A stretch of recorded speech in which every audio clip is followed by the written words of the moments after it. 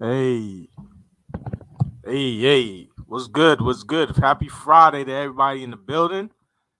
We about to get this started, man. But let me do it correctly, man.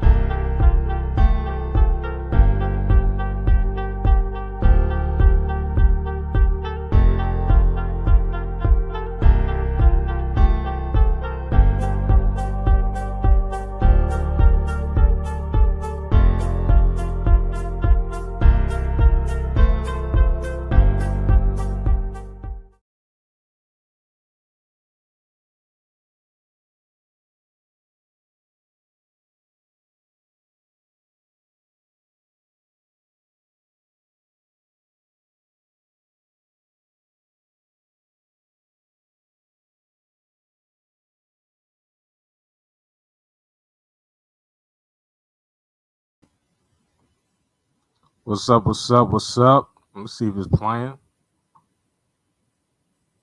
Angry Snowman in the building. It's the homie. Generalissimo's in the building. And we gonna get this popping, man. What's good? What's good, man? Happy Friday. Jarrell in the building. I seen Friezo Lou up in the building. Ooh, man. We're gonna have some fun today, man. Wait a minute, This will be a quick video that you're not apologizing for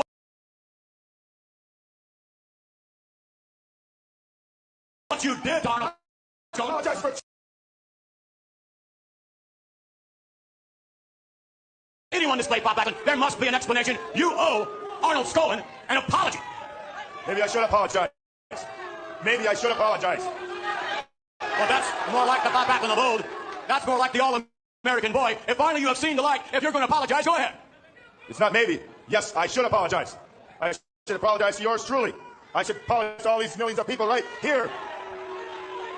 I should apologize to Mr. Tony, the president of to everybody involved in professional wrestling for ever ascertaining Arnold Scowen as my manager. From the day I chose him as my manager, it was all downhill. Wait a minute, you're not apologizing. You're not apologizing for what you did, Donald Scowen. I apologize for choosing him. There was many managers that wouldn't have thrown in the towel.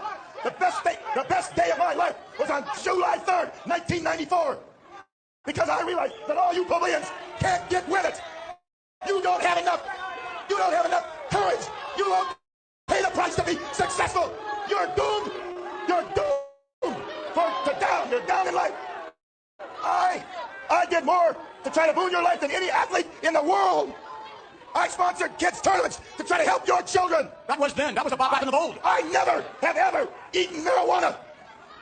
I have never swore in front of my children. How many times, ladies and gentlemen, do you swear in front of your children? How many chemicals do you have in your cabinet at home? How many drugs do you have in your billfold? And why do you snuff your children not take drugs and not smoke cigarettes and not swear when they're in school? You should be taking care of your children. I know where my child is at night, and she's definitely not out there with a gun. All right, Bob Backlund, what does this have to do? What does this have to do with a cross-face chicken wing, the hold for which there is no defense, right? Well, what does this have to do with that?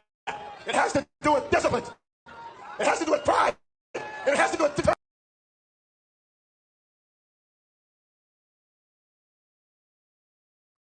I'm gonna let this play one more time, man. And Arnold Scowen is code word for the community. Shout out to the great legend Bob Backlund, man. That's one of my favorites, man. Man, he was on fire during this time, man. So let me play them one more time before we get started. There must be an explanation. You owe Arnold Scowen an apology. Maybe I should apologize. Maybe I should apologize. Well, that's more like the Bob Backlund of old. That's more like the all-American boy. If finally you have seen the light, if you're going to apologize, go ahead. It's not maybe. Yes, I should apologize. I should apologize to yours truly. I should apologize to all these millions of people right here. I should apologize to Mr. Tony, the president of to everybody involved in professional wrestling for ever ascertaining Arnold Scowen as my manager. From the day I chose him as my manager, it was all downhill. Wait a minute. You're not apologizing. You're not apologizing for what you did, Donald Jones. For choosing him, there was many managers that wouldn't have thrown in the towel. The best day of my life was on July 3rd, 1994, because I realized that all you plebeians can't get with it. You don't have enough courage. You won't pay the price to be successful. You're doomed. You're doomed You're down in life. I did more to try to boon your life than any athlete in the world. I sponsored kids' tournaments to try to help your children. That was then. That was about back in the bold. I never have ever eaten marijuana. I have never swore in front of my children. How many times, ladies and gentlemen, do you swear in front of your children? How many chemicals do you have in your cabinet at home? How many drugs do you have in your billfold? And why do you expect your children not to take drugs and not to smoke cigarettes and not swear when they're in school? You should be taking care of your children. I know where my child is at night, and she's definitely not out there with a gun. All right, Bob Bracken, what does this have to do? What does this have to do with a cross-face chicken wing, the hold for which there is no defense, right? What does this have to do with that? It has to do with discipline. It has to do with pride. And it has to do with determination. I'm proud of the chicken wing. And I'll only tell you if anybody can get out of it. And if any of these people in the green mountain state think they can get out of it, I'll be happy. Happy to put it on them. Now, wait a minute. Wait a minute. Look at that guy. He's a plebeian. You're challenging a fan to come down to see if they can escape from the cross-face chicken wing? He's not going to come down here. He's brave up there. I know these people like the back of my hand.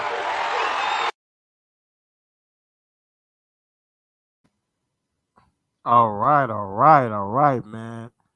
All right, man. We're gonna talk about this soiree with the Queens on NBC.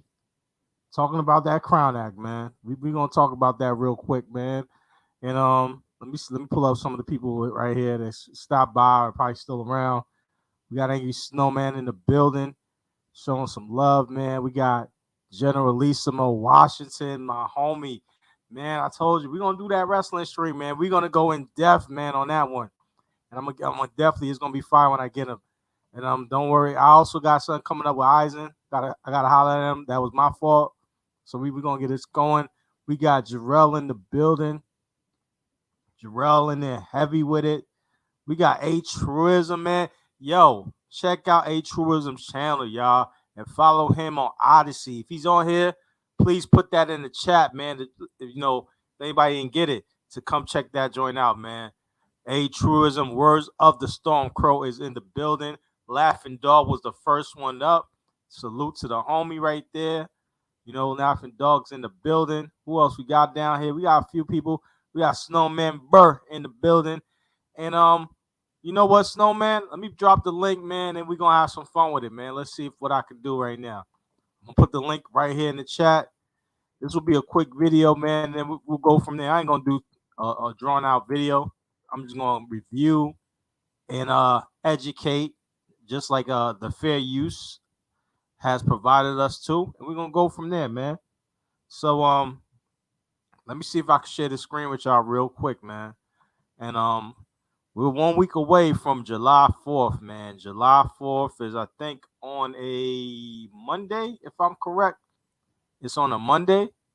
The first is a Friday, second Saturday, third Sunday. The fourth is Monday, y'all. So, man, this is about to be fire, man. It's about to be fire. Get your body ball tickets live and direct. We're going to see July 4th, not only fireworks from the American Showcase, but we're going to see some fireworks from the National Body Ball League, man. So let me see if I get this joint started, man. I see A Truism right there. Salute to you, my homie. You know what I'm saying? Salute to you. And you know what I mean? That's why we doing it, man. And SKC, I kind of delved in it a little bit. You know what I'm saying? He kind of delved in it just a little bit. I'm going to try to do, something similar, or spin it my way and how I do it. And go from there. Free Zone Lewis on there. Yes, definitely. Hit up your boy on Odyssey. For real. All right, let me see if I get this joint started. And we're going to go from there, man. We're going to go from there. Let's see. All right, right here. Shout out to Carl Thomas right there. Carl Thomas, man. I want to do a review on Carl Thomas, man. I guess I got to show my face to do a music video review. So we'll see how that goes, man. But these are called the Black Trailblazers. If you don't know, you know now.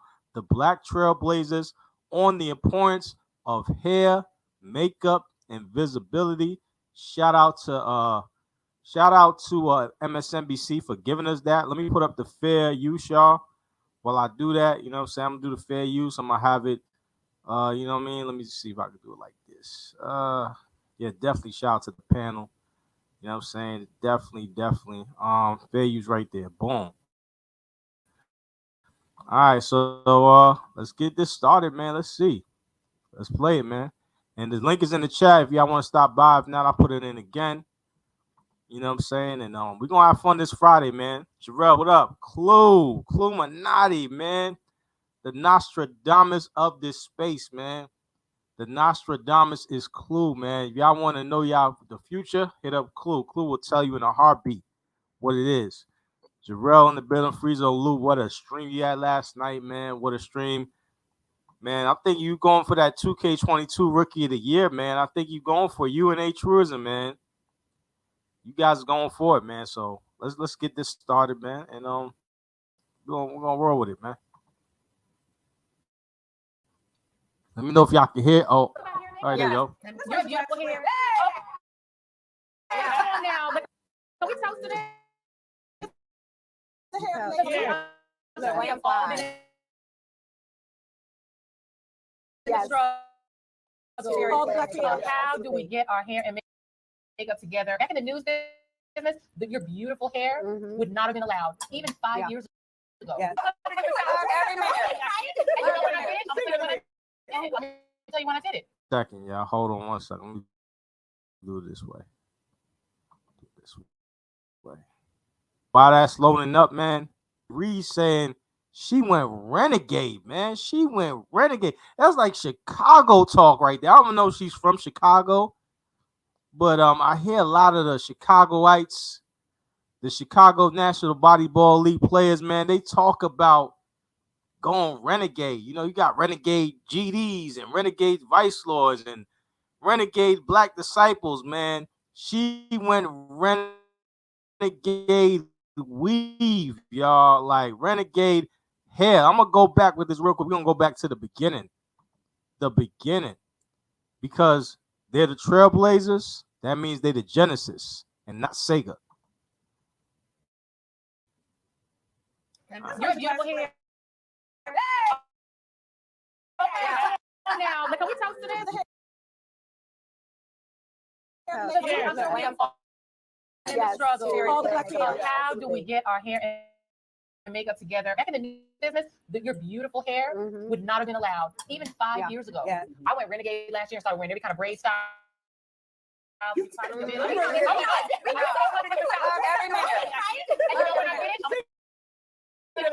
tell you when I did it. When that Crown Act passed in New York. Yeah. I'm gonna wear all the different kinds of braids. I'm gonna put them up. Put it in writing. I went wrong. One day, Joy had a whole situation, and this is how it always works, right? People text me like, "Yo, did you see Joy's hair today?" Literally, I worked on a show, and that person shall remain nameless, but they are very famous, and he had it in his contract that if you were a Black woman, he was not responsible for your hair. And this was a very thing. Who was it? Tell I us. cannot Name say it. because it's for power. Just text it to us later.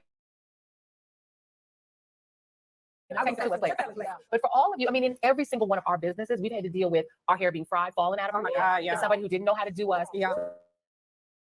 Couldn't sit in the thing. We couldn't have a black hair and makeup team. Foundations, 2 shades lighter, Darker. darker. Ashy. Right. When you're not a celebrity in this way, this is a new thing being thrust into the spotlight. Yeah. So when you're like a social justice person, Sure.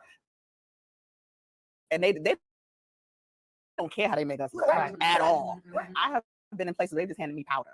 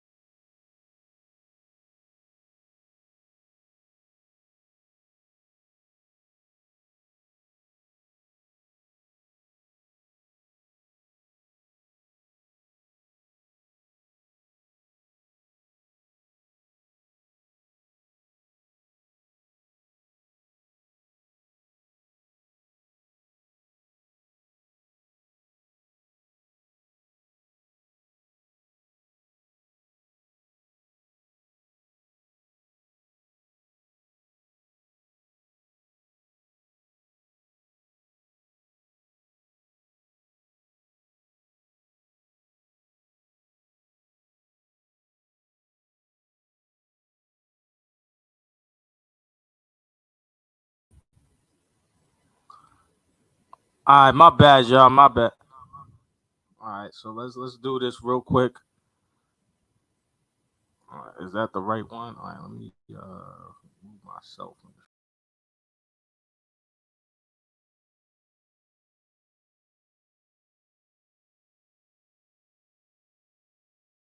Move for some reason. I don't know what's going on with it. All right, can y'all hear me? Y'all hear me? Put a one in the chat. All right, we're gonna do this again. We're gonna do this real quick. I think I'm heard. So let me restart it again. We're gonna restart it. And yeah, man. A truism, 100% correct on that, man. 100% correct on that, man. Like, yo, I ain't gonna hold you on that one. So,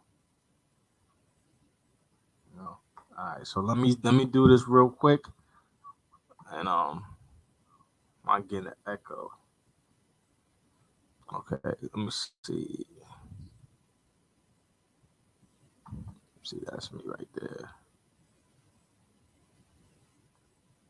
All right. See. Ooh. All right. Oh yeah, hear me? All right, cool. Cool. All right, let me redo this again. My bad, y'all. That was very unprofessional, man. All right, let's see. We gonna do quick. Get myself out of there on this one. Keep up on the YouTube.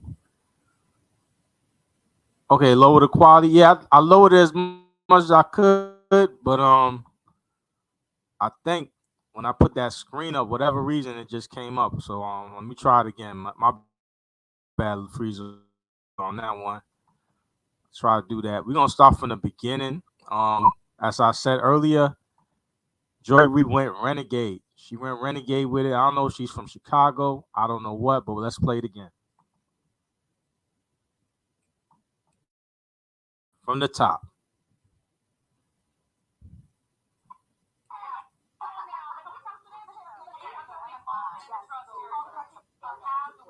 All right. So, hold on one second. Hold on one second. Oh, what the heck?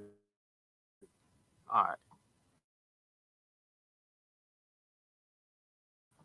All right. I ain't gonna do this.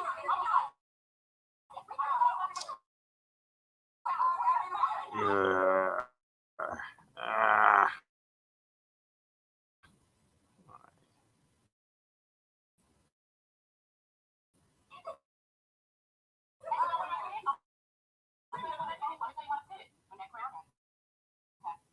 All right.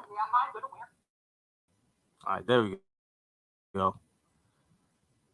Join mad late. Ah. Ah. Then I clicked the YouTube by mistake. Let me go back, man. Oh, no, you ain't gonna do that to me. You ain't gonna do that to me. Oh, man, I just had it. I just had it. All right, 1 second, y'all. 1 second, man. Woo, man, I was ready to go, and I'm like, ah. All right, so let's see here. Let's try to let's see if it's this one or is it? Yeah, there we go. We're gonna start it all over.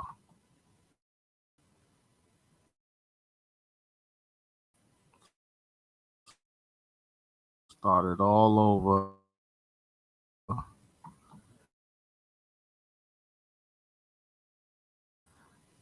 It's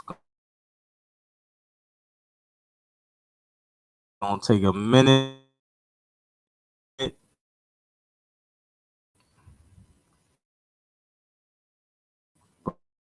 But we gonna get it popping.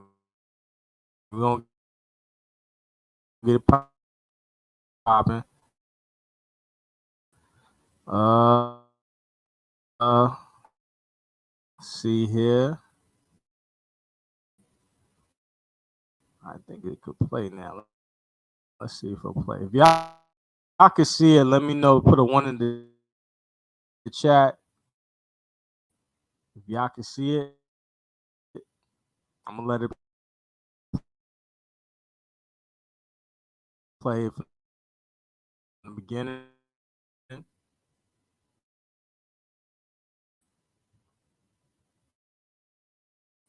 I lower the quality to 144.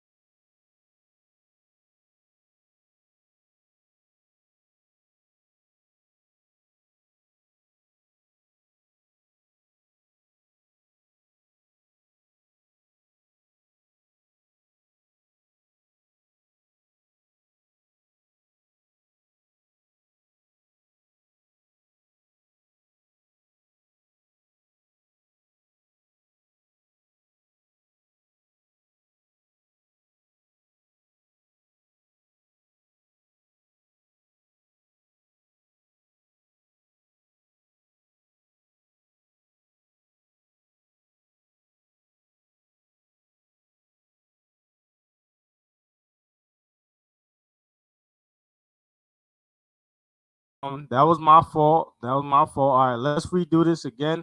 I apologize to everybody on here. So we get that Strag Wi-Fi, you know what I'm saying, with the extra 100 kbs of strangulation. So let me see if I can redo this again. All right, YouTube's up and running. All right, we're gonna go through my history real quick, and I'm gonna let it replay again. All right. It's always when I'm trying to run something, it do me dirty. All right, let's run it. Let's run it this way. All right, there we go. All right, boom. All right, if y'all hear me, put a 1 in the chat if y'all hear me. Put a 1 in the chat if y'all hear me. If not, let me fix my mic again.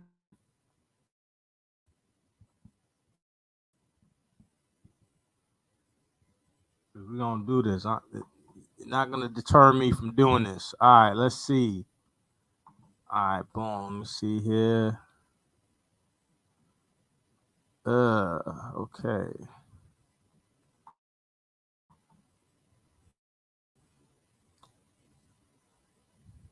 All right, boom, boom, boom, boom, boom, boom, boom, boom. All right, I think I'm clear. I'm clear on my mic. All right. I know it's cool, man. I owe you like $75 for this, man. I owe you like $75 for this, man. You know what I'm saying? I owe you. I owe you, man. I owe you big time for this, man. All right, let's see if I can share this screen now. This thing. All right, there we go. Y'all gonna let me do this today. The Strag's not gonna let me do it, but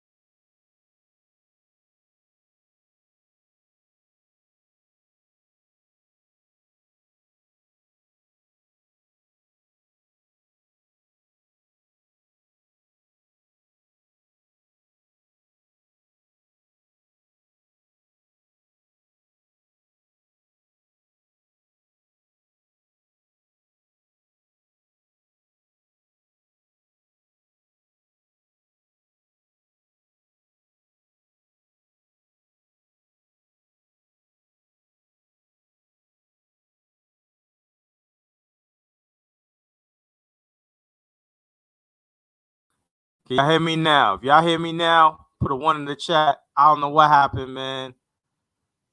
I think the internet. I thought the internet took an L, but I think I'm on it back. Whoa, man. That was like, all right. If y'all can see the screen, let me know. Put a 1 in the chat. If y'all can see the screen right now. If not, I'll redo everything. But altruism, yeah, I don't know what happened, man. It was like, I think I got sun kissed, man. Man. All right, let me try to play this right now. All right, we're gonna start from the beginning.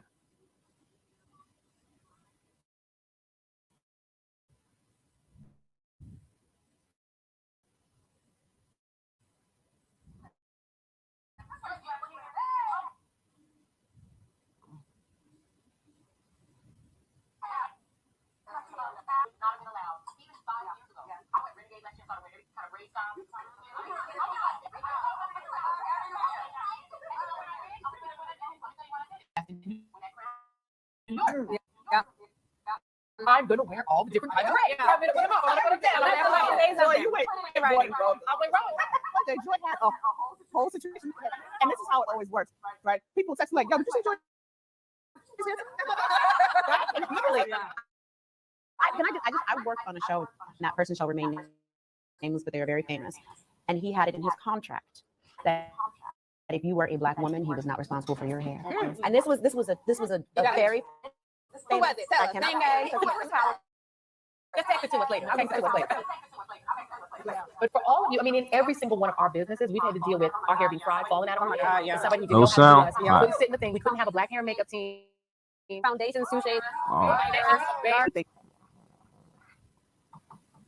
So what's going on this internet? All right, let me do it this way. I'm gonna play it on here. 1 frame per second. All right. Okay, hold on 1 second. I got cursed, man. I was ready going. I was like, it got me, man. I got Papa Steingos, man. Man. I didn't know I was on the head list, man. All right, so playing for whatever reason, I'm gonna try to do it on a different internet thing. I Microsoft Edge here, see if it works. If not, I'll try something else, man. But I'm not gonna stop the show for y'all, man. Y'all came out here. I gave me y'all time, so definitely gonna make it up for y'all. Let's see if we can do this real quick. If y'all can hear me, amazing to see, man. All right, so let me try to do it. What happened here was this. All right, let's see if we do it that way.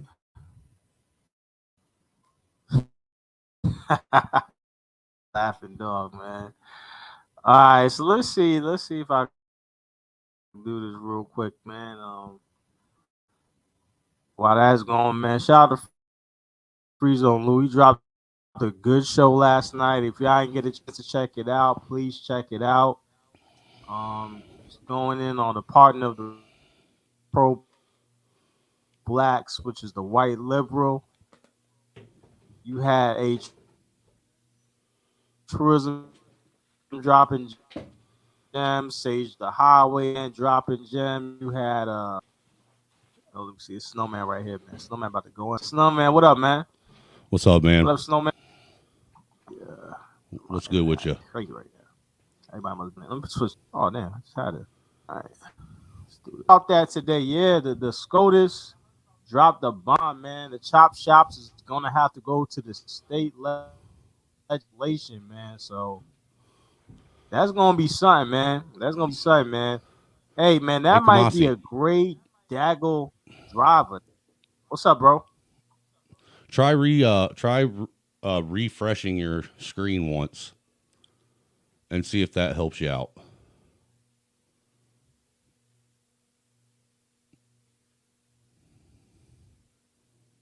Can you hear me? Right back.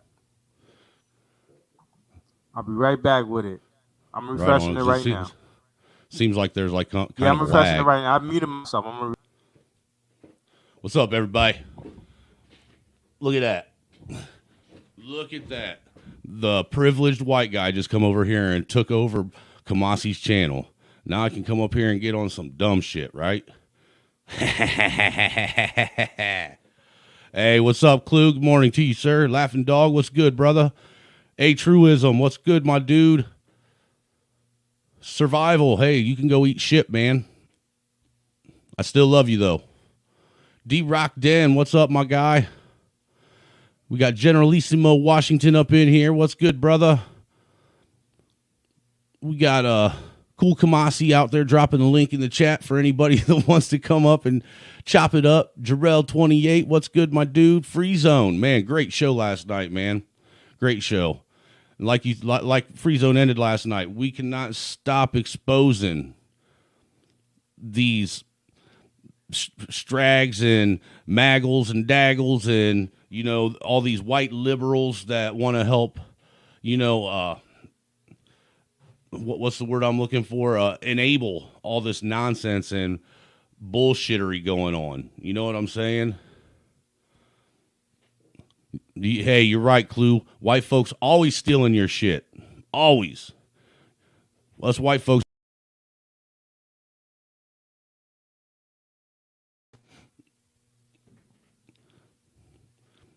We don't know how to create anything of our own, man. We got to take the black man's shit all the time.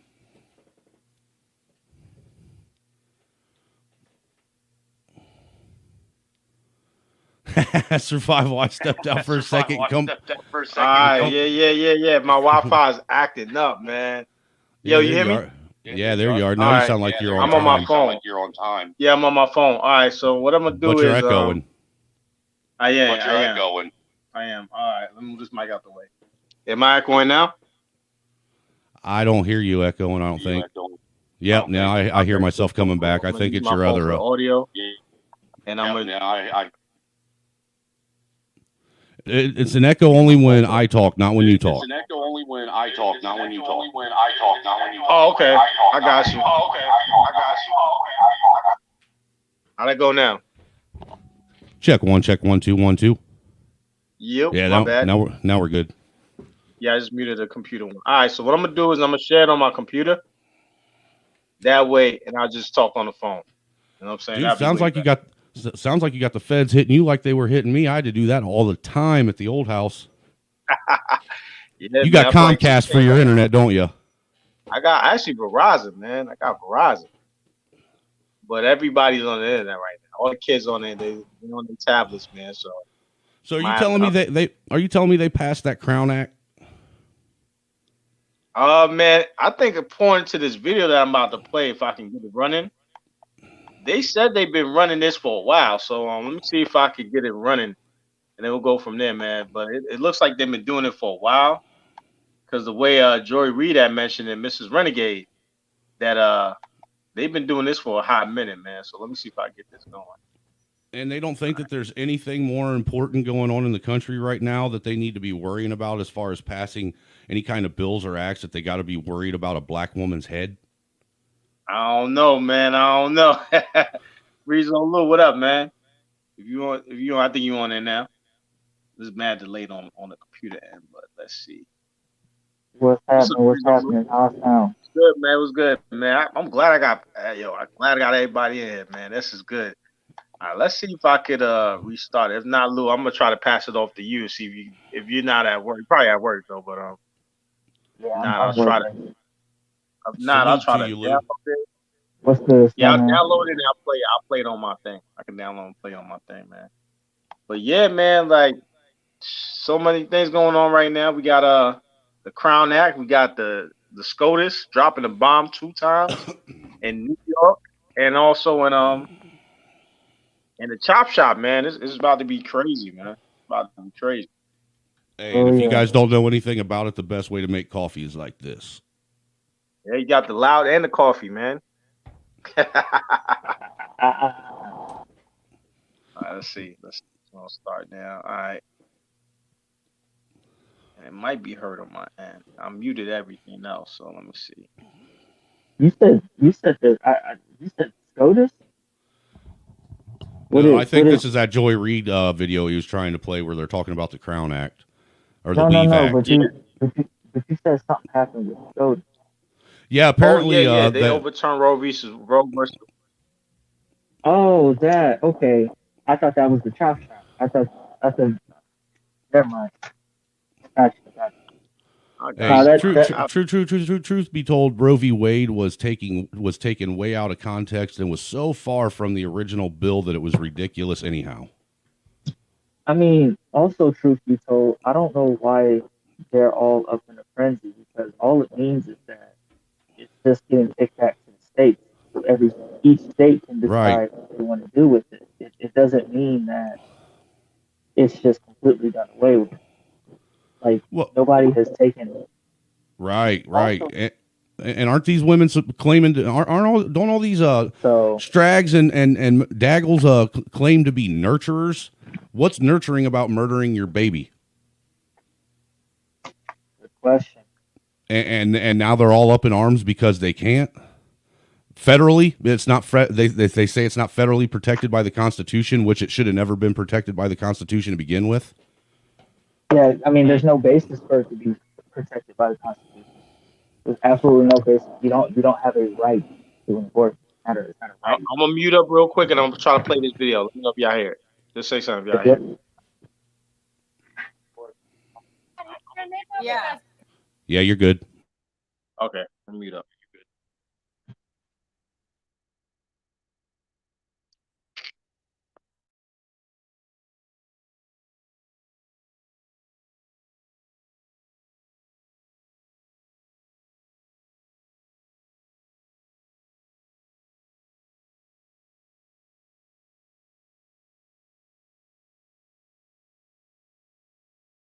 Exactly, survival. Like, y'all can just move to a place where you can kill babies. Facts. I'm pretty sure, like, there's 50 states. I'm pretty sure not every state is going to be like, nah, you can't kill babies. Hey, put that link in the private chat, Kamasi, and if you want, I'll try and play it. I like that background, Snow. Yeah, man. Flag popping. Is that the old school MTV? Come on, man. Yes, sir. Got the old X-Men versus Street Fighter video game over there. Is that an arcade? Yeah. How much you get it for? About 400. That's not bad. Then is that the That's the dude. The dudeski. Send the back chat. Lebowski. You say you got that for 400? Which game? That's hold on a second. I got to pause this. Yeah, it's playing well on my end. That's Street Fighter versus X-Men. Copy. Okay. Yeah, you can play that for days. Yeah, that's one of my favorite games of all time, man. Oh, dude, when I was a kid, I loved that. That and the other one was Tekken, dude. I was I was all over some Tekken at the arcade. Tekken. Yeah. Let me see. Whenever you're ready, man, I'll let you up on the video. Good thing. Yeah, there it is.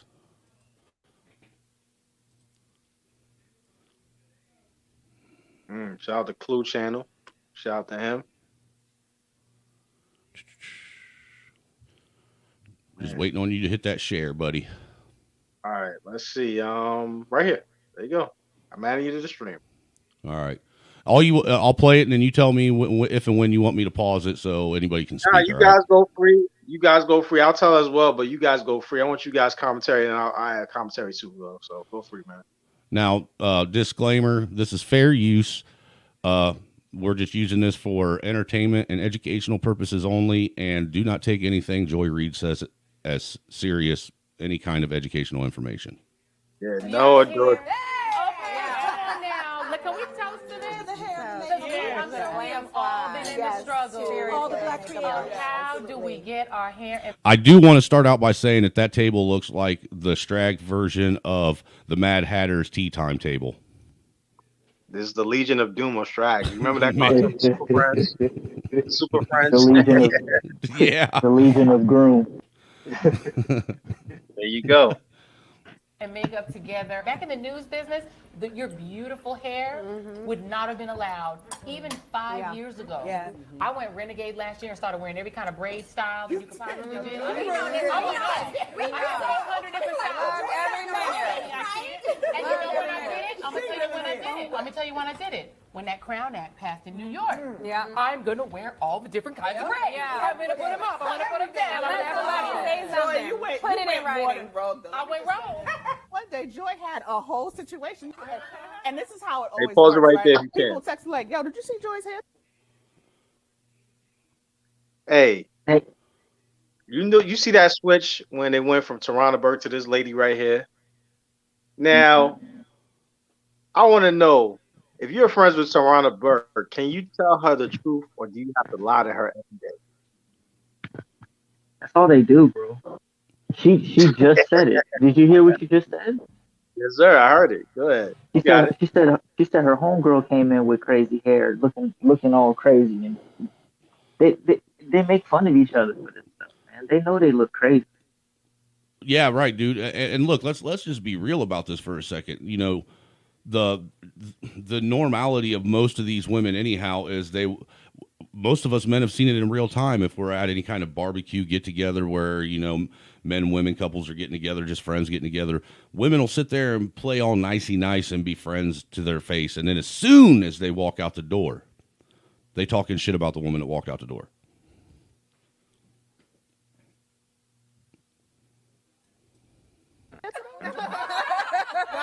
Literally.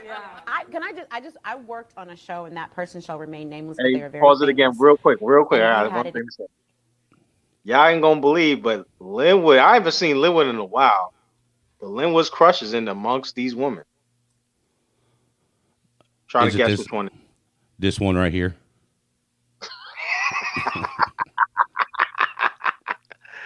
Nah, man. He likes the reflection of his face off of her bald ass head. Oh yeah, man. It's all transparent with her. I don't know which one is Linwood's. Keep playing. We'll get to her.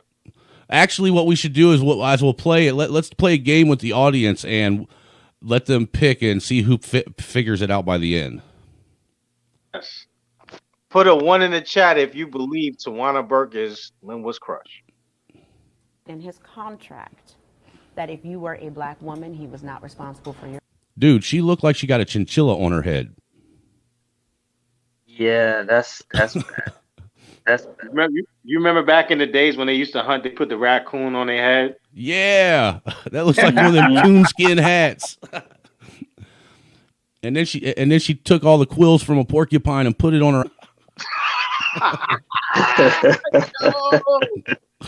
Oh no, Snowman, you got it, man.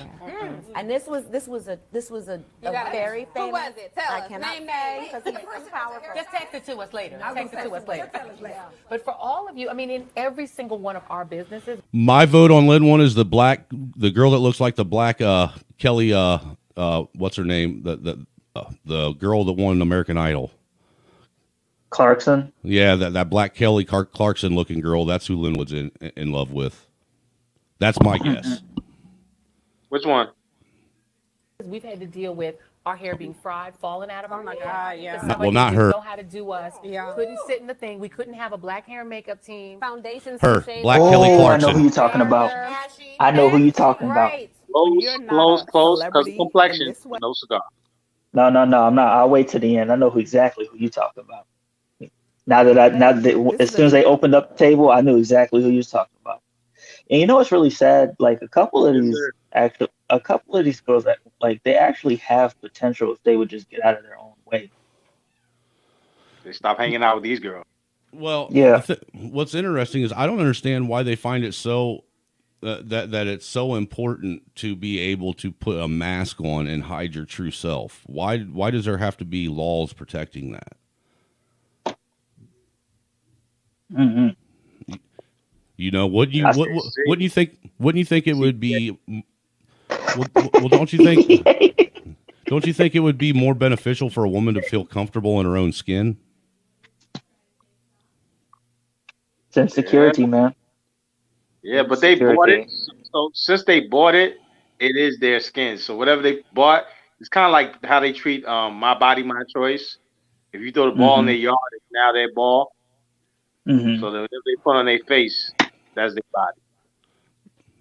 Well, I guess My bad, TJ. I guess you got a point there, Kamasi, since they say, you know, my body, my choice, let me abort my baby fetus and all that stuff, and we know that they put ground up baby fetuses in their makeup, so they're just wearing their baby on their face. Yeah, cool, you wanna... Oh man. Oh man. Yeah, nah, I feel TVA, bro. I don't want to eat looking at that. Yeah. Right. I gotta push my food to the just play it. Hit play. Let TVA eat feet. To the spotlight. So when you're like a social justice person, Sure. and they don't care how they make us look at all. I have been in places where they just handed me powder. And probably the wrong color powder. Oh, absolutely. White powder. And I'm like, am I a clown? And So now then you have to be a professional makeup artist, professional Right. hairstylist. You already all know of the that. things. I go on TV and I'm like, I look a damn mess. Like what I have happening? been traumatized. And I'm supposed to have hair, and the hair is like that, and they done. I'm like, what? From 4 years ago. That's right. I'm gonna tell you this. The time cover. I've never told this story. They called me 3 days before and said, "Can you come in to do a photo shoot?" They did not tell me it was the cover. They said, "Bring a yellow shirt and a blue shirt." Out of my closet. Wow. No wardrobe, no nothing. So I grabbed the yellow shirt. I grabbed the blue shirt. I came downtown. Oh Lord. I came to the place, right? I'm just thinking it's gonna be a little picture, Yeah. like whatever. I get to the place, my braids wasn't fresh. Now you know, come on. Yeah. Come on. I had 3 days. I could have took my braids out. and been Okay. on my face. Yeah. My braids wasn't fresh. My braids Yeah. was always fresh. Oh, yes. Always fresh. Or I would have freshed them myself. Right. I get to the place. I get there. I just take the shoot like normal. She They look make nuts this the too. cover of freaking Time Bruh. magazine. No. I just want to pause this real quick. That way, everybody, especially TVA, can marinate on that while he's eating his breakfast. Can you imagine if they did this in Guantanamo Bay?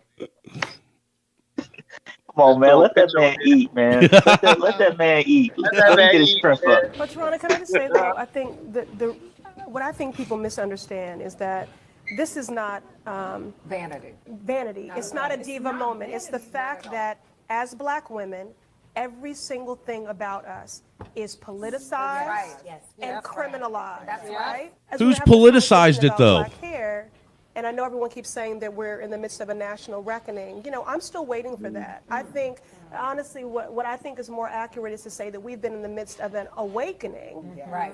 But the reckoning for me will be when we codify the value of Black lives in our budgets and in our policies. And so, you know, we recently passed the Crown Act. Yep. This is banning race-based, Hey, yo, those pause it are right facts of the there. fact that I was able to keep my Yo, why they doing this silk clap though when they having dinner? You know, they did the opposite. They should have did the cheers right then and there. They doing the hand clap. And KRS One was leading it off. Oh, Jesus. Oh no, man, it's for that bling. It's for that bling, man. You know what I'm saying? But is this one Linwood's crush? I don't know. SKC might know. We gonna see if he wanna come up, man. But if not, man, my bad. Let it rock, man. Let it rock. Dude, My it, bad. it, well, it looks like she's wearing a shower curtain and forgot to put the rings around the curtain and put them around her neck. Man, I don't. I thought you was gonna go somewhere else with it. Nah, I'm trying to be somewhat. It's early, man. I got to ease into the snowman. Ease in. Gotta ease it. Yeah. You know, I can't go full ham, man. This plastic. That's plastic? What in the? Oh my god! And She looked yo, like they she was all- wearing like a. She looked like she was wearing a raincoat too, wasn't she?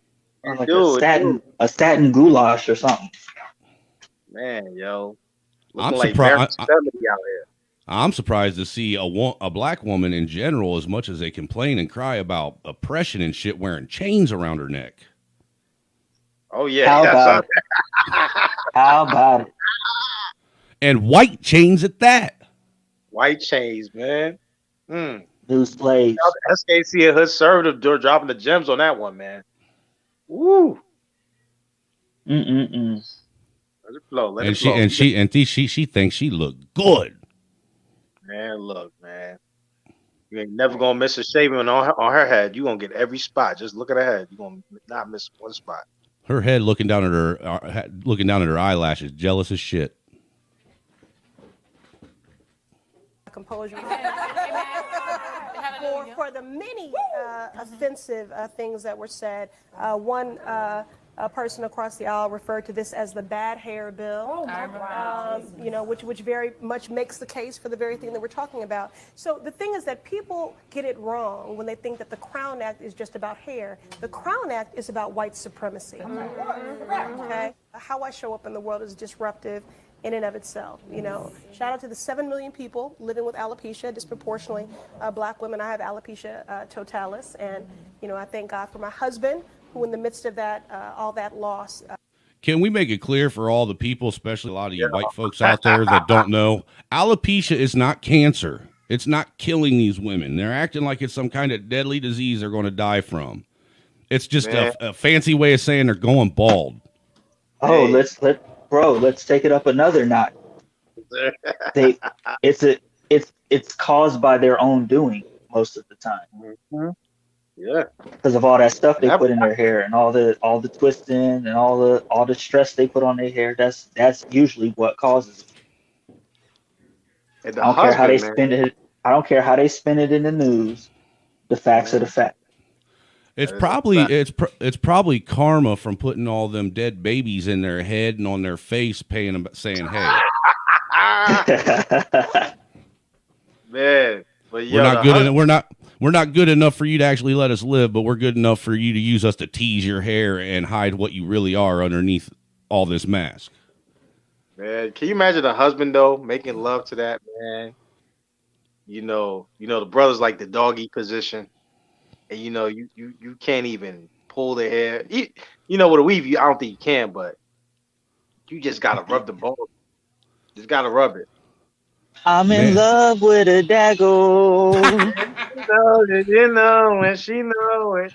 Dude, I couldn't imagine not being able to grab a hold of the old lady's hair and be worried about pulling it off her head. You know what I'm saying? I couldn't imagine that. You have to skeet on her bald head, man. looking like the Rock from behind and shit. Like she lost a hair versus hair match. Yeah, man. What if you skeet on the bald head and rub it in and a message appears like a magic 8-ball? Oh my God. That's a good one. But they brought this on themselves because they're really trying to convince people that you should want this and you're wrong for not wanting it. So yeah, fuck them. Like we know what we see. Well, look, and let's not forget, man. They want this. They want people to want this. They're forcing people to want this, and then on top of it, they want this to be the standard of beauty, and at the same time, sit and complain and bitch and accuse white women of appropriating their culture and their look. Nah, they don't want that. Nobody wants that, but y'all. Let's keep it real. Nobody wants it to look like you're wearing a poodle with his nuts on your forehead as a look. Yeah, no, nobody wants that. Hey, what's the name of that story with the chick with the long hair? Was it Rumpelstiltskin? Yes. Yes. Yep. They might remake that soon. Why does Disney remake that? Like, what's the problem with long flowy hair and sundresses? Like, what's wrong with that? I don't get it. This looks like the movie Snow White and the Seven Strags. Yep. Goddamn thing.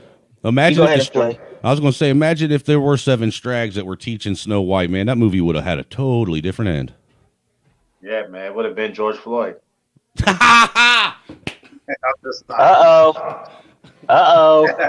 the chopper with you, Kamasi.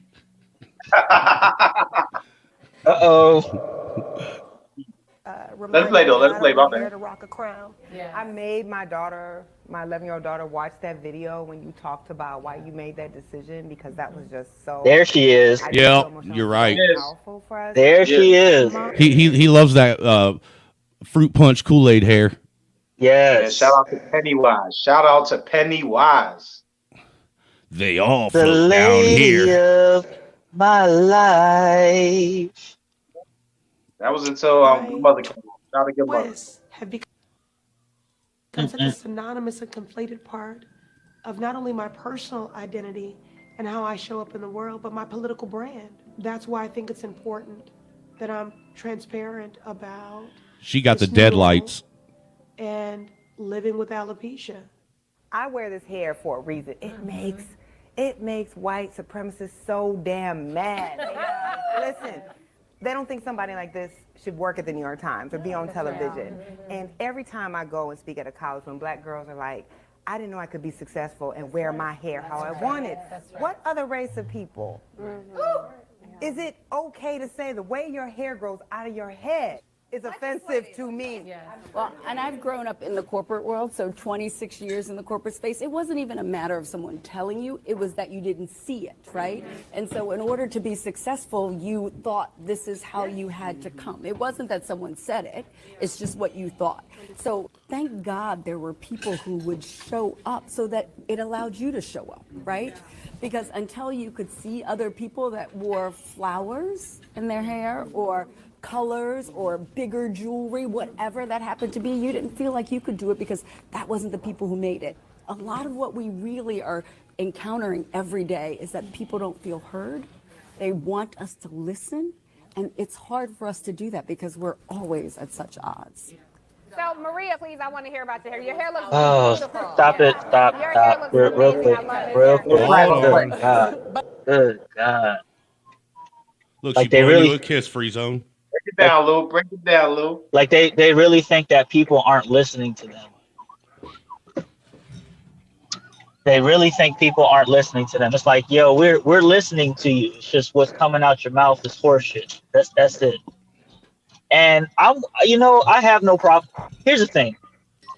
I have no problem with the Crown Act, but now can we push like now that y'all got the Crown Act, can we pass like the Bad Body Act? You can have your hair however you want to have it, as long as your body is tight. Can we do something like that? Can we do something like that? I could deal with the Kool-Aid hair if your body is tight.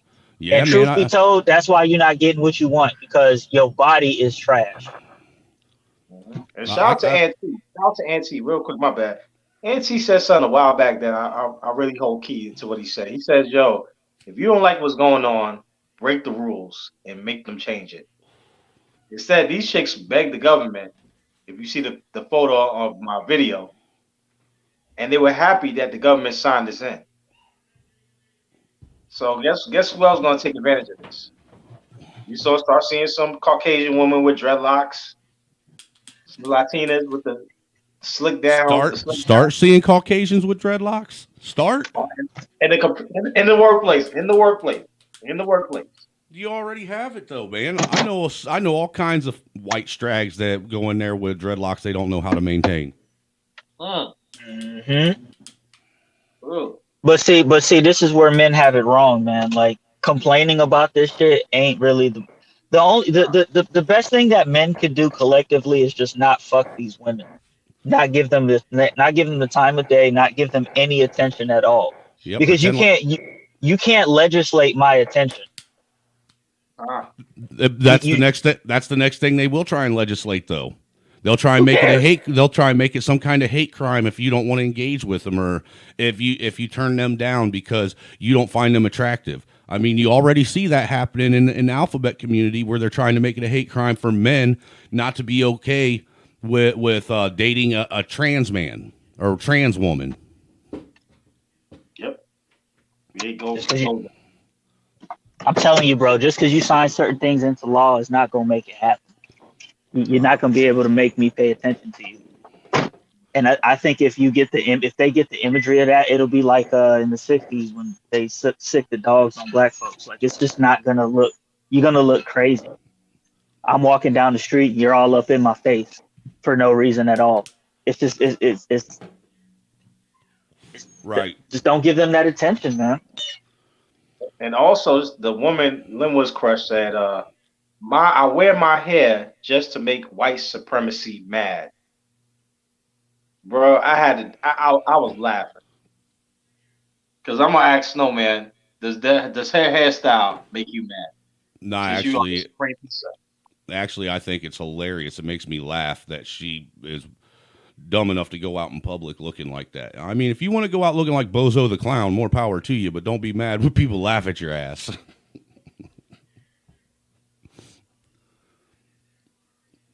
You got it, Snowman. You got it. But really what I wanted to say, I keep hearing that just showing up as a black woman, as yourself, is just revolutionary. You know what I mean? Like you kept saying, I'm a disruptor just by being there and standing there. And I feel the same way all the time. Like, you're tall, I'm tall. Everyone's going to look at you regardless, and they're going to judge you. But I just went through a big chop, and I watched your video too. You were an inspiration to me. And I had always worn long wigs, had taken out my edges, I have like a patch in the back of my head just from traction alopecia. And I finally decided, I need to start staying a little bit truer to myself. I don't want to hide anymore in myself. You said something similar to that too, where I just want to get rid of all the layers and just see who I am and who I can function as on camera. And I think I had always been prepping myself and making myself up for the white male gaze, because that's... Well, she started with her hair. Now she needs to finish off with her face and take all the layers off of that and let people see what's underneath that, to be honest. Well, Pete, what she just said. Yep, She spent all this time getting her hair done for who? For the white man. The white man. Yep, man. There you go, Supreme. And look, dude, isn't that what most of the SYSBM's bitch has been about, is the fact that they don't care about the black man while they talk about the community and they do everything for the white zaddy?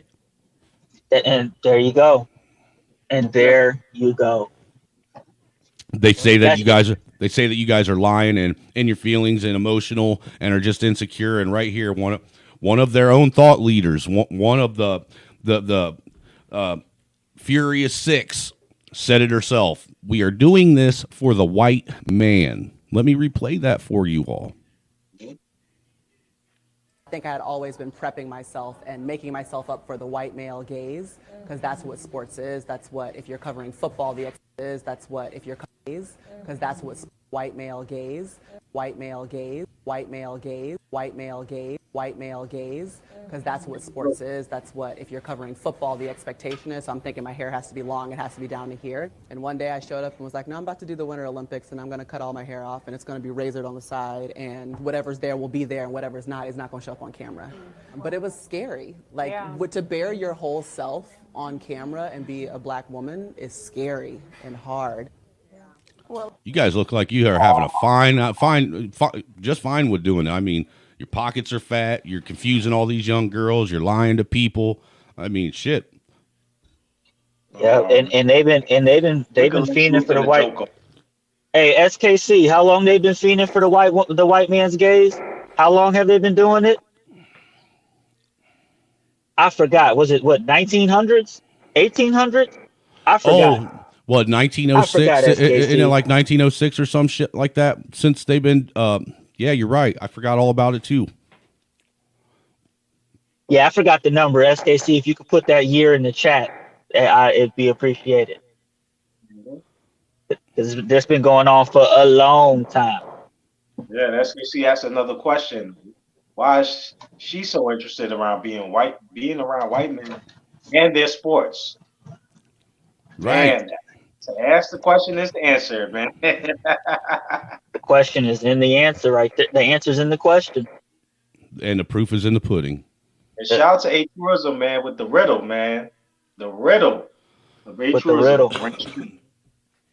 The riddle. Let's just talk about the life that hair is giving us. Yes, honestly, it's so gorgeous. I love your haircut. Thank you. Wow, brother. Wow. And we didn't even talk about the light skinned strong faced chick, the chick that looked like my man off of Harry Potter, the one who played Hans Gruber. God, what's his name? Alan Rickman. You talking about the one with the chin? Go back. That's the Jay Leno right far? there. Jay Leno. I think it was at the very beginning, right when Joy Reid was That one? The strong mad face. She looked like the damn inspector off of Ratatouille. That's what I was saying. Isn't it that one right there? It might be. Let me see. The one with the yellow coat. The one with the yellow coat and white hair. It looks like an exotic bird or some shit. No. Keep going back. You probably have to go towards like the middle. Yeah, right when Ronald Burke was speaking. Keep going. That one? She's wearing like all black. Yeah, that one right there. I know who you're talking about. Yeah, man. She looks like the female version of Snape. Yeah, man. She looked like the look at them big ass hands on, dude. She looks like she could palm a freaking beach ball. Them big ass man hands. Maria. She looked like fire, hellfire. It's burning in my skin. I could have sworn the chick next to the bald head looked like Lori Lightfoot, but it's not. I thought it was for a quick second. Not a single smile at the table, too. By the way, not a single smile. Nah. So not only do they look rough, they're not smiling. They're fighting to be as anti-feminine as possible. And like you said, Snowman, there's no fried chicken there. Not a single piece. Not a single piece, man. They all sitting there eating a salad like they some rabbits on a diet. We all know damn well there's not a single one of them that got a figure that doesn't say that they ain't at home eating a big ass box of bonbons or a whole pound of ice cream and a bucket of chicken every night of the week. Bucket of chicken. SKC with the $1 million question yet again. Yep. If white supremacy is such a bad thing, why you want to be around the white boys? Yeah, why do you care what white men and white culture says about you? Well, I wouldn't have to if you black men would make something of your own so I could be myself. Why not make yourself desirable and be yourself? Because you know what? That's the thing. Dude, that's the thing that I've heard the most out my entire life from most brothers anyhow, is they're tired of these overly done up black women that are the farthest thing from natural. When your face is a different tone than the rest of your body, when you take your clothes off, there's an issue. Yeah. Hey, bro. The weight of that table will outweigh the weight limit of an elevator. Oh, for sure. I don't even think all of them could get on the same roller coaster ride together. And this is why people like Snowman. This is why people like you are necessary, and we need white people in the space because they think that they're kissing up to white zaddy. No, and we need white people to say, "Hey, we don't want that shit either." Now, granted, don't get me wrong. I want to point out that there are white people that there are some white guys that like that shit. But those are the same white guys that are the equivalent of the pook and the fucking simple that black people like about that shit. You know? The same undesirable men like the same undesirable women. That's all you're going to get. It's the same thing. I don't know why they seem to think that men like women that look like cartoon characters. And this is why men are just better and masculinity is better. Men have the ability to objectively look at a situation, see that we're not getting the results that we want, and adjust to get the results that we want. Because we can feel however we feel about ourselves but if the results aren't coming, how we feel about ourselves doesn't matter. Doesn't mean shit. Because at the end of the day, what do women want? Results. What do men want? Results. Facts. Man, I'm gonna tell you Would they what. have this table talk? Go ahead, you got it. No, I was just My gonna say. bad, I slow tell you man. what, I'd be pissed off at if I was the man paying for them to waste those $50 salads they're pretending to eat. Man, boy, I tell you what. And what's crazy is, would they have this table talk for my brother's keeper? This is for my brother's keeper. No, he That said, law? would they? Would they? Hell no. Hell no. I don't even think they didn't even mention black men at all. Well, here's Nah, something that look. right there. Look, I just noticed Check that something. out real quick. Look at this visual right here See that I that just line right there? do. What? You got it. No, got I it, was my gonna bad, say, you look, got it. look at the visual. You got the women that are overweight and shouldn't be showing any kind of skin at all, showing skin, and the women that look like they could possibly, if they maybe ran a couple times a week and slowed down on their food, could potentially look good, completely clothed up, showing nothing as far as body wise. Bro. Yeah, man. Bro. Mm. And then you got, Jada's pissed off fucking twin over there wearing white chains around her neck. Man, I wonder how many dudes. I wonder how many dudes her husband has to slap up. Dude, it looked like she wearing a black hefty bag and a dog chain. Look like viscera. She looked like a pissed off pit bull. Yeah, she did, SKC. She did. She did. Yeah, man. So, man, this is wild, man. This is wild, man. And Well, the hair bill includes weave too. If you see a couple women got the yaki.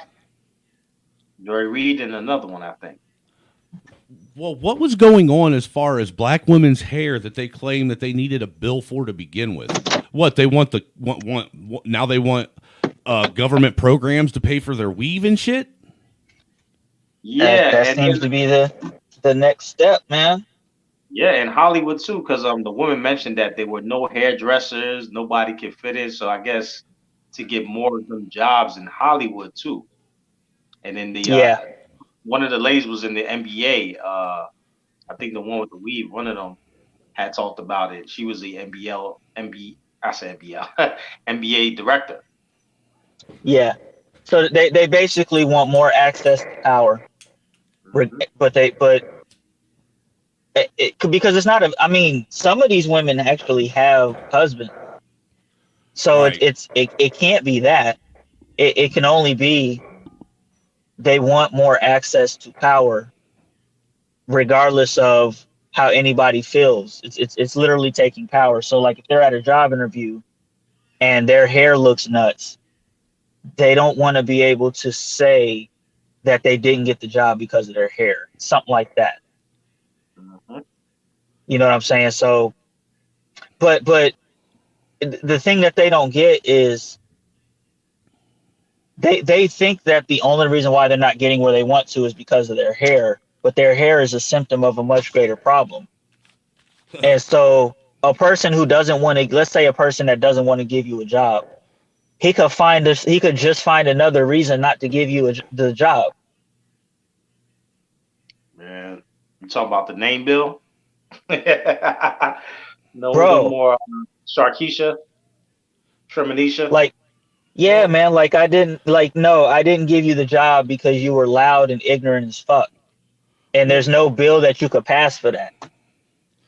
Well, first off, as far as that job thing, let's keep into perspective. All right, that the jobs that they're talking about, the majority of women aren't getting because they're going to be middle class jobs. All right, and in the middle class, who's usually generally doing the interviews and the new hiring for places, either a pissed off white woman or a pissed off black woman in HR.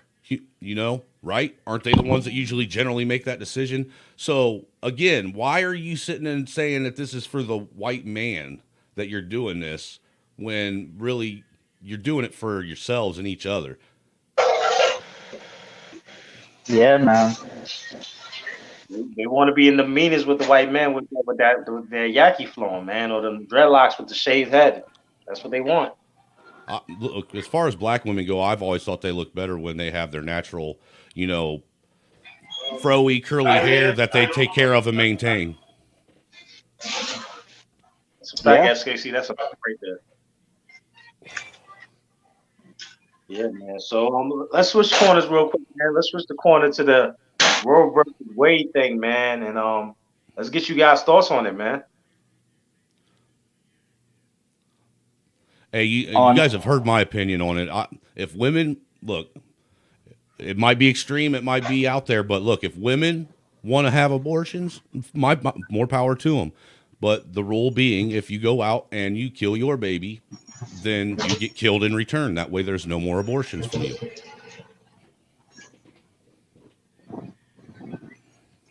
I mean, if you want to kill your babies, that's fine. I just don't want to pay for you to kill your baby. That's pretty much where I'm at with it. You know, and in all reality, like I said, and like you like you pointed out, is it's not a ban on abortion. It's taking it away from any kind of federal government oversight and putting it solely in the hands of the states where it should begin with anyhow. This murdering your child while it's in the womb should have never been even considered a constitutionally protected act. Nah. No. I mean, because look, they say that what they were trying to say is that it was protected in the Constitution under the due process. All right. So, okay, you get due process, but what about the child? Where's its due process? Yeah, man. Let me add one person that we never mentioned, Dr. Jack Kevorkian. Remember Dude, him? Yeah, I do. And he got put in prison for helping people who wanted to die. Mm-hmm. Yep. They asked for help, begged.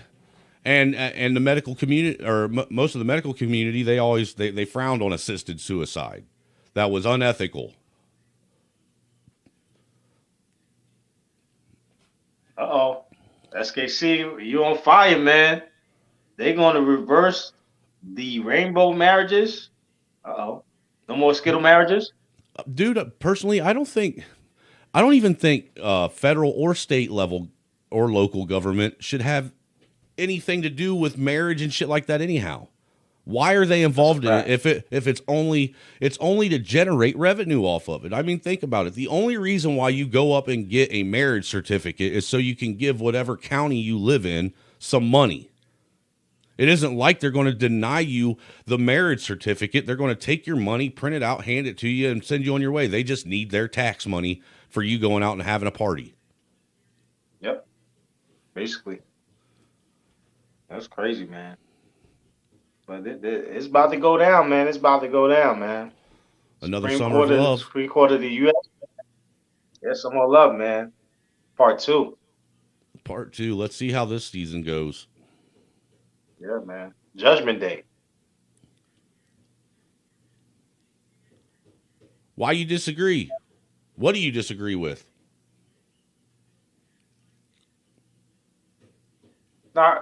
Actually, we come from, like, you get certain protections, like, in terms of your will, your law, how the state can intervene in terms of an estate, to that nature. That's come from with that. SKC. You can disagree all you want. You're a Hitler. You want an authoritarian SKC world where nobody can do anything. They got to ask King Supreme SKC first if they can go outside their house. And then also another recent one was Supreme Court Justice Clarence Thomas kind of overturning the concealed weapon thing in New York, which opens a lot of doors now to other things. Yeah, I got you, SKC. Give me one moment. I got you. I got you. All right. Did I get him up here? I know I I'm, did. I'm about to get him up there. Let me see if you get up there. Yeah, you know what I'm saying? And if anybody else want to jump in, feel free. You know what I'm saying? We all here. It's Friday. You know, See, I threw out the bait and SKC bit. let's go. You got Freeze on Lou right back at it. We're going to give my man SKC in a few moments. Maybe Ragnarok. Hopefully Clue in here. You know, we'll have a Friday get together, man.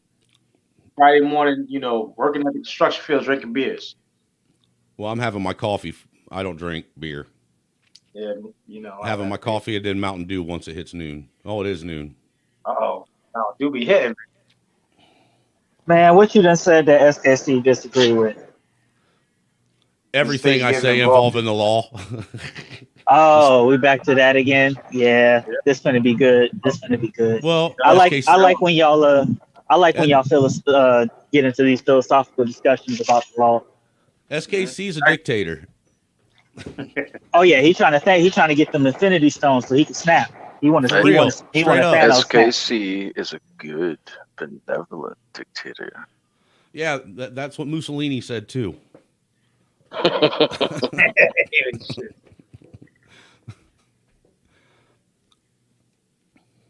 right. SKC will be in a few moments. What's up, Ragnarok? What's going on? What's on your mind, man? I'm honestly glad that's overturned. I really am. How does it affect Canada? So, given how America has a lot of like political influence, conservatives here are already trying to make the same moves. Because you guys make waves, might as well get our surfboard. Who's that pissed off? Why we got a pissed off white baby on the panel? The motor has entered.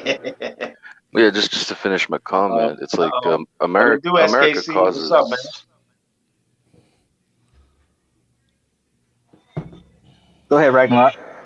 So like America causes waves, so like the rest of the West kind of surfs that wave. So this wave is so fucking massive, the left here is losing their minds as well. Because they parrot the left over there and in the States. So, and the right here is a bit different, but they see the sign of the times, man. Well, a lot of people are not okay with it. Like, I think in Canada, the least they would do is let men have a say in the act. Well, I think if they can pass an alopecia act for let me ask you a quick question, right? Yeah, no, go ahead. In Canada, right? Abortion is pretty much legal, right? Yeah, no, it's even taxpayer funded. Okay, so let me ask you this, right? What if the women from the United States start making their way to Canada? To commit to that? Yeah. Well, that'd be really messed up, to be honest, to move to a whole new country just to commit infanticide. And that's what I'm going to call it. Because I mean, you got Michigan, the borders of Central Canada, New York, Eastern Canada. I want to say I would say Minnesota, right? Minnesota and California and Washington State, they border Canada too, right?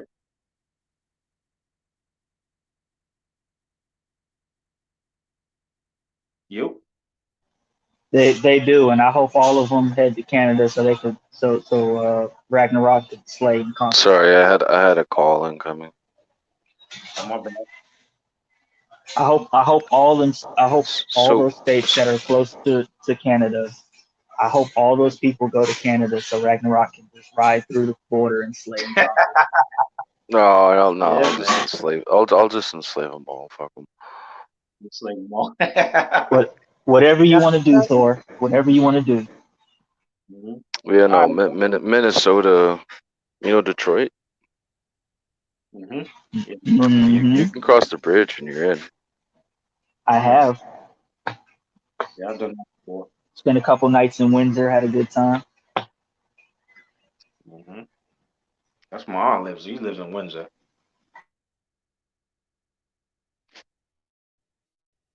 Yeah, man. But yeah, we got SKC in the building, man.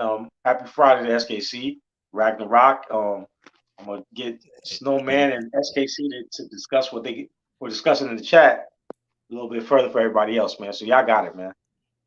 Hey, yeah, what's going on, Snowman? Yeah, I disagree with you on the whole thing with the law and the marriage, and the only reason that they doing it is because of to get money and Yeah, I all of know Fuhrer SKC.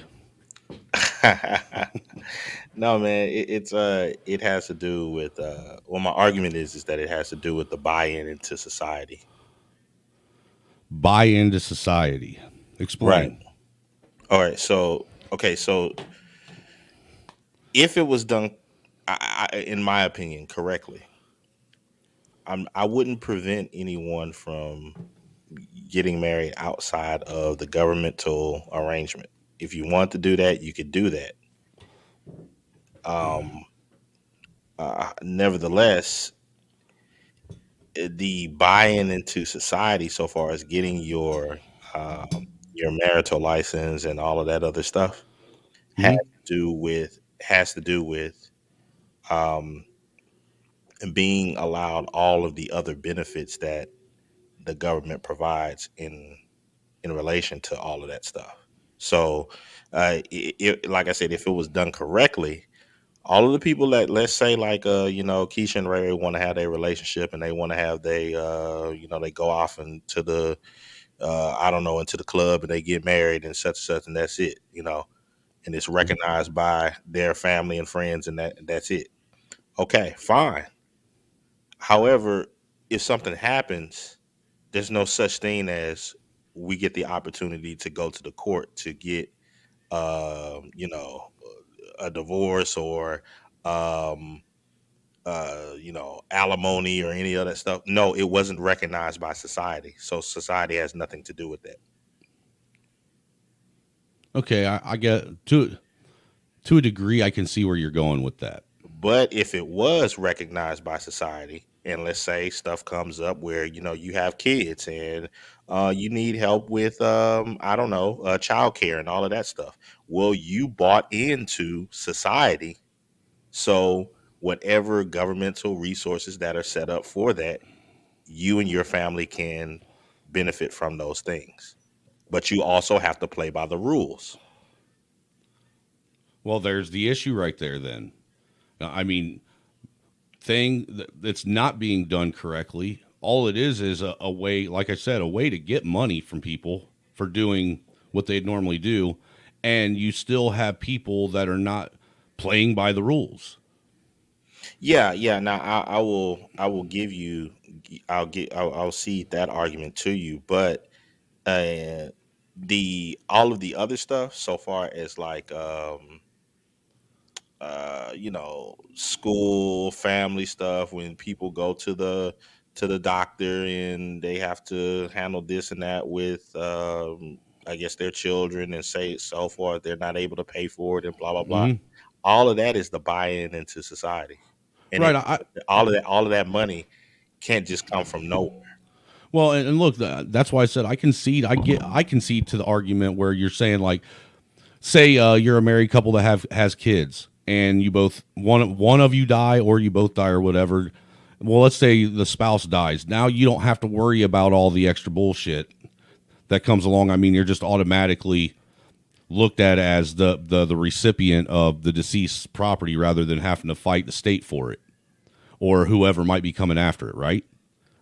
Right. That's one of the things that you're getting into, and I get.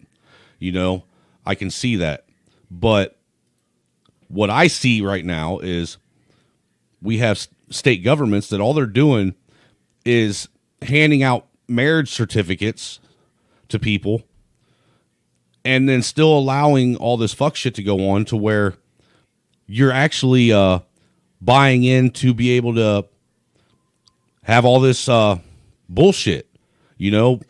be on all these government programs and basically screw up society in general. Yeah, I'll give you a portion of the argument, but still, those people don't fully benefit because they're not doing it the right way.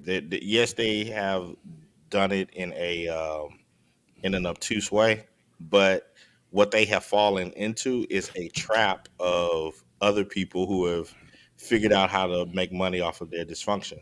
So you take for instance like set of people that are able to have, I guess they get all the governmental benefits of, what's that, welfare and all of that stuff, right? Mm-hmm. And they're a quasi couple and all of this. Okay, fine. But you do understand that you're not going to fully benefit from that relationship at all because there's certain things that you're not um, using to your maximum advantage. 401k, insurance policies, just Well, a wide range of things that if you understood that if you use that marital certificate the right way, it could bring you a lot of other benefits. well, my argument is this: when we have these discussions, most generally it does always lead back in some way, shape, or form to some kind of governmental program or benefit or policy that will incentivize or benefit helps the person involved. And I believe that, and I think that it would actually be more beneficial to the country as a whole if we stopped worrying about government programs and government's help and start doing things on our own. I mean, we really need to this whole thing of making policies and putting things in order with the reward of some government policy or government action being dangled in front of our face for it is why we have so much craziness going on right now. Nobody wants to just do things on their own. They want to do things and then have daddy government behind them with the safety net of life.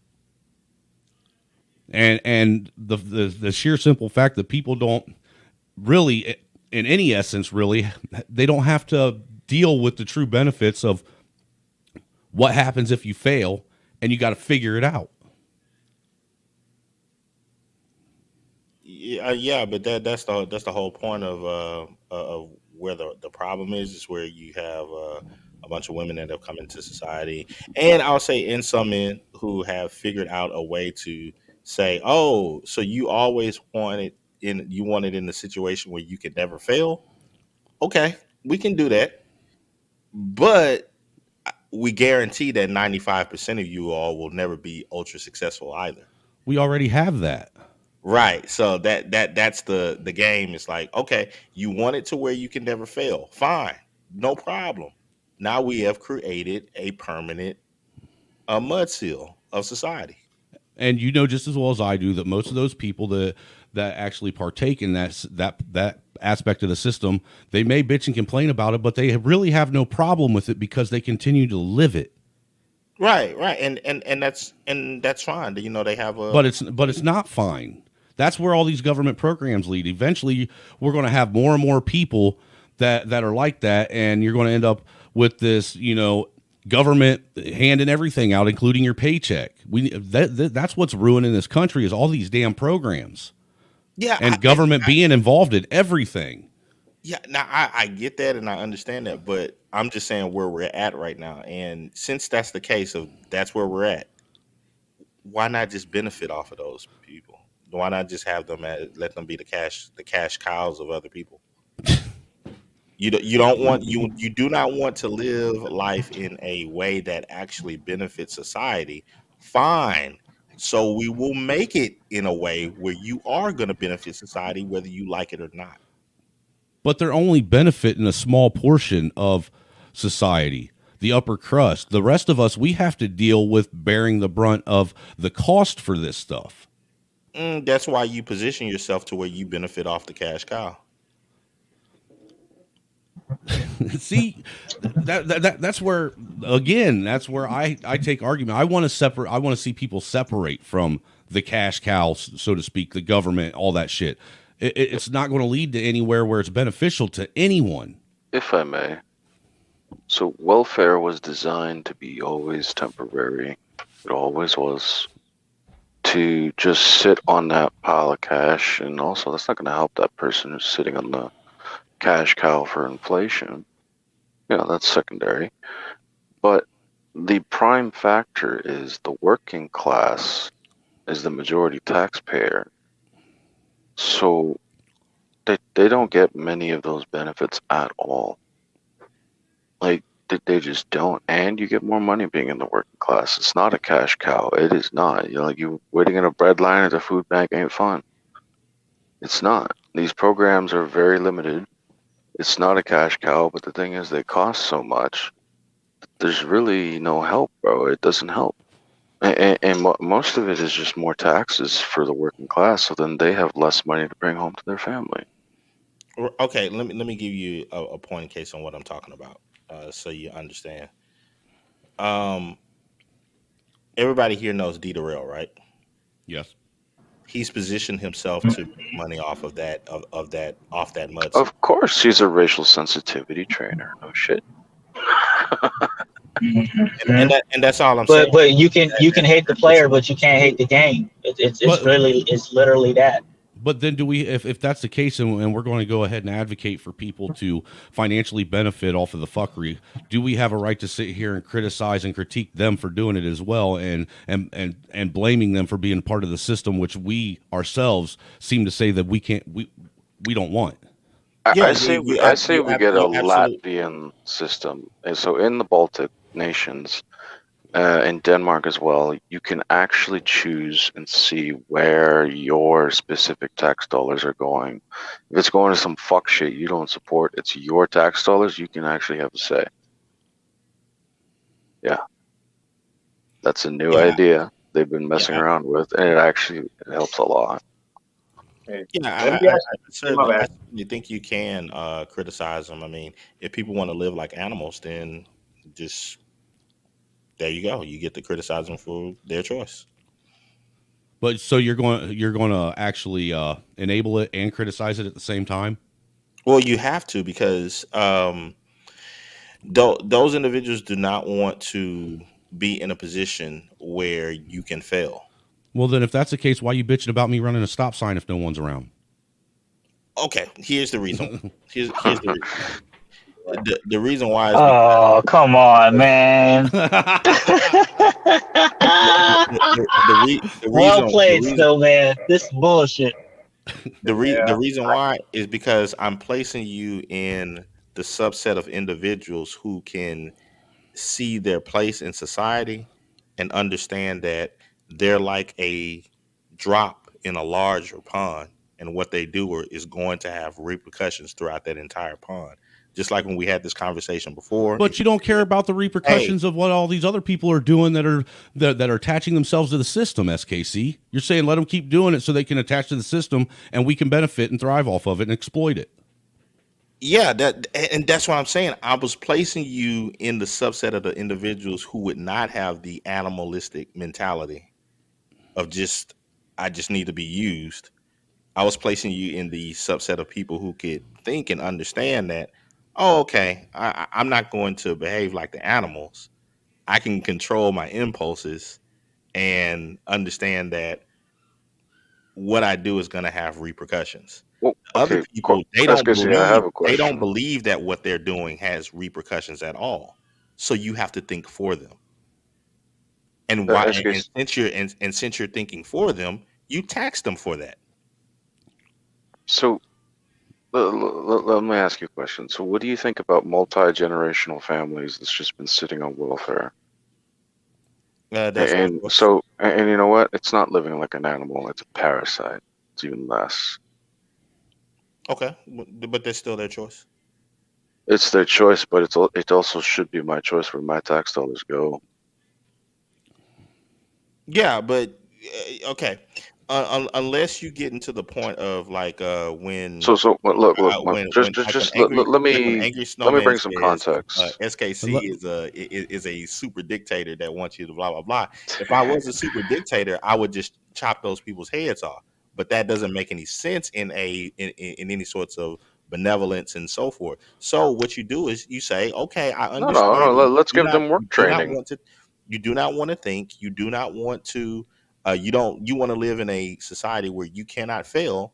Well, if you want that, that means that you need other people to think for you, and those people that think for you are going to benefit off of you. That's the trade-off. Well, then if that's the case, then these people need to be put in some kind of work camp where they're separated from the rest of, civilized society. To the gulag. They are. No, Really, they're not. They're integrated all throughout the entire country. You have hoods that are on Section 8 that have been swallowing up trillions of dollars for the last 50 years. You have now illegal migrants and legal migrants taking up more money than seniors' pensions ever freaking did. And it's getting ridiculous. It's unaffordable. It's unattainable. It's actually going to crack this system, and it's already breaking the workers' back. The worker is fed up, and one day the worker probably will put them in a gulag. Hold that thought right around real quick. Let me interject real quick. You said the elderly, right? What happens when they become elderly? They were once raising a family. Exactly. So if you have more families, you wouldn't need elderly care because through tradition, you take care of your elders.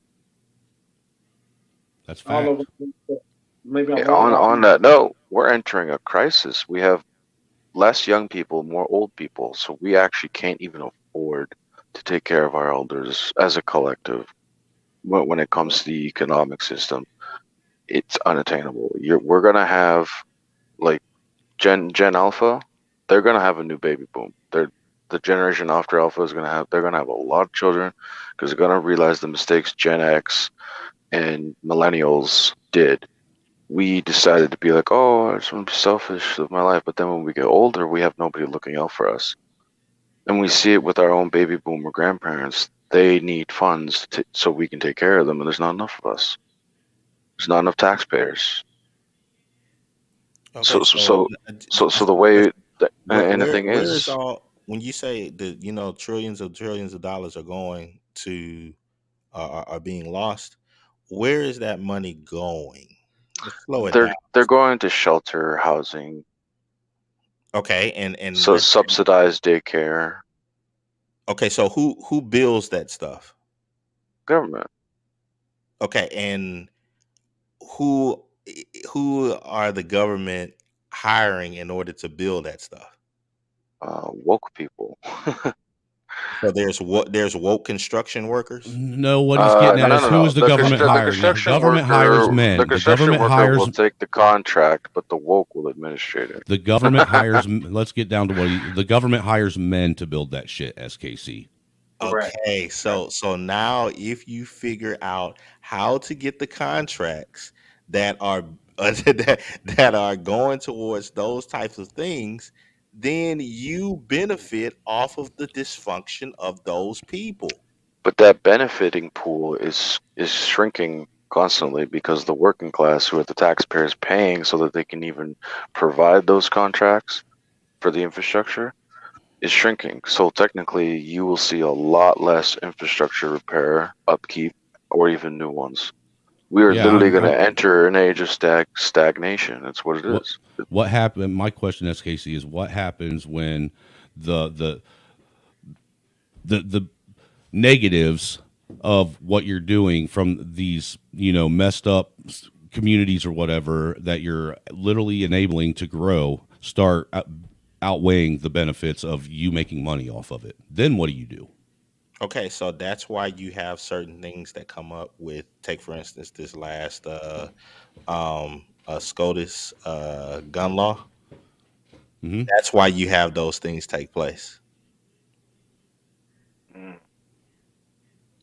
I don't see the correlation. That's what I'm saying. I'm trying to wrap my. I need you to touch on that a little bit more so I can understand where you're going. Let's get the context. Okay, so here. Okay, so here it is. So say you're living in this area, right? Where let's say your area it's pretty nice. But like you stated, because of all of the BS that's been happening and growing, your area is getting slowly infringed upon. The same people who are the super wokies and all that stuff that are saying all of this stuff, they're also doing stuff like defund the police and in Chicago, the police can't follow anybody that they think has broken the crime and stuff like that. It's that they don't pursue anymore and all that stuff.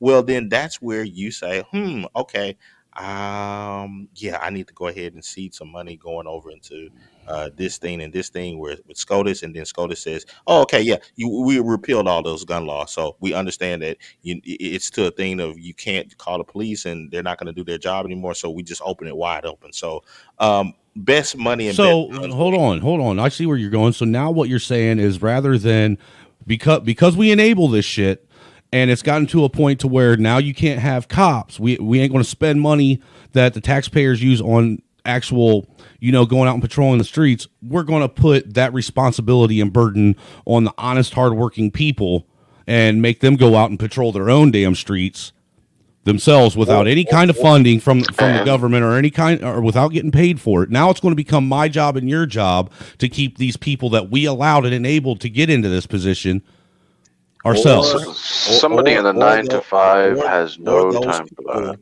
Or those people can pool their money together in order to take care of that. So now I got to pay taxes so now I'm paying taxes to enable this shit, and then I got to take my money and pull it together with someone else to pay for it again when I should already be paying for it through my taxes. Okay, but money that you're getting from where?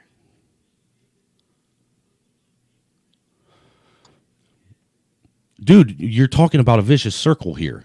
That's just going to keep getting bigger and bigger and bigger, SKC. And it's look, there's a bubble. There's a bubble to this, SKC. You're gonna have to realize that it's gonna pop. It's gonna pop eventually. You can't keep benefiting. Doesn't work that way. You can't. You can, but it's a matter of how long you want to deal with the fuck shit that comes along with it. It's like you want to buy in the dip, and then get out when it's dropping, shit like that. It's like fucking playing stocks. I'm not talking about the market at all. I know. It's just. I'm talking. It's a metaphor for the management of such a thing, because that's how it works. Administration is that complicated. All I'm saying is that as long as you have a group of people who are sitting up talking about they want a society where they cannot fail, there's always going to be ways. They'll never have that. They'll never have that. There you go, Clue. There you go, which has already happened.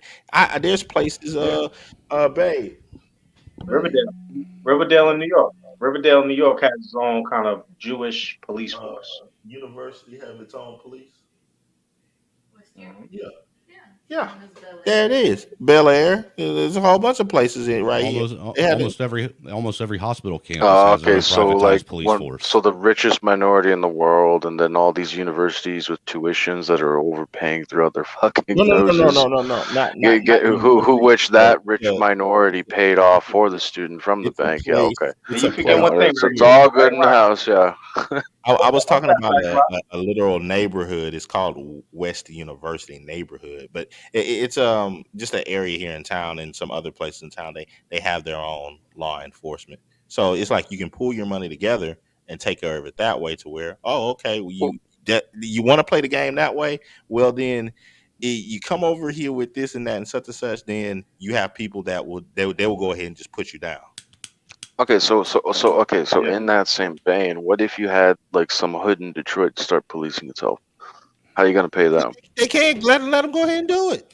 What they difference? did. I'm sure there's already exactly. I'm sure there's already vigilante groups at this point. Yeah, and then there's one place here in New York City. It's called Co-op City in the Bronx. They have their own police force that works conjunction with the. Well, look, man. My push. Do you know how they fund that co-op? Look, my pushback on what you're saying, SKC, is this. All right, is the fact that we're enabling. Yes, we're making money off of this. Yet off that money we're making, we're having to pay taxes to that we're having to pay taxes, and the taxes should be going on one thing, but really it's going on government programs to enable this shit. So we're defunding the police, but now we got to privatize our own police force for ourselves. But yet you're saying where you're getting the money off of, the benefits of employing or exploiting this shit. So how much are you really benefiting then if now you're having to take what you were benefiting and put it right back with a pool of other people to police all this nonsense that basically, in essence, you've helped or have been responsible for creating? But at the same time, there are other trade-offs too that Snowman. Take for instance this. Say what happens if, let's say, all 5 of us, we live in the same city, and let's say we live in a pretty nice area where you have the privatized law enforcement, but the other places, it gets to a point to where the cops are just saying, okay, we're done. Okay, what is going to happen in those other areas? Where the cops say they're done? Yeah. Well, What's going to like happen? places with less Well, funding. you know what's going to happen. There's going to be more crime. And the homicide rates are going to skyrocket, aren't they? Are they not? Right, but see, hold on. I know where you're going, and you're expecting the homicide rates. You're expecting the homicide rates to stay solely in that communitas, so to speak. And you and I both know that is not realistic, and the numbers don't support that. Those homicide rates are actually going to spike more so outside that area, because now they're going to be finding their way into the desired areas and trying to take our resources from us, and the only way they're going to do it is by getting. They already have them. Which is why you have privatized. But you're the reason. Which are not beholden to what? What are they not beholden to? The laws of the police and that. Oh. But what basically what I'm saying is you've literally created that problem yourself, rather than taking away the dynamic of having any kind of program that literally helps, enable and actually make this flourish in an area, rather than take the programs away, force these people to either live or die by their own accord, and they eventually snuff themselves out.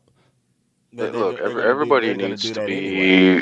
It needs to be mandatory. They're not. They might do that, but they're not going to do it, dude. They're not going to do it before they have another couple generations of people to come up right behind them that have seen that their whole life and keep doing it over and over again. Right. You got to literally. That next generation is the next generation of the cash cow.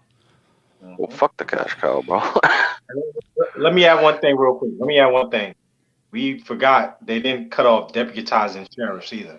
Of course. So any private citizen can be deputized. So like what SKC saying about private law enforcement, those guys can be deputized. Look, you mean like the Wild West with regulators and shit? There you go. Yeah. There you go. I'll give you this. But you got to understand, the regulators were funded by the richest man in the county. That's right. So the truth of the matter is it quasi becomes a dictatorship. If that rich guy is an asshole. No shit, that's what I've been telling you. SKC wants. He wants to be a dictator.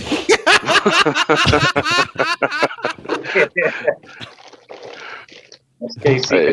If SKC pays my check, I'll regulate, all right. But here's the alternative, though.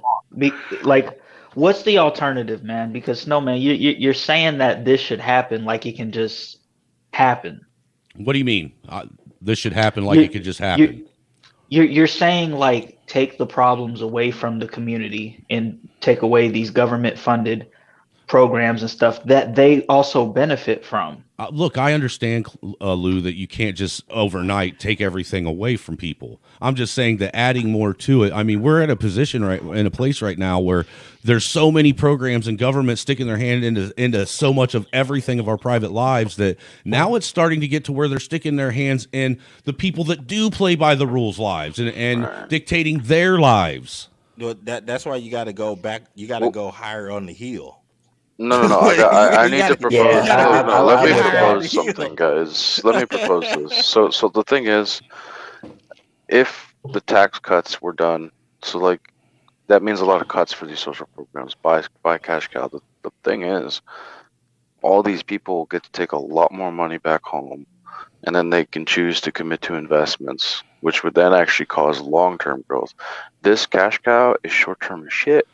SKC, what'd you do? It's so short-term. Did you call your sheriff to come back you up? No. I'm not the fucking. Well, maybe I am if he pays my check. No, I was talking about. I was talking about Trey being in here and SKC calling the head sheriff to come back up his thoughts and theories. Hey, man, you've seen Young Guns 1 and 2, man. If SKC wants to be that rich dude in the house on top of the hill and wants to pay my check as a regulator, I'll go fucking pop a dude who committed a crime. Seriously speaking though, Snowman, have you ever heard of a guy here? He's in the area. It's like his name is Nick Taylor. Yes, I have. Okay, so I sometimes when I had these conversations with Nick, he has no issue with it, but he states this. He lives in the outskirts of San Antonio. Mm-hmm. And he has his group of neighbors and all of that stuff. But once he was doing this stream where he was putting up different posts and different things around his property, for gating purposes and all of that. Mm-hmm.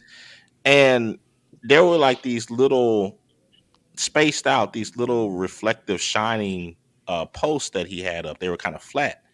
And I was there and I just asked, I said, "Hey Nick, what is this for? Like, what's the purpose of this?" And he said, "Oh, they're spaced out at different yardages. This was at 200. It goes all the way down." Hey, yo, what Yeah, the that way- fuck? way- Bridget wants a new washing machine. That's fucking funny. And it's like, okay, so he has it set up to where It's basically with a his spotting cameras and system. yeah, just his spotting system. People come up to the property and he can ping that little thing because he's done it before and alert people that I could have just took your head. So what are you doing here? So it's like if you cannot make it up to the super hill, go out into the suburbs or past that, build your little place, and there you go and handle yourself. That's what I've been forced to do already.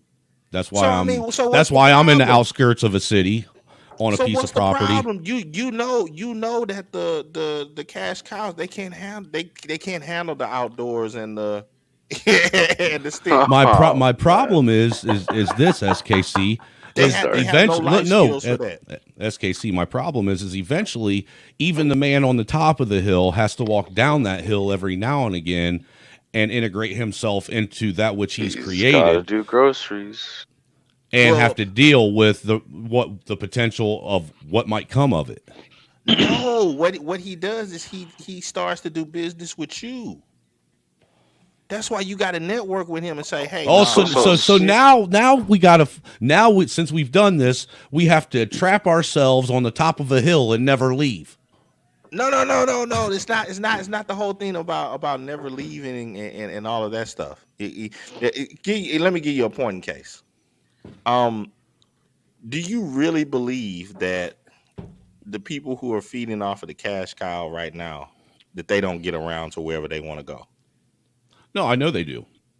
Okay, so they have to hire another private security force to protect them while they're out running around outside of their, privatized police force in their community. Well, that's not necessarily true. Hold on real quick.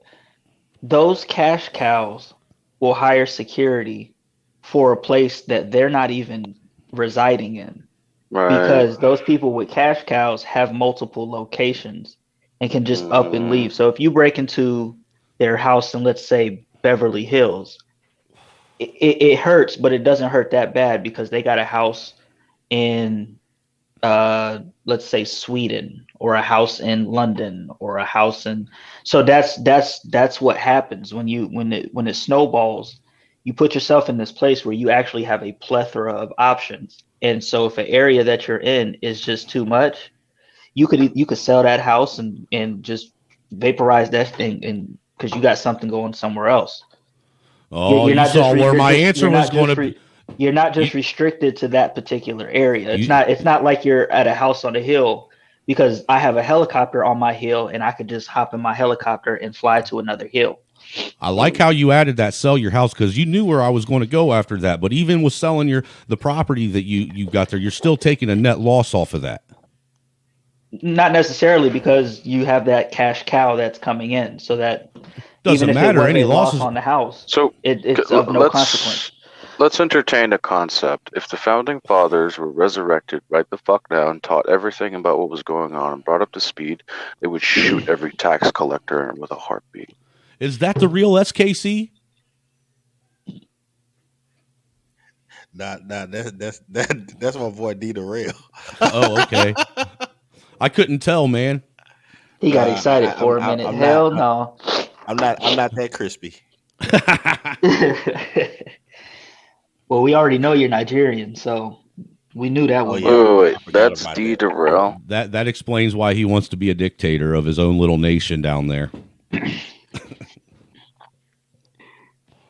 Dictator SKC, man. Hey, dude, I still got love for you and respect for you and stuff. It's just me and you. See, we're on different spectrums of the whole law and order thing and government's involvement on things. Even though I can still meet in the middle with you on some stuff. I just think other things are unnecessary, and all they do is create more problems than they're worth. Well, Snowman, careful. SKC pays my regulated check. Just don't break no law in SKC land. The biggest issue that I guess that where we come at an impasse at, Snowman, is this. I understand that of what you're talking about, and I have no problem with what you're talking about. The issue that I think that you're not fully coming around to is that the less laws that you have, the more principled people you need. Yeah, okay, Trey. So if you have people that live more by principles, then you don't need as many laws. But when you start having people that are saying screw principles, I just want to do whatever I want to do, then that's when you need more laws. And that to me is the downward effect of all this government programming and government outreach programs. Eventually all these things, they don't actually help end the problem or minimize the problem. What it does is it gets ignorant people to think ignorantly, and now we got them teaching their young offspring that they can benefit off of ignorance, and it just gets bigger and bigger and bigger until eventually you're going to have a powder keg explosion. But the ultimate answer to all of that is that you need more principled acting people. That's the ultimate answer to it. I know that. To give you a point in case, let's say if I went out and I did like some type of drug deal or something in my youth. Okay, if I did that, then I made a choice. That choice was unprincipled. Unprincipled towards what? Unprincipled towards society, because I got to a point of thinking that whatever I do is not going to or it's going to affect people, but I don't care. So now you have to create laws to curtail my unprincipled behavior. Okay, Or I give you the that. opposite is that you have to make me a principled person. That means that I would have to come to an understanding, a realization that, on my own, I know that selling drugs is wrong. I don't care how much the benefit is. I know that it is going to hurt society, and that's an unprincipled position. Okay, right there. Stop for just 1 second. Let me say, using your very examples, being a drug dealer, we have seen for the last 40 years now, plus this war on drugs, have the added laws and the added task force and the added disciplinary actions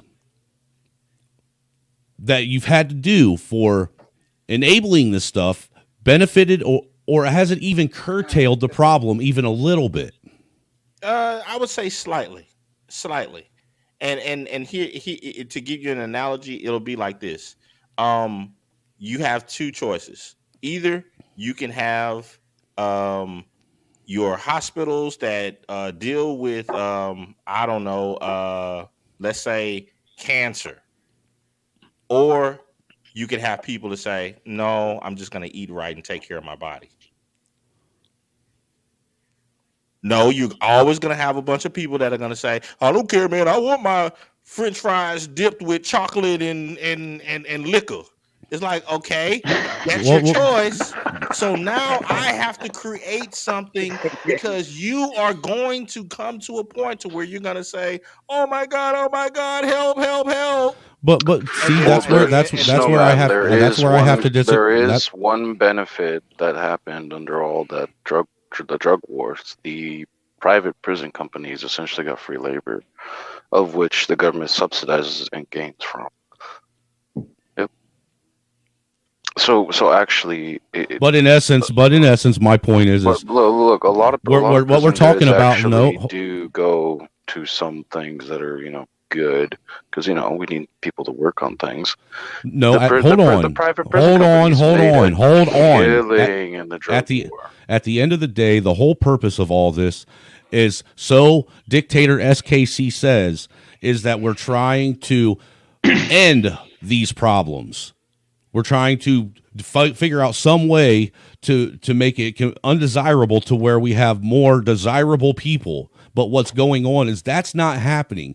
What's happening is all these programs and all these added laws and all these that's, and the others that you're making money off of is doing nothing but adding more fuel to an already fucked up fire, because people are still doing the same shit. And now they got generations of kids underneath growing up and thinking that this is the way it is, and doing even more fucked up shit. And now it's spreading everywhere.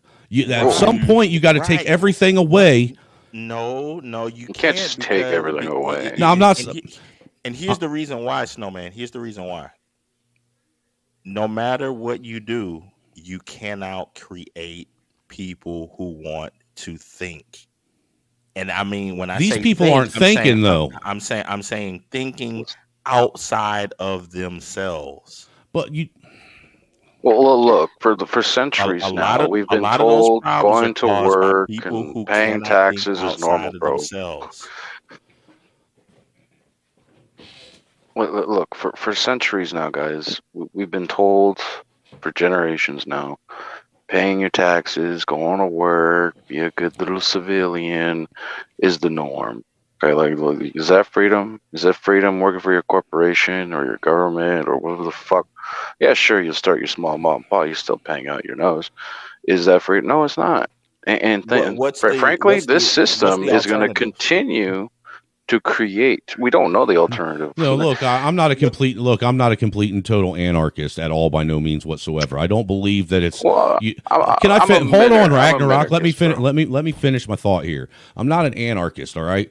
I understand that for civilized society, yes, there's laws that you have to play that you have to follow, and yes, that if you want to be part of a civilized society and a society at whole, that there are taxes that have to be paid, because you have to pool your money together as a society to have the money to take care of things and needs as they see fit. My problem is that we are having so much government involvement that the government really gets to a point where we're at now, to where they're not thinking about society anymore, and they're thinking about government's benefit off of this, and they're putting society off to the side, even though it's society's money that they're pulling together that they're using to do this. Well, here's the alternative. Let's go back and forth. Go back to the old ways. You work for what you have. You build your own lodge. You hunt what you eat. Because even back then, when you did that, there were still a set of laws and foundations that you had to follow. Okay. You had some laws, but not so many that it was overburdensome. Like, you had to be civil with the social contract you had with the tribe you're a part of, because people like raiding. And the only reason taxes... The white dude is not slowing down the table there, Trey, because there's only one white dude up here, and that's me. Well, You I'll know, say I'll okay, say this. buddy. I'll say this. Most people You're don't trailer most people trash. that are I'm white alive don't royalty. want Big the difference. well, most people alive don't want the old ways. I will say that. Even though And they the That's even proof though is they in the because love to they're pudding. weak. romanticize it, even though They're they, fucking but weak. see, Ragnarok, that's the exact point. The reality of it is the government programs aren't necessarily the problem. It's the mindset of the people. And in order for you to in They're order for you to get complacent. in order for you to get a for example, like welfare, let's say welfare. In order for the people to be receptive to welfare, they have to buy into the mindset and vision that comes with welfare. Otherwise, they could just allow welfare to be and people won't partake in it. I would imagine if you would have set up something like welfare, let's say, 30 to 40 years after this place, like after the United States was created, they would not have bought into it because that wasn't their mindset. So Well, no you have to shit. have Like this sufficient people, period. people earned what they got back then, man. Like you had to work for what Right, you had. right. So until you change the mindset of the people, you can write as many laws as you can. It just won't matter. And the laws that we're seeing now are the direct result of the mindset of the people on the overall society. Lou, you made a good point. You can write all the laws you can, and eventually it won't matter. And that's where we're getting to. The laws don't matter to the people that the law was intentionally written for. Who's actually starting to get affected by these laws now are people like you and I that follow and play by the rules, because the people that the laws are written for, it don't matter because they don't play by the rules, so they don't care about the law. So, right. so they start writing laws that are even that much more egregious, and they literally infringe that much more on your personal rights, just so they can try and get to the people that don't play by the rules. But you see what I'm saying? Yeah. The issue is that media, government, these outside entities have convinced people that these are the things that they should want. That's the problem. You can't. The thing is, you can't really just convince people. Like, for example, in the Middle Age, the whole overarching factor how governments controlled people, their mindset specifically, was through religion. Living in a secular society and then having a quasi society with multiple religions in it, good luck. Right. But this has been a long, drawn out process over an extended period of time. I mean, your boy Yuri Bezmenov, Bezmenov, Moynihan, Bezmenov. He's already let us know what those steps are to subvert a particular group of people. And looking at that step side, bro, the West is gone. It's dead. This place is dead. Get ready to form your tribe and build your new country. That's the way I see it. So that means instead of complaining about the chessboard and the way the pieces are on the chessboard, you can't. I mean, you could flip the chessboard, or you can step back, look at the chessboard, and see what possible moves you can make with the given pieces on the chessboard. We'll see, Free Zone. That's the thing, is I'm not in essence complaining about the chessboard and what I see right now. What I'm saying is, if we know that things have gotten so far to the point now where, things are going to fall apart and you're going to have to pick up the pieces from the ashes, so to speak, I'm trying to point out where we went wrong with the way we are governing things and putting certain policies and things into action, and say, let's not do this when all that does fall, society does fall apart, and we have to find a way to rebuild it and put it back together. Well, you would have to tear, for example, like education. You would have to tear education down to all the way to its roots, to the bare foundation, and rebuild education. Because since you were a child, these tenets of what most people believe have been pushed through education. and that's a And huge problem. Well, let me There's different add on lanes to that that. have there's different lanes that have indoctrinated the people to the point where all of this makes sense to them because they've been built to understand that these are the things that you should want. Okay, so go a little bit further than that, Free Zone Lou. What comes before the building of the educational system? tear it down. I don't know. What do you? You got to tear it down. So if you the people who wanted schools were who?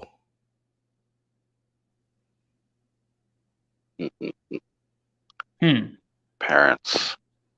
Okay, so Okay.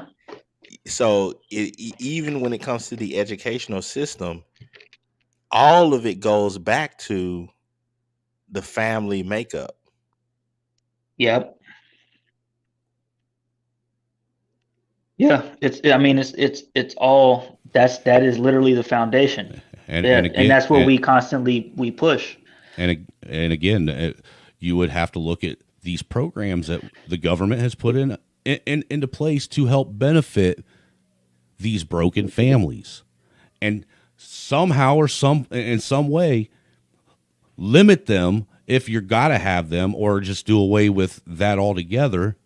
That way, we're not enabling and incentivizing broken homes, giving people reasons to think that they could actually do better from a broken home and gain more resources, so to speak, from it. But Snowman, the government wants that. They want to raise the children. They want to brainwash them. And on your other point that you said, Snowman, yeah, you got to tear down society and then rebuild it. The point is, I don't want to rebuild a society that's so cancerous and complacent to people who rule it, such as the elite who go to the guy who didn't kill himself's island, and then being complacent with infanticide. This society is Sodom and Gomorrah, bro. Like it's gone. It's done. Like so the question is, where are we going to rebuild? How are we going to rebuild? And who are we going to allow to dictate that rebuild? Because that's everything. Because if you want to know who funded the whole National Education Board, that was the Rothschilds. They funded that. You want to know who pushed and lobbied for the law for making it illegal for your child to not go to school? The Rothschilds. Hey, listen here, fake white royalty. Don't tell me about your bloodline making money off of my people. I'm not fake white royalty. I'm actually very fucking real. So, but I'm just talking about like I just know for within my own lifetime and all of those things, Snowman. If that's what I said, you can go that whole route of what Ragnarok is talking about. I don't think that it could be done in somebody's lifetime, but so far as, hey, understand what the cash cow is and benefit off of it, and create your own little, your own little your own little ecosystem. niche and ecosystem. Hey, I can see how a person can do that within their lifetime. But SKC, the problem is you have these people that are on the other side that are, utilizing those benefits that you're getting, a cash cow from, right? And they think that they're finding ways to benefit off of it too by utilizing it. But and all it's doing is it's basically two power dynamics fighting against each other, trying to benefit off of each other. How so?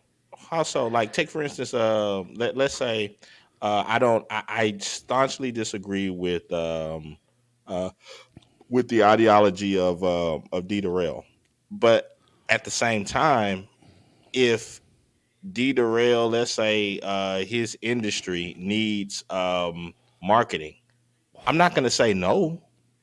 This is how so, SKC. Okay, say for they're if you're I'm going to say this is how if you're utilizing new ways to benefit off the cash cow and their fuckery, how they're doing it too is like, for instance, let's use the welfare state for for a perfect example.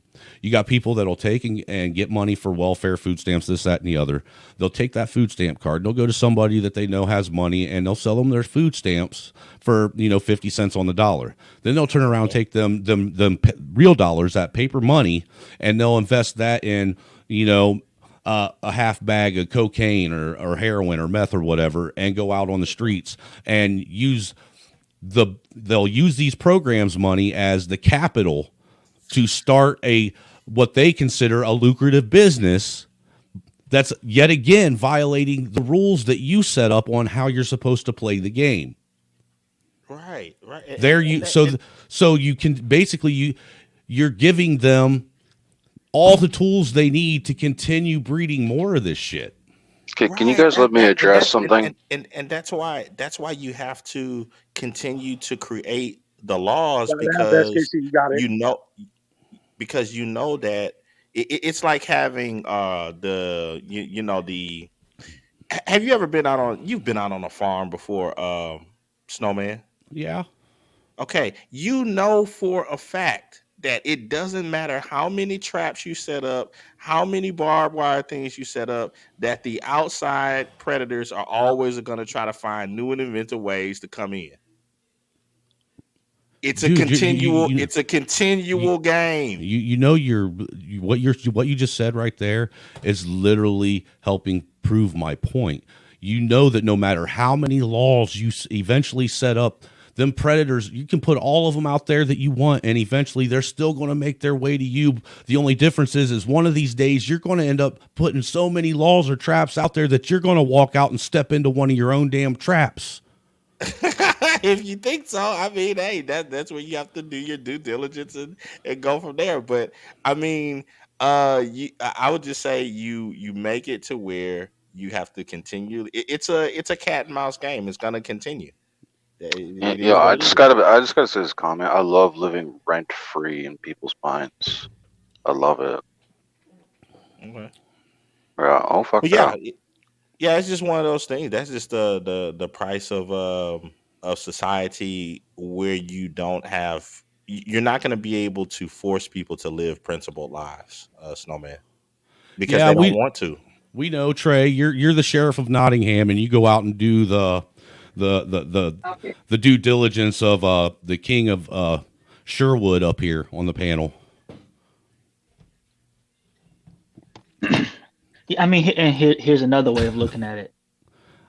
We've all had these conversations and back and forth with members of the community. What government law or government program could you take away or add that would make them change?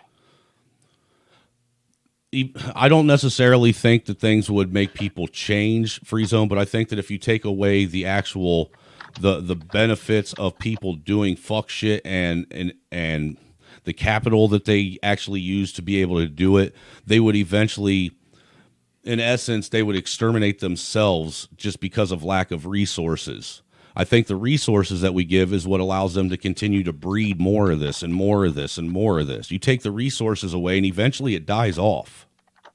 I think that they'll come up with a brand new way to get the same goal done, because it's already set in their mind that this is how things should be.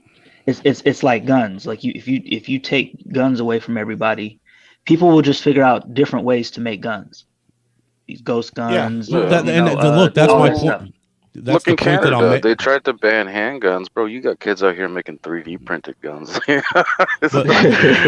Free Zone, you're kind of making my point, though. Where I say you keep making laws to combat this stuff. Eventually, like you said, with gun laws, people are going to find ways to make guns or get a gun if they want one. If you keep adding more laws to already existing laws, the only person that you're effectively going to end up affecting is yourself.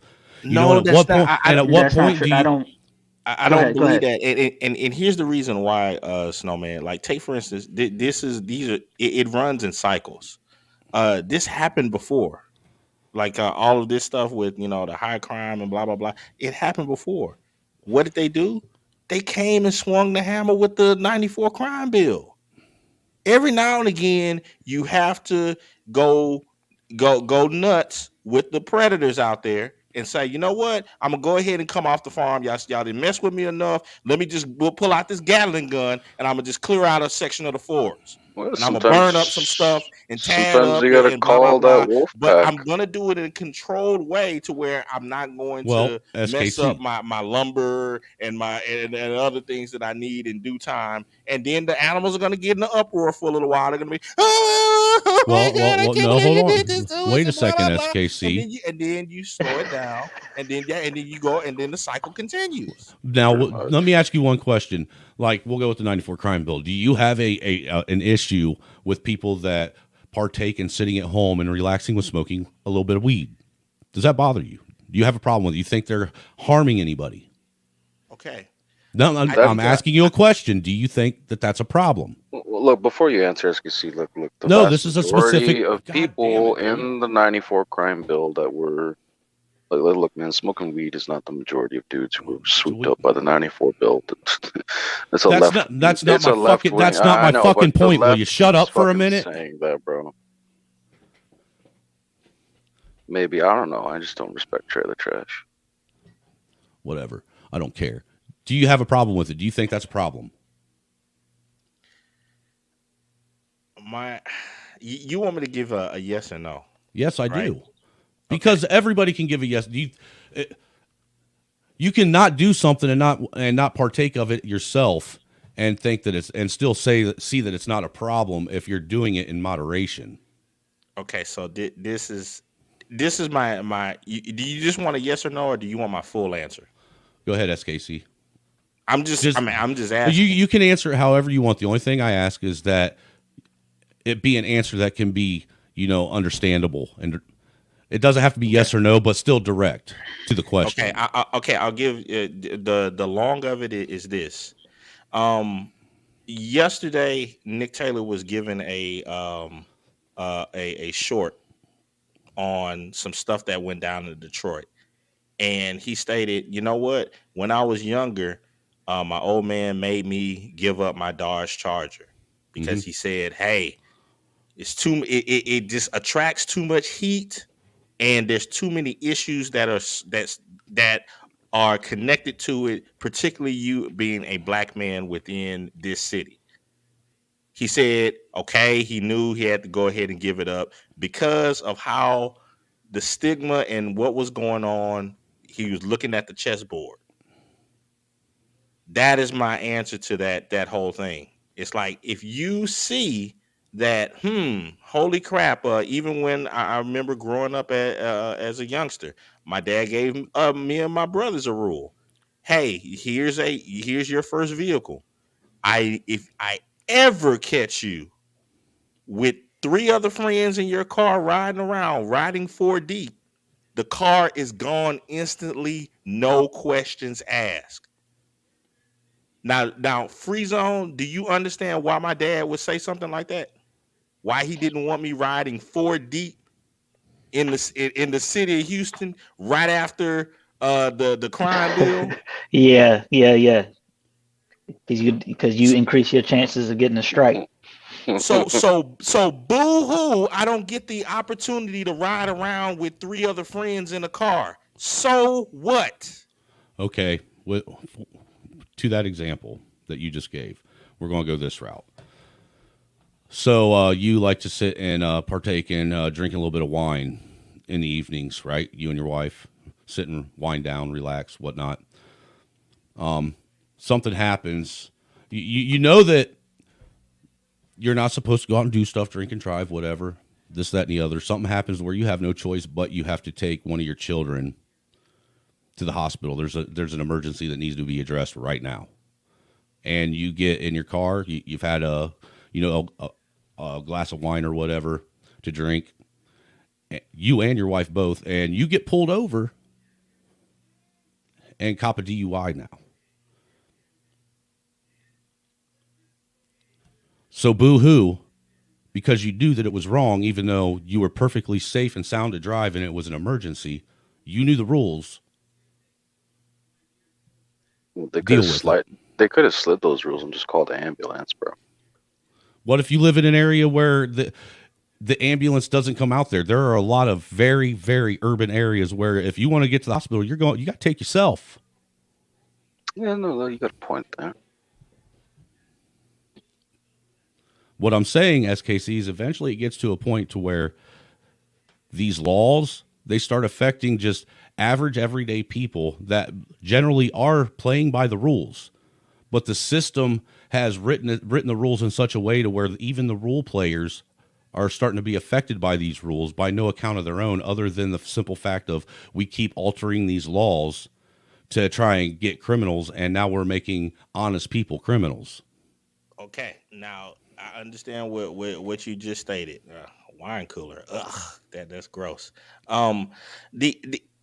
The initial argument that you brought forth was the weed thing.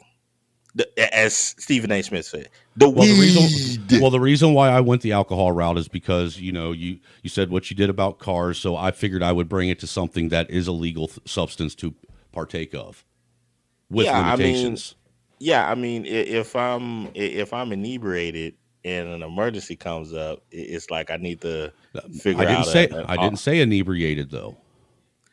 If I'm in a situation to where it kind of goes back to it goes full circle back to our stop sign situation. No, this is actually a little bit different than the stop sign situation that I posed, because the stop sign situation, what I was posing there, was completely breaking the law.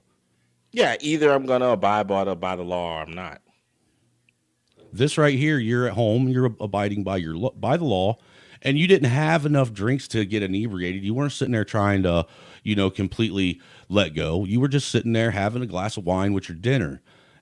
Or, that is enough in this country alone to where if an emergency happens, a serious emergency that you got to go now, a glass of wine can get you a DUI. Okay, so this and you're perfectly a sound mind to be able to drive yet. Well, these are the differences with that, and let me flesh this out for you. I have let's say if I was put in that position and I did take the chance of going to the hospital or whatnot, and let's say I get a DWI, I have no problem with making that call. I have no problem with it, and I understand that by the letter of the law, yes, the law was broken, and I don't have a problem with saying, okay, I need to put together a defense before a jury to say, hey, you know what, this is what occurred. I've never had this issue before. Here's the medical bills from the hospital. I told the cop this. I'm almost alarmed that the cop didn't just say, hey, you know what, all of you guys just jump in the back seat and I will take you, and you can call somebody to come pick your car up. But I'm out, guys. I got shit to do. But I have no okay, fine. Later. But I have no issue with, even if it came down to that, if I had to say, okay, I have to take a fine because of over this, and presenting that before a court or before a legal as a legal defense to say, you know what, yeah, I was in that position, but the life of my child was more important to me, and I wasn't going to just sit there and just allow my child to die. Now what would be the counter for someone else who was just saying, I wanted to do something that is by the law illegal within my own house, with the thought of, well, I'm not hurting anybody. I know it's legally illegal in this state, but I wasn't harming anyone. I think that those are two different arguments. That's why I changed the argument to pose to your question, your counter argument initially. That's why I switched from the weed to the alcohol. To be that way, we could literally have this discussion on your level and still me have the same argument. Because look, even though with the alcohol you were willing to take the risk and know that there's potential for you to have to build a defense and pay a fine, why should your life have to be disrupted just because you felt it necessary to put laws in place to stop and deter people from doing something that it never really stopped and deterred people from doing, and then turn around and it affect you and disrupt your life from it? And the thing is now it's starting to, it affects other people that are just living their daily life. I mean, that's what I'm saying. That's where I'm getting at. And here's the answer to that, because I understand that that the majority of other people out there cannot make principled decisions. You really think the majority of people in the country are stupid? The majority. No, I'm not saying that and they're can't stupid. make and can't make principled decisions. I'm saying that they cannot make principled decisions. Well, SKC, if that was the fact that the majority of the population here couldn't make principled decisions, I think the crime rates would be extremely higher than they are now. I don't think so. I think there are some laws that are put on the books that you do have people that, although they can't make certain principled decisions, they fear having a consequence. Look, I understand what you're trying to argue, but you're doing it on the framework that you think that I don't want any consequences or laws at all, and that's not what I'm advocating. I do want, like I said, I'm not an anarchist. I understand that there's got to be laws and rules and consequences to some of the basic fundamental things of life, because there are people that can't think in a fundamental way like that. What I'm saying is these laws don't have to be so freaking extreme that the everyday person who goes about their life being a productive member of society and being a law-abiding citizen doesn't have to be affected by them. Okay, and we're I'll use Honey Barbecue Wings' last comment. He said, or she says, people still drive drunk. It should be illegal. Now, I agree. If you were to say, because you went to me with the whole thing about with the drinking, it would putting someone else's life in danger because I want to do what I want to do. What should be the consequence for that? Because there are a lot of people that take other people's lives and put at risk. Yes, they wanted to do what they wanted to do. So what should be the deterrent? I agree that there should be a punishment, SKC. I'm not arguing that. What I'm saying is it's not just a thing of that there should be a punishment. What I'm asking is what should be the deterrent, because the cost that we're talking about our lives. Okay, well, this is how I'll answer it. What should be the deterrent? Yeah, because have we yet been able to find a set of laws that will deter people from acting on human impulse? And have we been able to find a set of laws that get people to stop thinking and doing just things that some humans do? No, we haven't. No, but yet we still keep haven't. finding. But yet we still keep trying and digging and making laws that much more stringent that we're trying to basically legislate and prevent human behavior. Okay, but if you're saying human behavior, is it human behavior to put put innocent people's lives in danger? Yeah, because everybody has the capacity to do it. That is human behavior. We just choose not to do it. Okay, we choose not to do it based upon what?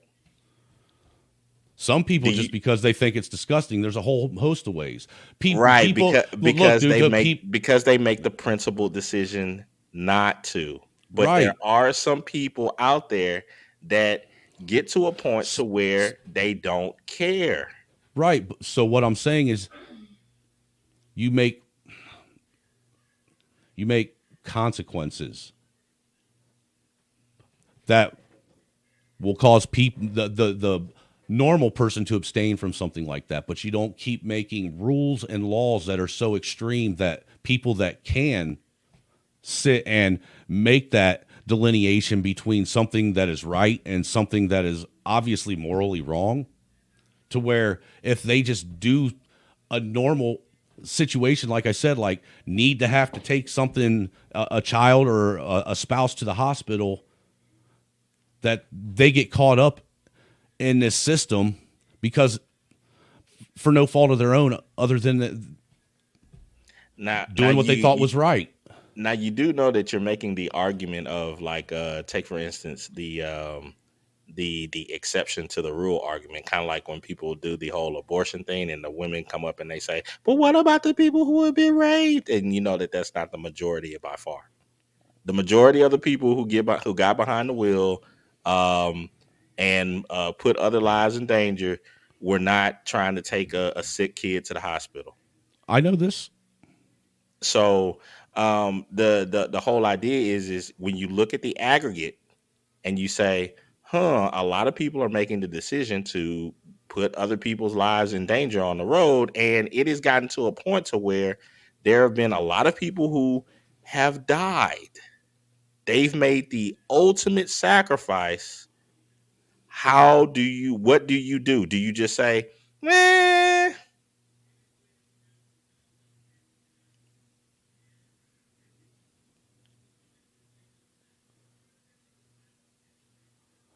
I get what you're saying, SKC.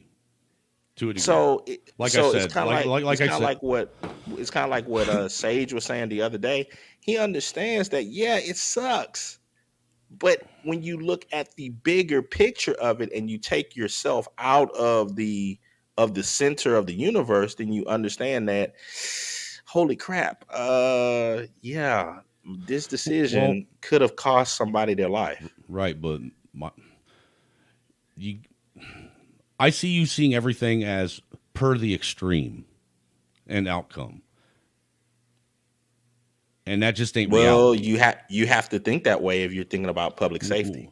But because when you're in front of a parent or two parents or someone with their loved one, and that person is dead, and they're asking for an answer as to why did this happen and such and such. Well, this guy wanted to do this, and that's I'm going to make the law that's just human. That's how humans work.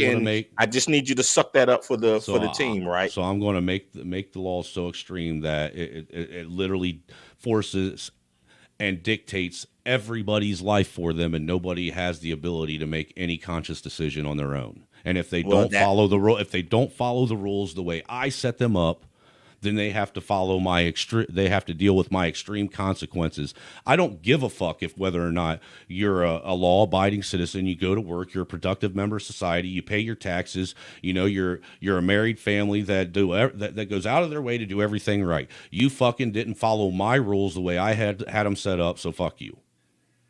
No, the other side of that is this. Put yourself in the seat of, let's say you are a lawmaker, but see, and now Snowman is the lawmaker, and he has, I don't know, in the past in his city, he has, I don't know, let's say 150 parents that are marching outside of your door saying, Snowman, we have 150 bodies on the ground because of, I don't know, this issue. What are you going to do about it? Are you going to just keep letting 150 kids get killed? What's your point? So they're standing outside. They're saying that. Is, I understand that. My answer to that is I am only one person that's part of a lawmaking system. All I can do is take your ideas and speak on them and try and get the rest of the people you elected to do something to fix the problem. But I don't think that the answer is to make more laws, more extreme laws, to the point to where it starts, stepping on just the average person's right to live and their ability to have a little bit of liberty and freedom.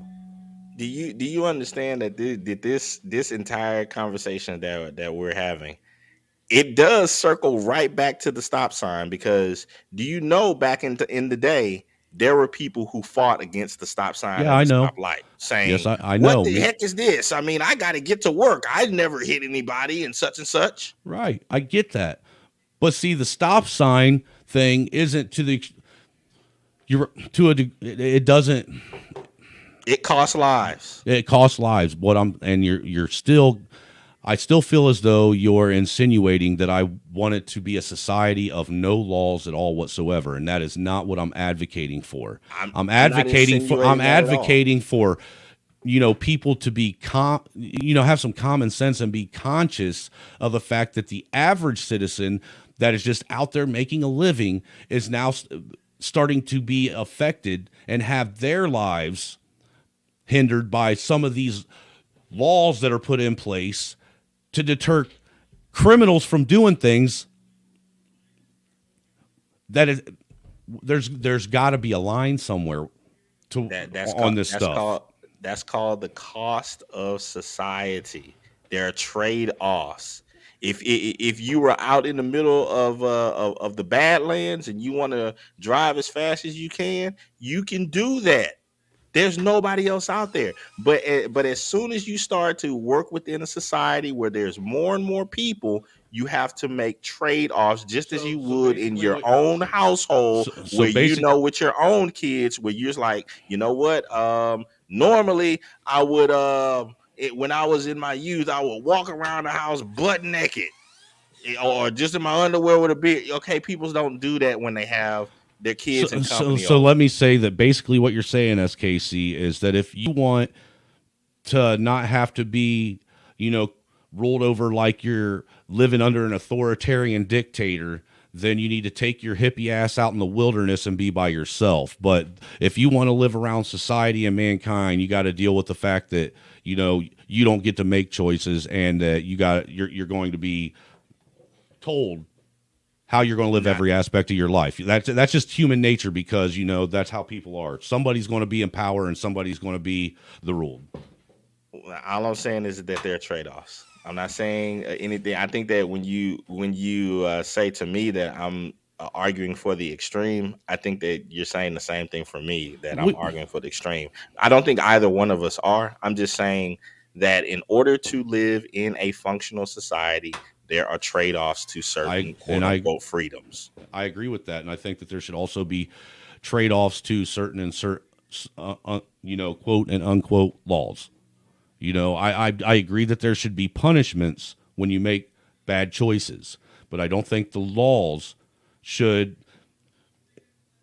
sit and disrupt the average person's life. They shouldn't have to get caught up in the system just because the system is getting to such an extreme to try and catch all these quote unquote criminals. When it gets to that point, it gets beyond trying to stop unsavory characters from violating the law. It's now to the point to where it's a machine that's literally generating revenue, making income off of just violating people's natural rights.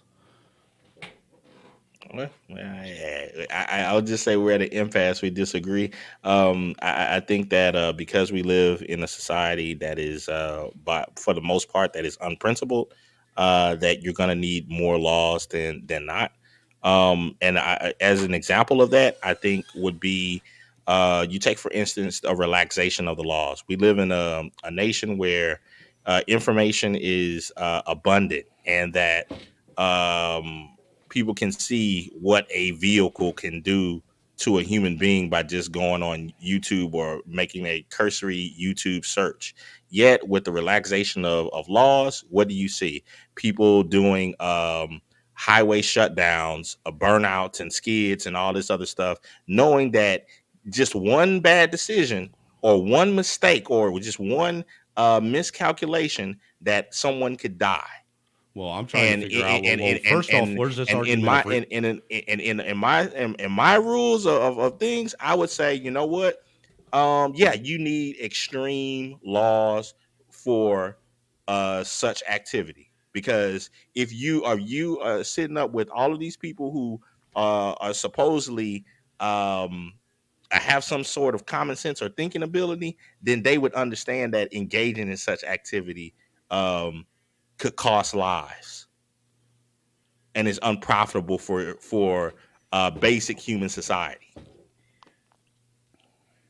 So since they can go out, purchase high powered vehicles, block people off from doing their normal activities, such as going to work and blah blah blah, and gather together, and they can do all of that stuff. They can use all of their brain activity to do such things. I think that you would need laws to bring down extreme punishments on them for doing so. So how does me wearing a seatbelt or not wearing a seatbelt affect someone else's life?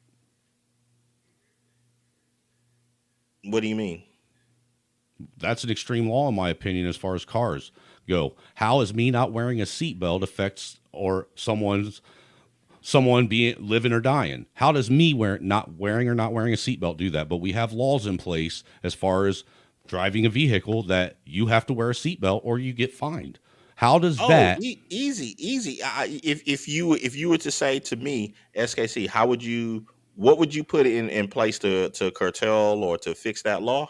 It would be very easy, Angry Snowman. Hey, Angry Snowman didn't want to wear his seatbelt. He got into a car accident. I don't care if you were driving and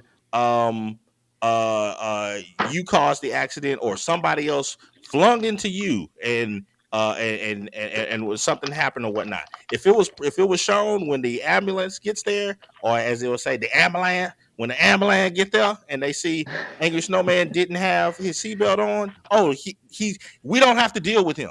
We can just send him to the morgue. No. It has nothing to do with us. You aren't answering the question. You are not answering the question. You said laws that we have to have more stringent laws because what you did affected someone else's life. How does me wearing a seatbelt or not wearing a seatbelt affect someone else's life, but my own? Because how? Okay, let me show you. If you were to get into an accident, you are going to want those people at the hospital to do everything possible to make sure that you survive. And who is paying for that? If I get into an accident, period, even if I'm wearing a seatbelt. What if your family? People are doing a job. What do you mean? How is it still affecting my family? I'm in an accident. Well, I would imagine if you're in a car and you're not wearing a seatbelt, the rest of your family's not wearing a seatbelt. Wrong, the person because that you hit nope. is not wearing a seatbelt either. See that's where you're assuming wrong, because I don't wear a seatbelt. My wife and my kids always do. Always. But if you get into an accident and you fly through the windshield.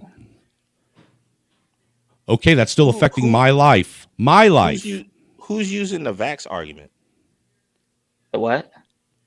That is a law that has been created simply to generate revenue off of average citizens. It's a way for a government to make money off of you. It's now a product. And laws are becoming products for the state and the county because there's people that are just saying, okay, well, we need these laws, stop doing dumb shit. I think it goes much further than that. I think it goes much further. I think that's a vast oversimplification. And I think Ragnarok, he actually gave me an idea on this, and so far as argumentation wise, with the whole thing of insurance. That's not true, Ragnarok. Well, I'm not saying that what he's saying is true. And what I'm saying is that insurance, they crunch numbers all the time on accidents and all that, because they're trying to protect their bottom. So far as they're trying to make as much money as possible. So they crunch numbers all the time. And if we were to go into the data, what is the data? Just off of your common sense, what is the data going to show Snowman, that people who wear seatbelts or people who don't wear seatbelts, who are the more safer drivers, in your opinion? If we were just to look at the aggregate of the data. I don't know. I've never looked at the data. What do you think insurance companies will come up with? I'm sure they're going to say that the otherwise, but me being someone who doesn't wear my seatbelt, I know how careful of a driver I am. I am a defensive driver. But we're looking at the aggregate. Yeah, that's the part that's throwing me off, Snowman. Like even though you're a free thinking, competent person, The rest of the country is not like you. Hell, I would say most But of the see, country is not like you. but I can push back the same way. You know, I could sit and say that you, because you think that a few people from, you know, the walk of life that you come from are like that. That not all people are like that. You know, we're all making. I guess in a sense, we're all are making arguments where we're assuming things of the aggregate from our own personal perspective of an individual. No, Hmm. I'm not looking at things from I'm not trying to look at things from a personal perspective. I'm just looking at what the data shows. What does the majority of the populace of the United States shows? That's why I state you're going to need more laws than not, because the populace is not going to hold to a principled view of doing things. I mean, I would think that if the aggregate was really that unsafe of drivers, you'd see more accidents than you do, because there are millions of cars on the road every day. And really, when, as far as like with a car, for instance, when that is the thing that you get in every day where you're really risking your life on the reactions of everyone else and what they're doing. Well, let's give you this argument, Snowman. You ever worked at like a factory job or Hmm. in a warehouse or something like that? Assembly line type shit, yeah, where a Yeah. bunch of people as a collective are working together to get a job done. Okay, so we know that there are situations where obviously supervisors and all that stuff, they record uh, uh, accidents that happen where people get injured and such and such. But then they also ask that people alert them to near misses. Hmm. Why? Why? Near misses. That way they can Yeah. figure out what's going on to maybe prevent it from happening and it becoming a work related accident. Do I really need to take this any further? What do you think the laws are for? The actual accident or reactions to near misses? But what I'm saying, what I'm doing doesn't hurt anyone else. We're Okay. we're talking about laws. We're talking about laws. The If you're in a SKC. warehouse, Hold on, because now you're comparing laws that will affect your livelihood and your pocketbook as opposed to policies that don't affect your livelihood and your freedom. okay, just like in the whole thing of the warehouse, I'm pretty sure that individually there are a lot of guys there that can do their workload much faster if they did not have to apply the standard operating procedures.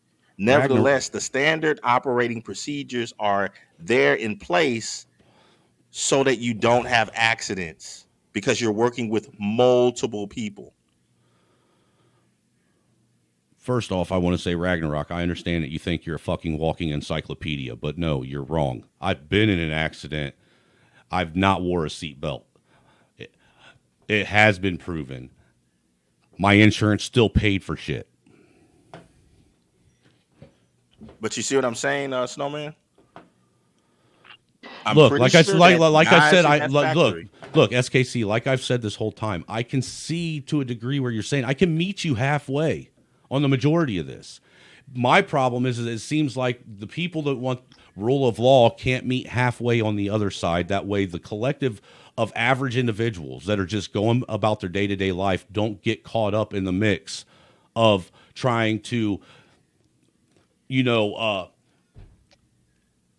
prevent all the dumb people from doing the dumb shit they do. Because now we're getting to a point, and we have been for a while, where, like I said, honest people are now getting caught up in this that really shouldn't and normally wouldn't.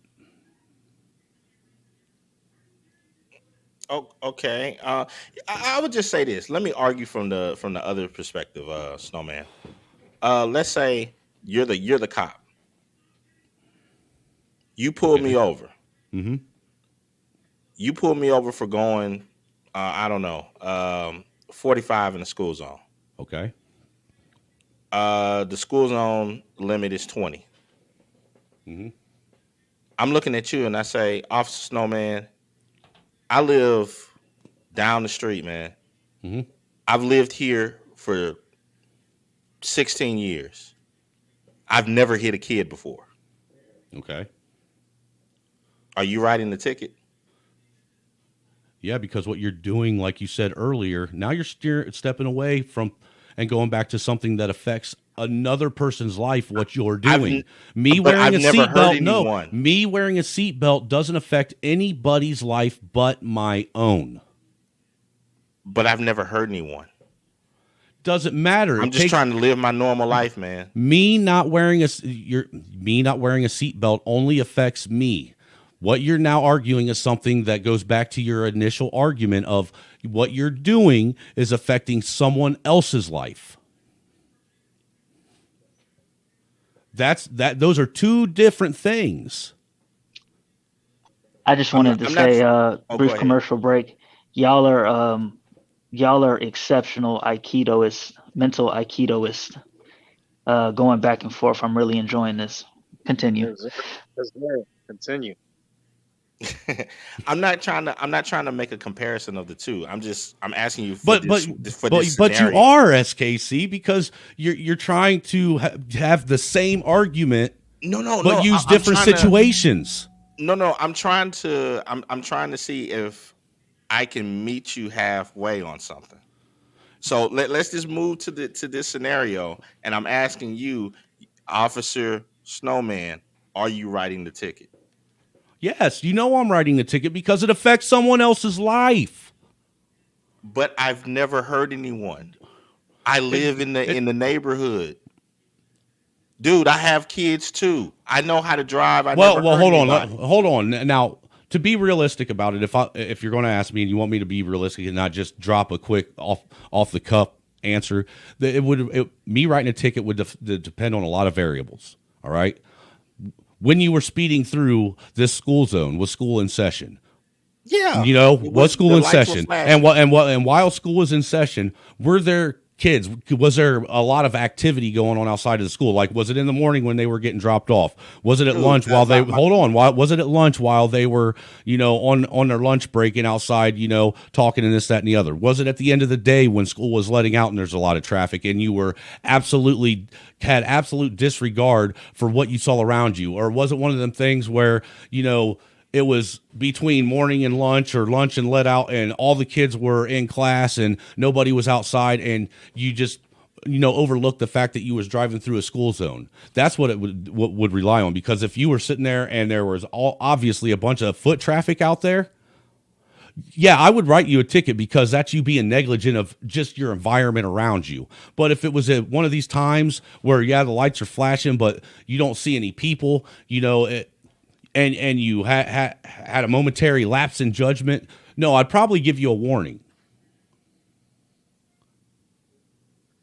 What happens if I say, dude, I drive through here all the time.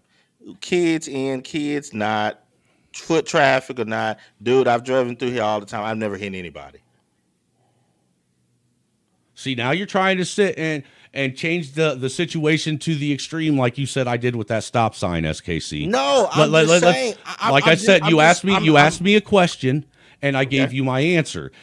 For me, I would have to put my own personal judgment on what the situation was, what the outliers were to the environment around you, and that's how I would base how I would react to you and how I would interact in that situation. I'm not going to treat every situation exactly the same because they aren't. Okay. I get you. I get you.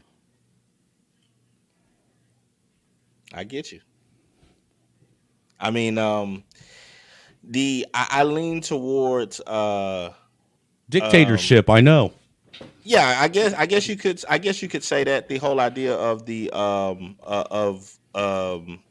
I guess of going ahead and just writing the ticket anyway. And the reason being is because look at what you're dealing with. In this situation, But if it's you, what I'm dealing with is, I assumed, for the most part, a fairly decent, got his head on his shoulders, straight down the arrow individual. But now you're expecting me to assume that you're just some, drag of society that doesn't give a shit. No, I don't think it has to do with that. If we were to reverse roles, I'm writing the ticket. Almost every single time, there will have to be like some super Well, yeah, that's because rare occasion. You got to get your money from it. You set that system up in place, and you got to make your money. But to me, it's not about the money. It's about. But it is, because that's what you started this whole thing off about, is you making money and make off of the cash cow system you created. Okay, now let me rebut. Yes, you are correct, but for the wrong reason. My rationale is this. Okay, because you didn't have the principled vision in your mind to understand that whether or not you could see people while you're flying through at 45 and a 20, that your judgment, that you could actually make a mistake and cost somebody their lives, or cost somebody, some other parents, their kid, because you made that judgment call. Let me put something on your mind which you do respect, which is your money. Because you don't respect a life. You don't respect the idea of possibly making a mistake, because you are in God mode where you feel that you cannot make a mistake and you've never done anything and nothing could possibly happen to where you could make a mistake because you're perfect. Let me make it cost you to where the next time you come through here, because I understand that you don't have the principled vision in order to respect the life, but you do have the understanding that, God dog it, this is going to cost me some money, so let me go ahead and slow down.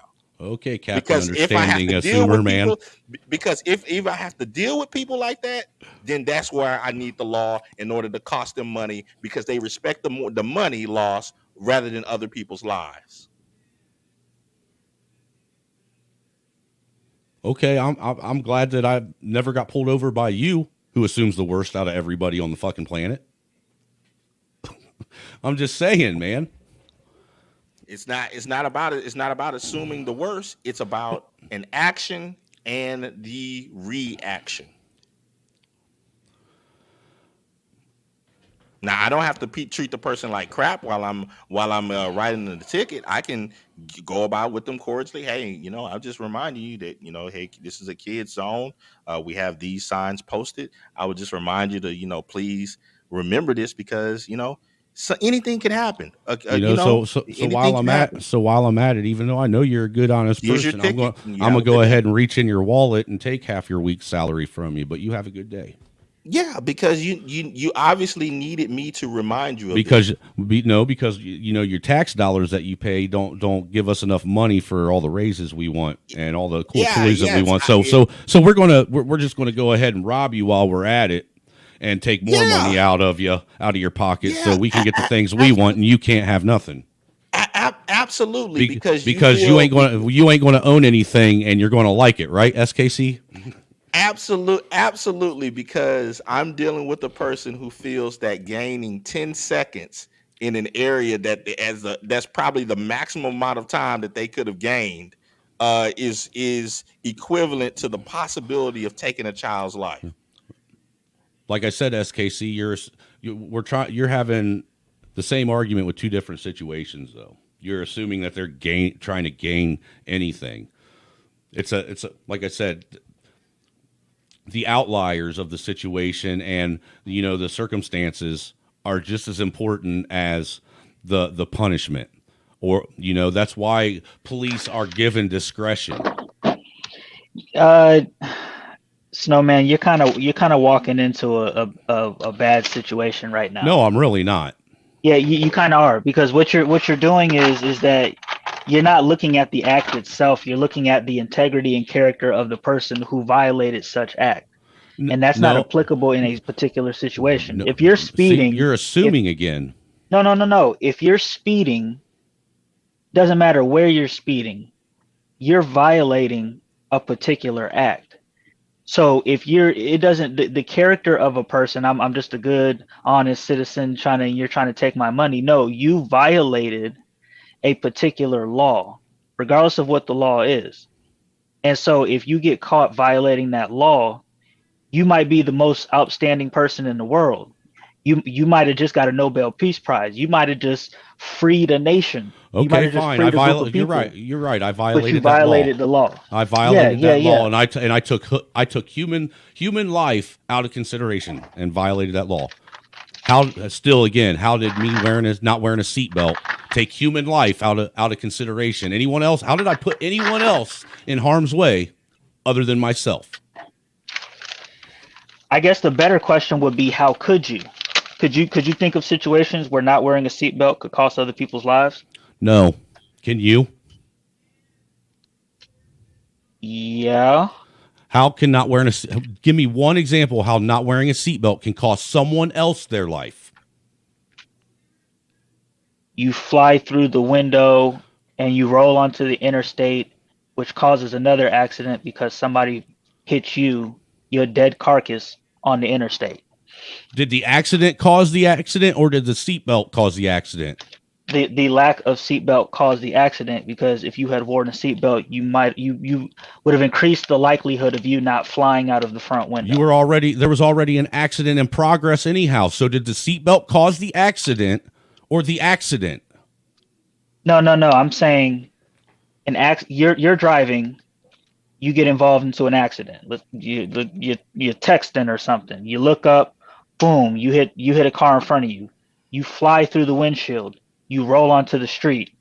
Somebody else who doesn't see that you just flew into the street hits you.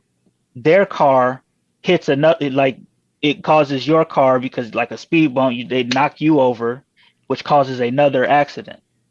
If you're that close in that situation that a body flying out of a windshield causes you to get into an accident, you're already part of that accident in progress to begin with, Lou. So what really caused the problem? If you're that close to an accident that a body coming out of a windshield causes you to get into an accident, then you're already part of the accident in progress. So how did the fact that the person not wearing the seatbelt affect your life, and it not being the accident that affected your life? Because if you didn't fly out of the windshield, you wouldn't be on the street. If you weren't on the street, it would not have caused another accident. The accident was already in progress. So how could it not cause an accident that was already in progress? No, that's literally the difference between like a 3-car pileup and a 10-car pileup. Even though they're both accidents, the degree of the accident is vastly different based on the decisions that were made by the people driving all in that situation. Based on the decisions of the people driving, not the seatbelt they're wearing. The seatbelts literally only affect you. I don't know, man. This is weird because we're having a conversation about protecting yourself. Right, but the fact of the matter remains is we're having a decision about laws that do nothing but generate revenue for a system. They're literally writing laws that don't protect nothing. But do we really need to argue the idea of someone protecting themselves? That it's almost like we're having an argument of, do we really let's say the ultra obese woman, and she's saying, why do I need to eat? Why do I need to not take care of my body? So we're going to write laws now that dude, that's a perfect point. Now are we going to start writing laws about what a person, how much a person can eat and how much food they can intake? Are we going to start regulating and dictating that, legislating that? That's my point. Is we're getting to a point where people want to legislate human nature. Okay, so and make laws against it, just like these hate crimes, dude. Here's my point with that. Here's my point with that, Snowman. Here's my point with that. Well, this is the reason why. Look, I know what you guys are doing right now. You guys are trying to say so much that I get jumbled up in my head. No, I'm not. objectively, no, I'm not. objectively I'll speaking, bro, I yeah. actually had you winning for a bit, and then you kind of walked yourself into a corner, and now you can't backpedal out. SKC, you were actually losing this, and the to me the turning That's point in because the he changed the topic with no, no, the no, running the no, no, school no, zone. no. The turning point for me was when you tried to make it seem like wearing a seatbelt was some oppressive thing on your freedom. That was the beginning statement that kind of rolled you in the wrong direction. I'm not saying it's an oppressing thing on your freedom. What I'm saying is it's a law that has been made simply to generate revenue. That's the same thing as someone getting pulled over and written a ticket for a brake light being out. How the hell are you supposed to know there's a brake light out unless someone tells you, because you can't depress the fucking brakes of your car and see behind you? You know that the whole brake light thing, the when a person gets a ticket for that, the option is just to present to the court that you got it fixed. Sometimes they write you tickets that you have to pay money for, dude. A brake light ticket is you I've have paid- the option. I've You have the paid- option of getting it fixed and then paying the court costs, which is probably like somewhere between $10 and $40. It's still generating revenue off of a person. Dude. It's your vehicle. I it's understand. like I'm not arguing that driving it's not isn't your a vehicle, right. dude. I'm not. Hey, I'm not Snowman, arguing quick- that it isn't your vehicle. What I'm saying is, how do you check your? How do you, if you're living by yourself, you don't have nobody around? How are you supposed to check your brake light with your foot on the brake? Because that's the only way you can light it up. You turn around. Unless somebody tells you. No, you turn around. You know. Turn around. Turn around. This is what? why I brought Turning it up. around, man. Is this daytime or nighttime? I guess if it would have to be nighttime for you to turn around. But you go out your car. You go out at night. You turn your car on. You put your feet on the brakes and you turn around. Oh, because we don't have situations where only one light goes out. You can tell by turning around that one of your lights are out. Yeah. Use the rear. You can use the side mirrors. It will show you the glow. Will show you the higher glow on one side. My goodness, the fellas, lower come on one. now. You come on. Now you guys are just literally. Now you guys I'm are addressing the situations you're bringing up, bro. That's all I'm saying. No, I didn't know create just- any situation. You know just as well as I do, if you have a singular brake light out and you're getting pulled over for it and getting a ticket, generally speaking, you don't know a brake light is out until someone behind you tells you. But bruh, okay, Snowman. This is what I'm talking about, bruh. Is this? Trey said Are we back up really to a gonna? wall. Are we really gonna? Are we really gonna argue about the possibility of getting a $10 or $40 fine over you're driving a vehicle? Do you know how much your vehicle costs? And we're gonna complain. That's like basic maintenance, man. SKC, it's like an oil change. SKC, all I'm saying, Führer, is we don't need so many laws, and we definitely don't need laws to be on books that do nothing but steal money from people, and that's all they're put in place for. That is tyrannical. And I understand that you want to be, supreme king dictator of SKC land, and we know that you would rule with an iron fist under full tyranny, but some of us don't want that. Okay, so to explain yourself really quickly, and I know you're doing the hyperbole thing, which is fine. But in a real conversation, between us, because you have this audience here, I'll ask you this, since you're trying to put me into that corner. Do I come off to you as a dictator? As a person individually, do you come off as a dictator? Yeah. That's I don't know, man. As a person, no, I don't think you are. But if you were given power, I think that you would lose your fucking noodle and everybody would be screwed. Okay, and that's fair, but I'll add to this. Oh, go ahead. Going to the question that I was asking you at first, the people with the weight thing, right? Let's say they want to eat whatever they want to eat and they want to get as big as they want to get and such and such. Fine. But when it comes to certain things, which are not a right, it's a I don't know, it's I would say a gift to society. Getting on the elevator, riding using a zip line or something like that, where there are weight limits. There are weight limits. Why? Because there are weight limits. Right? No, there are weight limits. That way, the people or the place of business or where it's located don't have any account or responsibility. They're not liable for whatever those people might incur on themselves, any injuries they may end up with.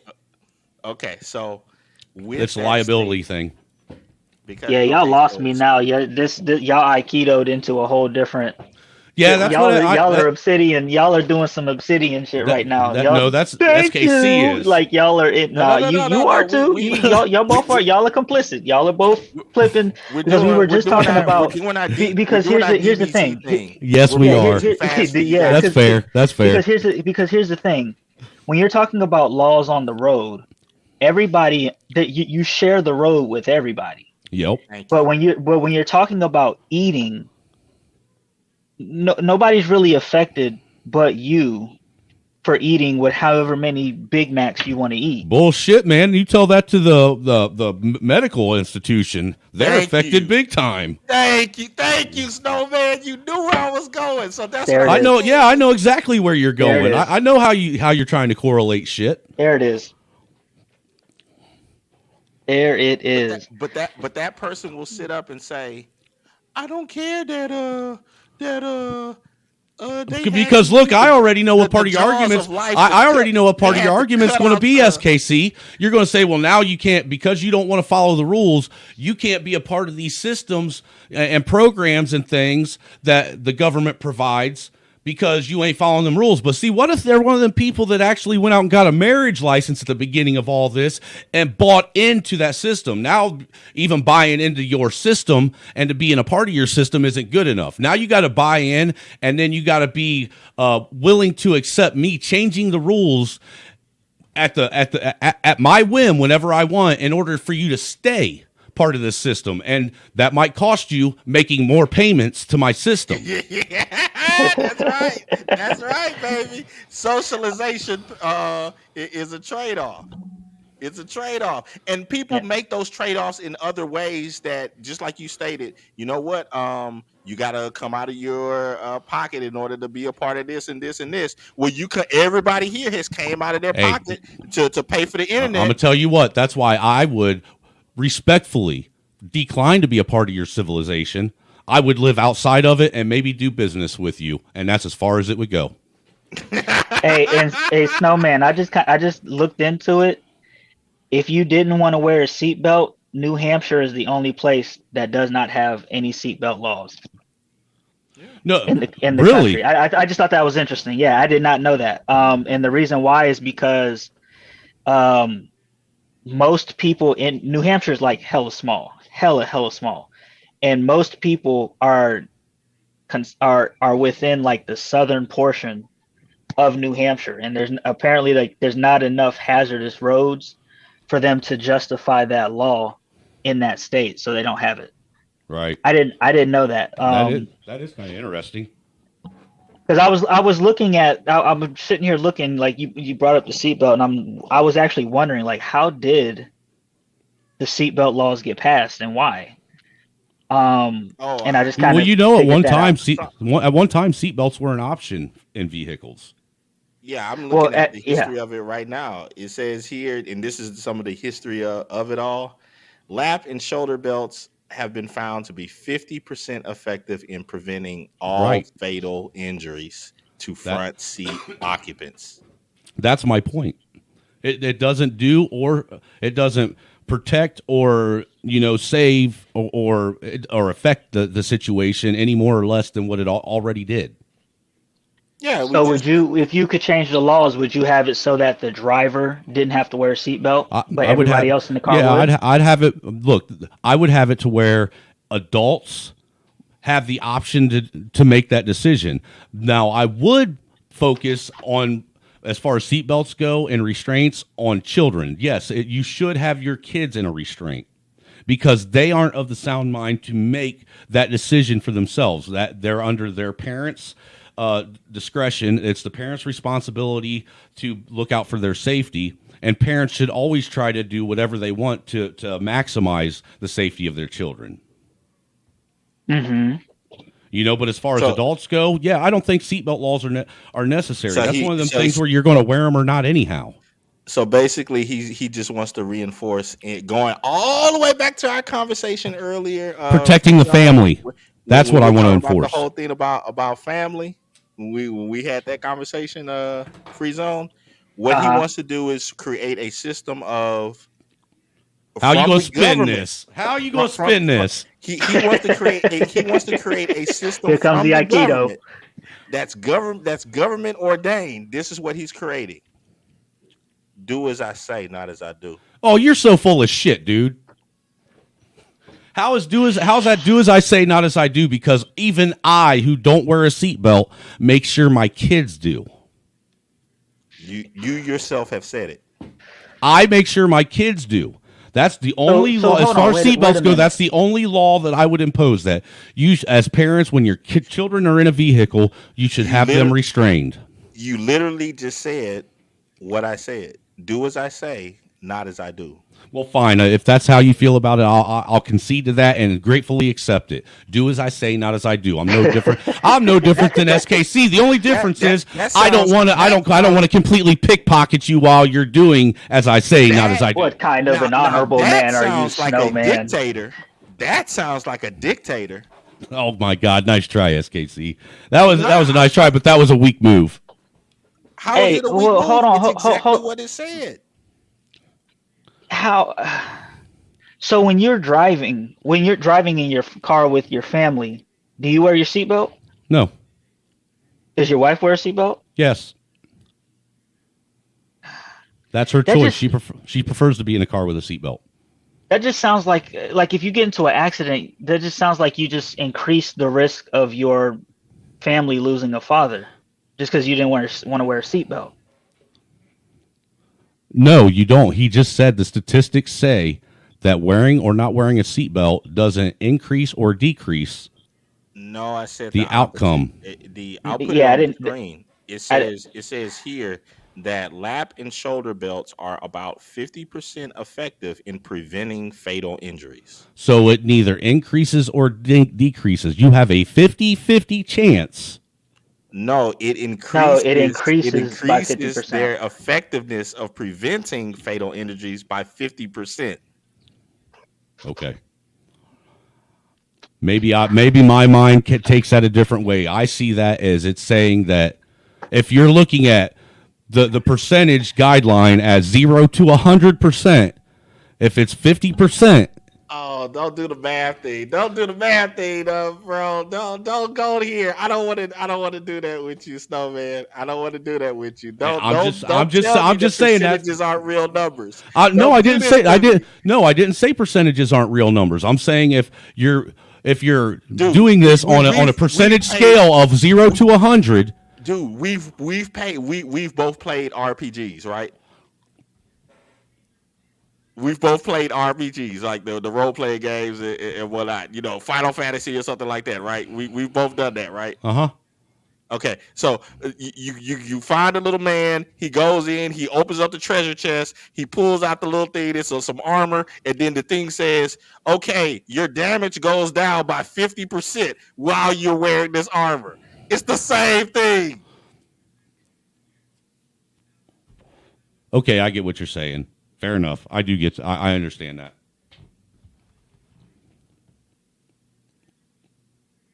Fair enough.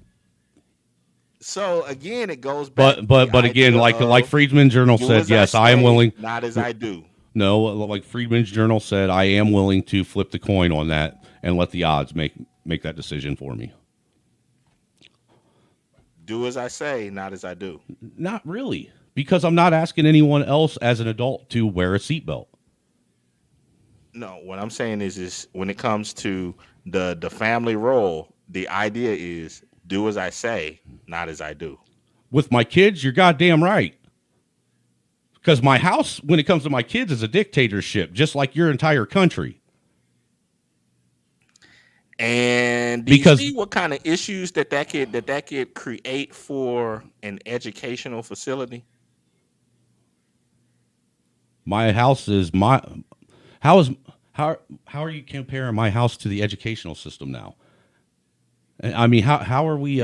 It all bleeds over. It's a very slow trickle. It's Chinese water torture, but it's the same. The tiny trickle creates the river. So you mean to tell me that you, as a guy who likes to drink wine, are going to let your children sit down and drink wine with you and your wife in the evening? Absolutely not, because so it's do as I say, law. not as I do, right? No, because that's against the law. They're not, by the law, they're not old enough to Well, not wearing a seatbelt is against the law. Right, for everyone. It's not age restrictive. Hey, Right. so Drinking- David had a good question. Why don't kids on school buses wear seatbelts? Some of them do. Yeah, no, and I've seen some that do, but most of them don't. I'm curious as to why. I have to look that one up. I know they say that there's a reason for it. I can't remember what it is because I've asked that question before myself. I'm sorry. As you can continue. You continue. I don't, man. My head's starting to hurt. SKC's been doing this with me for almost 2 hours now. You wanted that smoke, man. SKC in it for the long haul, man. I mean, don't get me wrong, SKC. I love having these discussions with you, man. I do. You called me. I was gonna fire up in a little while because I was like, you know what? I want to do this emotion watch for this what do you call this? Roe versus Roe v. Wade. Wade. I wanted to debunk something that you told me earlier about this doggone Star Wars, because I went and I saw that a little portion of it, and I was like, you know what? He had an argument where he was saying, oh well, you know, if you haven't seen it, then you can't really blah blah blah. So I said, okay, let me check out this last episode or whatnot, and it was the crap that I thought it was. I was like, I'm about to crap. I was like, man, I'm gonna fire. I'm gonna crap on Star Wars, and then I saw some other news stories that connect to the National Volleyball League. I was gonna cover that, but you got me up here arguing with you about philosophy, and I can't believe that when we get to the point of saying, in the realm of education, adults probably don't want to teach children do as I say, not as I do, and we're at an impasse, huh? Hold on a second. What do you mean as far as the realm of education and do as I say, not as I do with adults? I'm lost how you just ended your statement there. The rest of it was all fair, but okay. Maybe it's just the weed affecting my brain at this point. No. I'm saying this: if kids come from the household and they say, my parents have a setup of do as I say, not as I do. Over time, just by curiosity, some children are eventually going to get to the point of saying, they're just saying that because they just don't want you to do this, but they do this and it's all fine and blah blah blah. They just want to control us. And when you have kids that take that route, typically they start to question all adult authority, which is a bad situation in a educational facility. But dude, that you're going to have that anyhow, no matter what you do. That's going to be an issue as far as kids and how parents parent, and even a acceptably functioning educational system is you're always going to have kids that feel as though They're just being told they can't do something because the adults say they can't.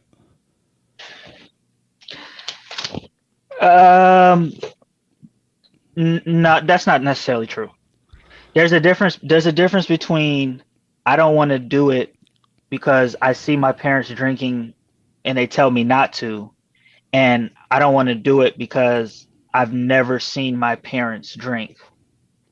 Those are two different types of things. But that's not the argument we're having.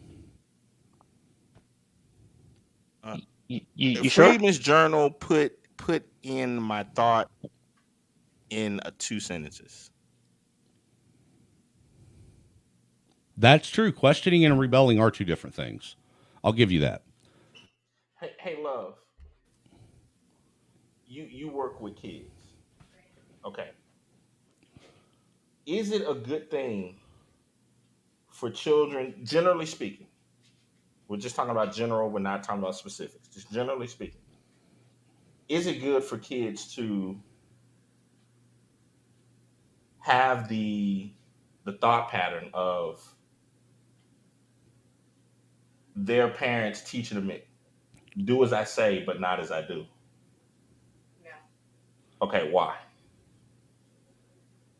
Well, because kids are much better at mimicking behaviors than actually reasoning and listening to what somebody's telling them. So if they see a parent do certain things, it's so much easier for them to mimic that than and then when you're telling them something opposite, like, no, don't do this, it's very confusing for them. And then they just start to, they end up actually acting out because they're confused, they don't know. Then they start to,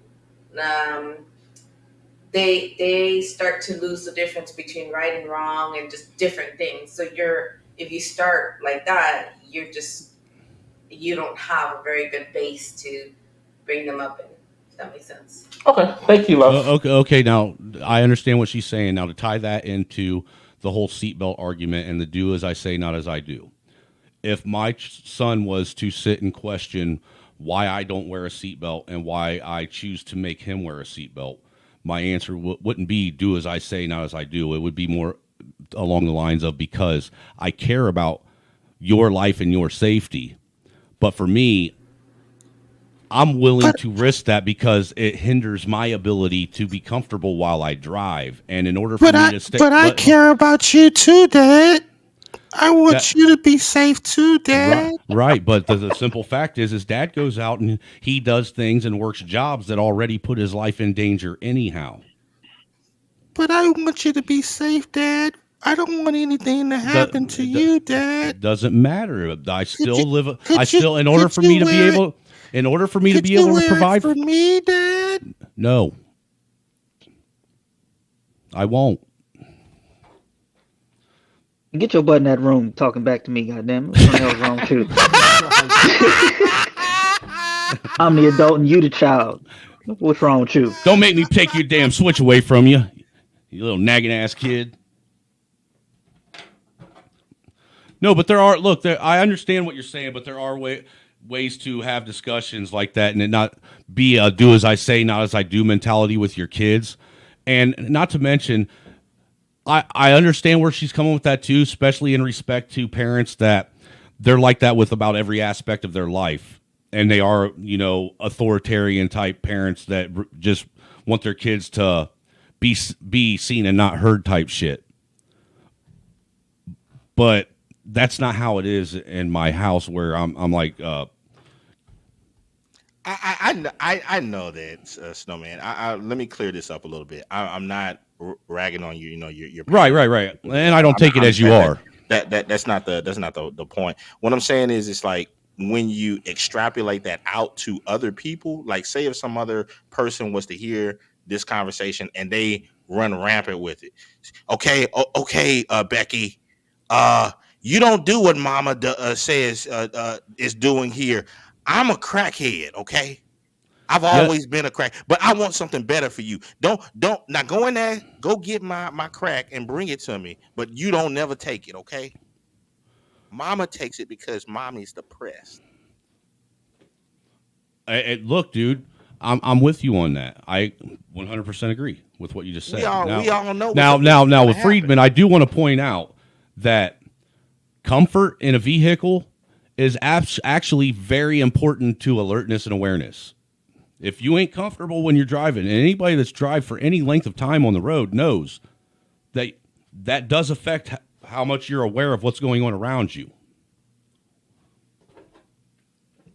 Bring mama her special pills, but you don't take none. These are only mama's special pills. But to a degree, everybody does that. I mean, maybe not to that extreme, SKC, but you know, I used to drink, but I didn't want my kids drinking.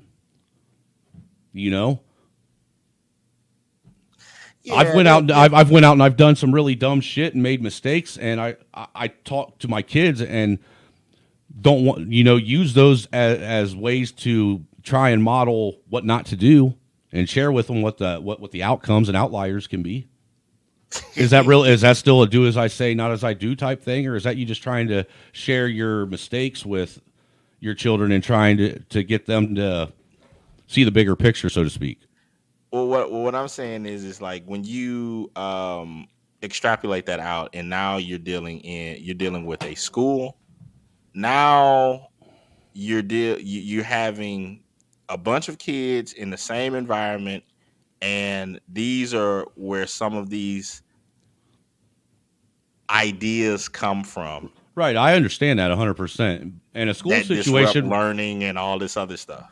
But to a be lot fair, of stuff that affects what goes on in the school, it goes by what children are learning at home. But to be fair, a school environment is entirely different than a home environment, because in a home environment, the only thing you have is the people that are with you every day modeling, or the people of that home that want things a specific way, modeling a position of life that they want you in. In a school situation, kids are also being introduced to outside influences in other homes' ideas of things, and kids bringing those in and sharing them with kids. Yeah. And, so I can see, look, I'm with you on the whole school thing, and there is a whole, there needs to be, I don't know, there's a different dynamic there, and there needs to be a different set of rules as far as kids are involved with that. But take this, Johnny. Why? It's not gonna hurt you. How do you know that? My old man takes it all the time. But again, back to the whole government involvement and shit. We're at a pass now, and even with the school system, that government involvement has now allowed for questionable and unsavory people to become teachers, and them to put their ideology and beliefs in your children. Right, because how did a lot of those teachers grow up? But your system that you set up allowed this to now affect your children. Not exactly, not mine. Yeah, it is yours. This is SKC land. No. I'm saying that we're talking about right here and today, and like, no, it's not affecting mine. But I mean, I understand where some other parents and stuff, they get in an uproar. But that's when you have to get a little bit higher up on that hill. The whole point of this for me is I'm just trying to point out that eventually, as this governing way of life continues to go, where you have some people that think that laws need to go so far to the extreme one way, and yet at the same time you have others on the other side to think that they need to be loosened so far to the extreme the other way. That's where the problem is everybody, it's either so far one way to where it's authoritarian, or so loose the other way to where it's the wild, wild west. And there seems to be no way for people to meet in the middle and say, hey, there's a way that we can do this to where, yes, we recognize when people break certain laws that should be in place to protect everyone, and we set up a system of punishment or outcomes that are according. Yeah, things just become a slippery slope. It becomes a slippery slope, and my argument to you is that Why do we have to have an argument? Why can't we just have actually meet in the middle right there? okay, I'm using the term argument in legal terms. Oh, okay. You know, it's just not so far as Keisha and Ray down the street. No, neither am I. That's what I'm saying. Why do you still have? I mean, this is the point where I'm trying to meet you in the middle, and say, okay, I understand that. Yes, we have to have specific things, but why do we have to focus more so on the laws to where everybody, even people that, like I said, I'm not assuming that anything about people in general. I'm just saying that even people who generally would just be going about their daily life get caught up in a system that's been set up to save them from the people, the people that don't know how to play by the rules. Honey Barbecue is saying because he still disagrees. No, my disagreement is this: it's small, but over time it becomes significant. The gist of it is this: so far as the halfway mark, I think that I could give you more of like a 60-40 or that's because you're a fucking dictator. A 65-35 thing. Okay, this is the reason why. Because high standards tend to erode over time. They never go in the opposite direction. I rarely see the people who are going for less laws raise their standards. But the pushback on that is that's still applicable towards law as well, because the standards for why law and the laws that we're passing end up going the negative route as well and never go towards the better outcome of the collective. Yeah, okay. So I guess to explain myself, I'm saying this. It makes more sense for me. It makes more sense for me to come to Free Zone with, hey, Free Zone, hey, Kumasi. These fools that have been going around in neighborhoods in the NBL league that have been shooting up everybody and blah blah blah blah blah blah blah. Okay, we have to make a law in order to curtail them because they're getting out of control. In the meantime, it's going to affect all of us, but it's for the greater good. Now, the opposite of that is what, Snowman? What do we do? If you don't want to accept that, we have to create some laws that are going to even affect some of the good people. What is the opposite? Look at the punishments or what's basically look at the punishments of the law and address those accordingly. If keep the law maybe somewhat in the same area, since there's already a law on the books saying that, look, this action is specifically illegal. So since you don't, since the punishment for you violating that crime isn't enough for it to restrict you from doing it, well, then we're going to make the punishment worse until it does. You know something? This is a perfect, I would say, real world conversation about this, about what you're talking about. It can be found in the bond laws.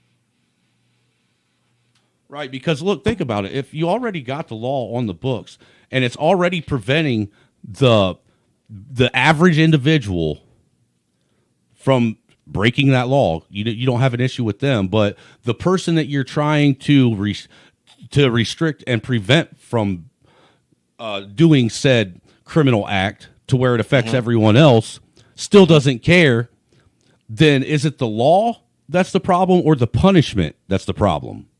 Okay, so I'm going to ask you, the bond laws that are in a lot of the major cities right now, so far as people being able to get a signature bond. What would the argument was, hey, you have everyday citizens that they get into some issue with the law, and let's say they lose a court case or something, and they can't afford to go to jail for a week or however the time amount, because they're going to lose their job.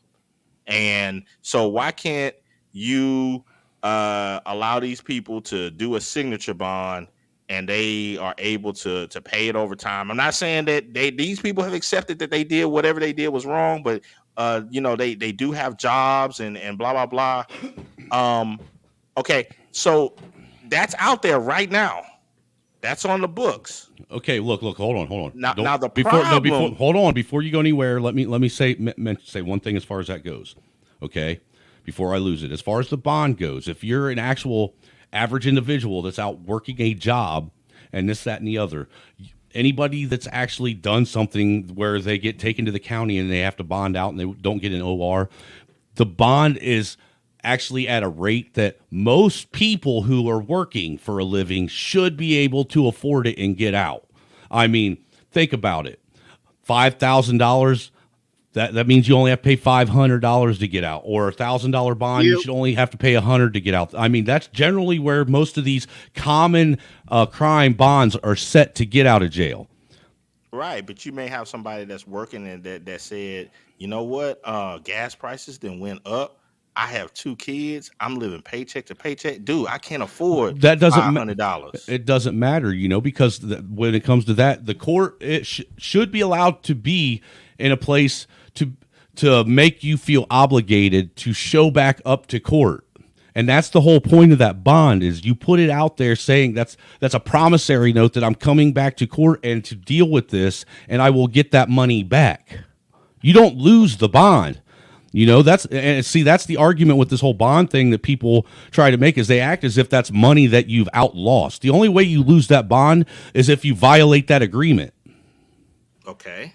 So, since that is on the books right now, so far as the bond, and even so far as the signature bond, because you can have somebody that said, you know what, Snowman, I'm in between jobs. It was a harsh economy, and I got to go to an interview next week, man. And I've been going to the I guess whatever work program and blah blah blah, and I just don't have the money right now. But I'm going. I have on here that I've got to go to an interview. I can't go to jail. Okay, well, with that, let's even be even more realistic. Most people, when they get pulled over or they get arrested for something, they do get an OR bond. They are able to OR out, whether, unless it's some extreme felony, but almost all misdemeanors you can OR out on, unless you're one of them people that is a repeat offender type that is constantly getting arrested for this same things all the time. And even generally with that, they give you chance after chance after chance before you've been in there so much that they're like, all right, well, we're going to start charging you to get out. If you're going to waste our time for the same shit we have to keep putting you in here for. Okay, now here's your issue, which is all over America right now. Even right here in Houston, and I also found 2 other series that are taking place. One is in Milwaukee, the other one is in Baltimore. The majority, by far, I know here in Houston, it's like 70-something%. In Milwaukee, I think it's right around 65-67% of your homicides are people who have gotten off on a bond. But what kind of bond is it? Is it a cash bond or an OR bond? Signature bond. Interesting. So how do you fix that now without harming the little guy? Well, can I ask you a question? As far as what you were saying with you said the vast majority of people that commit homicides are out on a signature bond. What was the initial crime that they went in for to begin with? Is there anything on that? It could a lot of the stuff that they were in for were crimes were they that were smaller crimes before. Yes, but were they misdemeanors or felonious crimes? I'm not sure. I can't jump and say one or the other, but I know that they were not as grievous as the ones that they committed. Of course, Muhammad. It would be things like it wasn't things like speeding. I mean, there were people speeding, but it probably like a drug possession, Drug or a carjacking, breaking and entering, trespassing, stuff like that. Were they crimes where they were looking at, substantial lengths of prison time? Or what? No, because what's a possession charge? It's just a little weed. That depends on what state you're in, because like certain states, like when I lived in Ohio, anything under 100 grams in Ohio was a misdemeanor. But once you got over 100 grams, it became a felony. Right. And then you also got to take into consideration, it's not like it's just one small crime and then all of a sudden we killing. We're talking about mountains of small crimes that mount up to medium crimes, then they build up to, and then before you know it, you done killed 30 people, or you done killed 5 people. Well, see, and that's where I get at. That's why I asked that question right there, because that's where I've literally already answered. Most people, really, in all honesty, if you're one of them people that are constantly getting arrested as a repeat offender for the same thing all the time, you shouldn't be getting OR'd out anyhow. You should be given a cash bond. I think your ass should stay put, depending upon what it is. You jack my car. You jack my car. You jack my car. You steal somebody's car. Nah, you have to sit down, bro, till the trial begins. And you ain't got no pushback from me on that either. Free zone. That's hey, you break into my house. Go ahead, sit down, have a seat, brother. No, you gonna be a while. You're gonna be a while. That's why I'm saying that rather than focusing on changing the laws, maybe focus on changing the actual punishment to the crime, because obviously the punishment isn't extreme enough for these people to think about what's going to happen if they carry on with this. Well, here's another way question. The same thing, Snowman. When people say change the law, they're talking about not actually changing the law of carjacking is illegal. They're talking about making the punishment much more severe. But I understand that might be what most people are arguing. But what ends up happening, and this is a fact, is they actually start changing the guidelines of the law itself and what circumstances can be seen taking place in order to arrest somebody. Sometimes it gets so much to the extreme that they can literally walk up into your house without a warrant and say, hey, that's the law. Just like, for instance, if you want to go as far as like the Patriot Act or something like that, to where if they think that if they have what they consider proof that you are a domestic terrorist or that you're part of a domestic terrorist organization, they can literally run up in your house without without a warrant and without due process and violate your right to privacy. Mm-hmm. Here's a question I want to know. You make a law. Let's say cops can no longer chase criminals.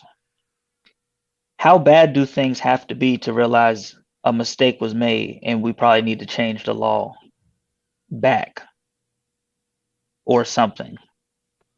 Like how bad does, once a law is on the books, how bad do things have to be for you to realize that law needs to be taken off the books? I don't know of any laws that have ever really been taken off the books. I think they've always just added to them. I mean, there's been things overturned here and there. I mean, Roe v. Wade, for example. But it's like, but with that, is that really a law? That's a law. When I think of a law, I'm thinking of something that is restricting actions. I don't know. I'm thinking we need to reinstate certain things. Like, yes, reinstate the chokehold, reinstate the billy club. What about the death penalty? I think that absolutely needs to be reinstated. The death penalty. Yes, I think public shaming on the courthouse grounds should be reinstated. And I'll take it even further than that, Kumasi. not just the death penalty, by firing squad. Yes. Public hangings. I think it should be Yeah, televised. it should be on YouTube. Televised guillotines. You Super know? chats. With super chats. With Yep. super chats. I think you should be able to have cash apps going. That way, you know, the descendants or of the fallen criminal can have a little bit of money to pay for their funeral. Yeah, they should get a little symbol next to theirs too, the family members of the victim. You know, big old black star or some shit. No, I don't even think that, man. I'm just going to the extreme because we're in SKC land again now. It's like you know, property is valuable nowadays. So it's like maybe you should just get a cremation. Well, so somebody posed this in the chat a while ago, and I'm gonna ask you, SKC, do you believe in freedom? Hell no, we don't. Absolutely, but I think it comes at a cost. I knew you were going to say that. Freedom at a cost. Yeah. There's no such thing as absolute freedom. If freedom costs you, then is it really freedom? Are you really free? There's no such thing as absolute freedom. Not in civilized society. It's a made up concept. Yeah, absolute freedom, and the line between absolute freedom and anarchy is like razor thin. But there is a such thing as liberty. What, freedom from tyranny? Yes. There is a such thing as liberty itself, and there being a nice medium ground where we can sit and recognize criminals from honest people. Yeah, and but deal with them accordingly.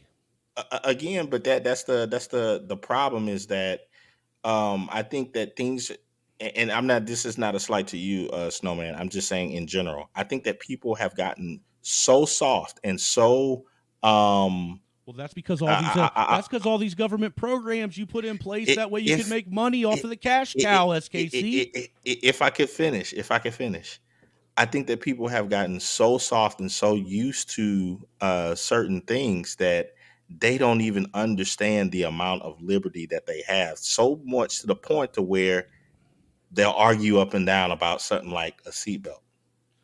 No, now look, to a degree, I agree with what you say, because you've heard me say it all the time. Even though I still take issue with some of the things and the way things are set up and running in this country right now that I live in, I still honestly will tell you unequivocally that this is the freest country in the world to live in. You have no better place to go and actually have a fair shot at being a successful, happy individual anywhere else on earth than America. But with that being said, I don't think that we should have laws on the books that make honest individuals criminals,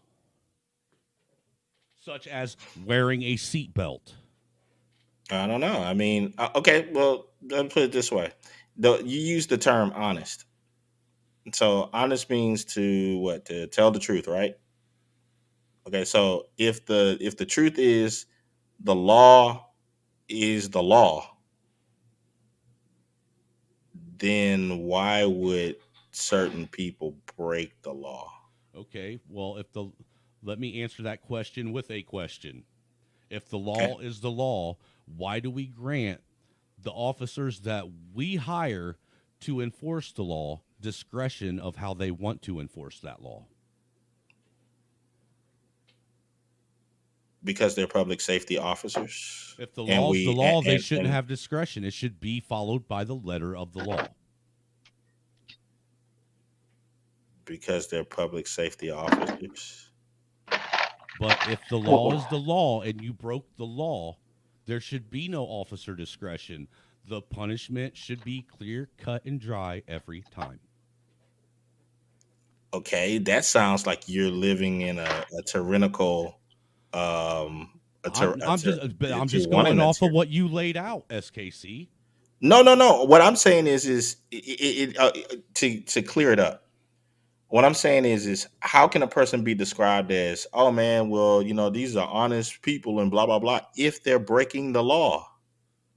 Do you consider yourself an honest person? I try to be.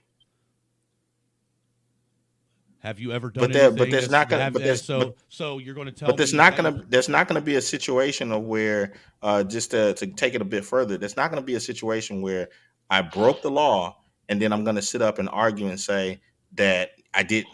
It's like, no, I did it.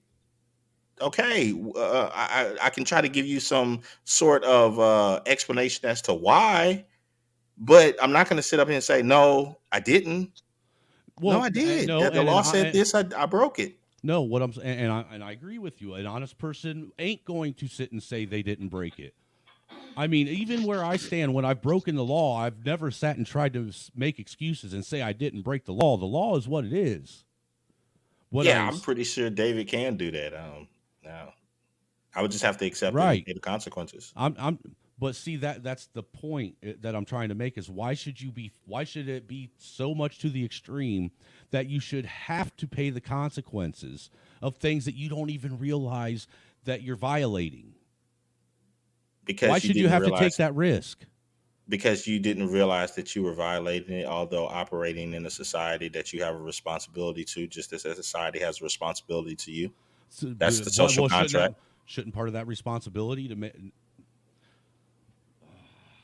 Now what's a beautiful aspect of that society is that when you were stating the whole idea about discretion, yeah, some may say, okay, I want to use the discretion to show mercy in this respect of it, but that mercy should be based upon something, and should not be just it should be tangible, not just some type of feeling good. You know what? Black people as a whole get the short end of the stick, and I just want to enact mercy right now to Bone Thug Killer. Right. He only killed 8 people. Look, and I've never, ever, ever disagreed with that. I've never posed an argument against that. My argument is towards just the average individual it's getting to a point to where they're starting to get caught up in this power dynamic because, look, let's be real. If you look throughout history, any government where the citizens allow it to go unchecked and continue to write crazy tyrannical laws, not punishments, but laws, it ends up getting to a point to where you end up like Venezuela, or you end up like communist Russia, or you end up like China. And then eventually the vast population gets sick of it, and you have civil wars start breaking out. Yeah. All because I get all of that, but are we even anywhere near any of that? Dude, I mean, do you really think that there isn't potential in this country with all the violence that we continue to see getting worse and worse every single year that it couldn't happen?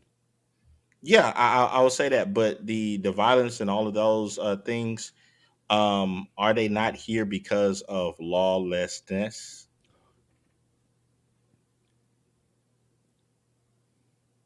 Because of people not laying down the hammer? If you had police officers and judges and prosecutors that were like, who is this? Dequarius Jones. What happened? He broke into somebody's house. I'll meet you halfway. 50 years. I will meet you halfway. Will we have the same amount of crime and stuff right now? Well, now you're actually making my argument for me that I was making before.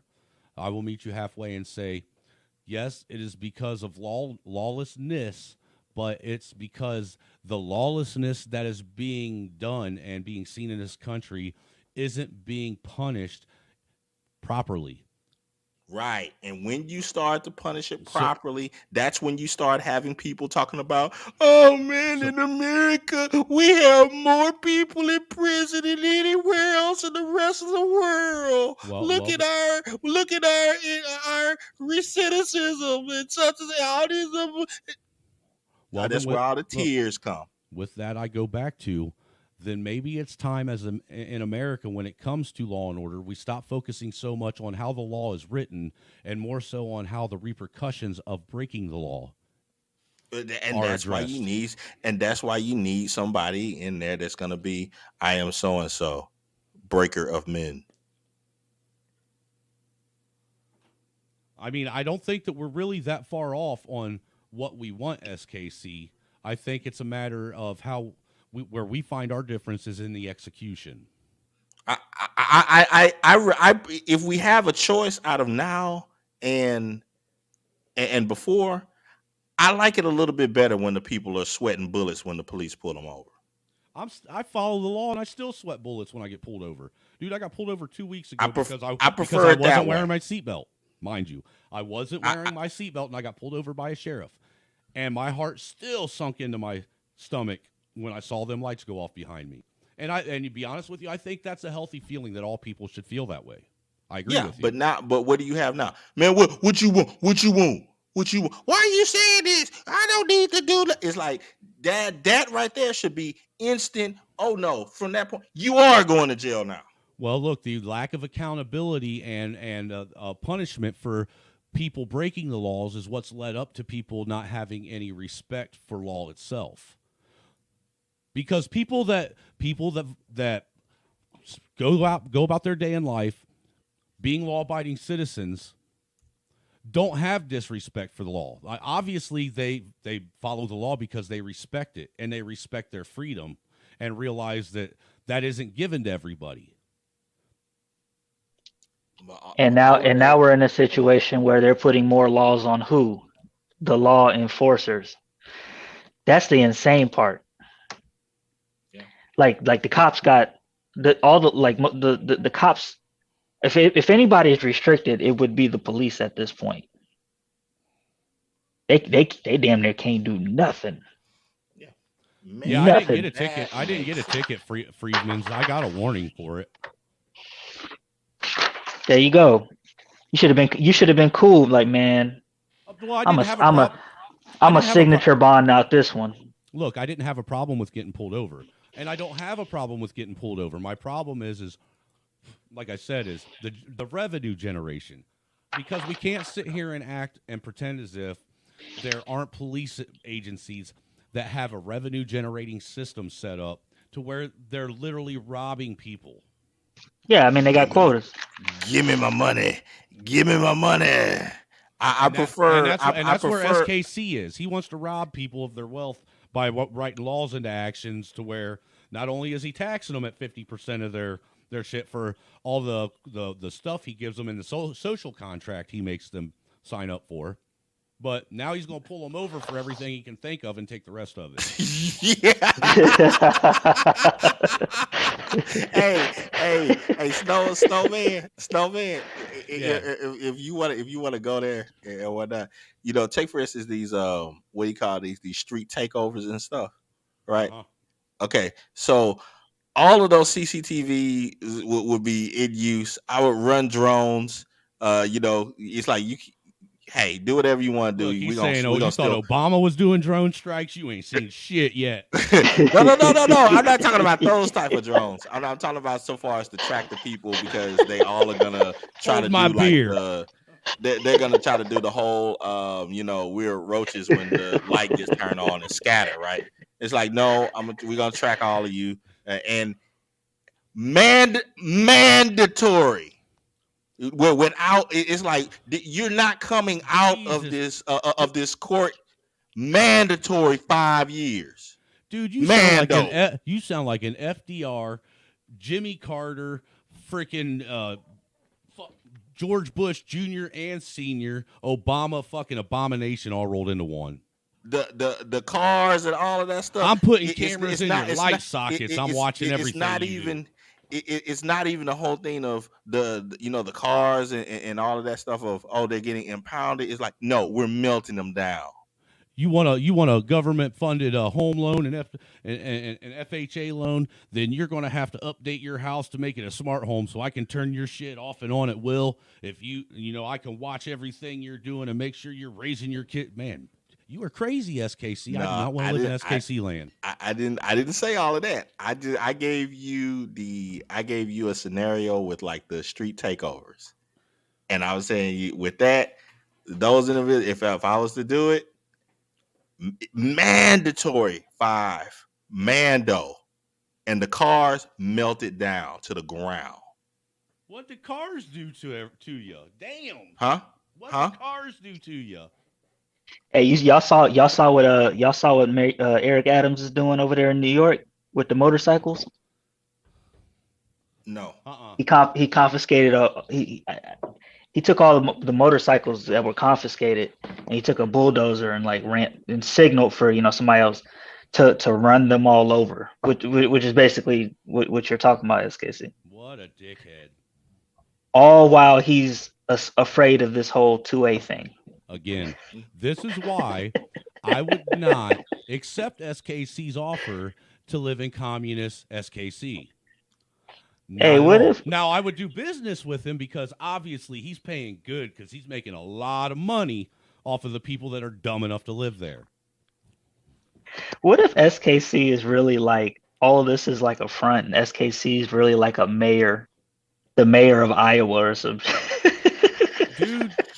And then he runs for office, and you're like looking at his policies, you're like, oh, this sounds good. Sounds a little dictatorish, but it's better than what we have now. And then he finally wins, and then all of a sudden the curtain comes out. SKC. Y'all voted for the Supreme. Look, we would never know because none of us has ever seen his face. Man, it's one of those things of this, bro. Like, oh man, hey, man, you got hey, hold on, I'm scared. You got the cam up, SKC. You got the cam up right now. One time, once. He's like, yeah. I want to know if you're the mayor. Yeah. I want to know if you're the mayor of Minnesota, somewhere out in the middle of nowhere. Yeah, I'm up. I don't know, man. It's not like I think you guys take it a bit too far with the extremism and all that. I'm not an extreme person, but if you have people who take extreme actions, I don't understand what's the problem with taking extreme consequences. I don't have a problem with the consequences. I have a problem with the measures at which you lay out to reveal and lead to the consequences. Like what? Like what? Give me an example. We've went over 1,000 examples already, SKC. No, just give me one. What's one example that I say that you say I am extreme? Seatbelts. I don't. Yo, you gotta. Nah, bro. That sounds soft as hell, bro. Come on, hold on. Time out. Time out. No, because my whole stance on this is the laws that are on the books that are unnecessary solely for the point to make and generate revenue from it. But your example of and you're comparing you're trying to lay this out that seatbelts and brake lights like lead to tyranny. If a place is using something that simple to make money off of people, then yes, that's a form of tyranny. But that would what you're saying is that there's basically no point for seatbelts and brake lights. No, I ain't. No, I am not. Okay, so if you're driving and your brake lights are out, whether you know it or not. What's so hard about someone pulling you over and saying, "Hey, man, your brake light's out"? Why do you have to get a $40 or $50 ticket for it too?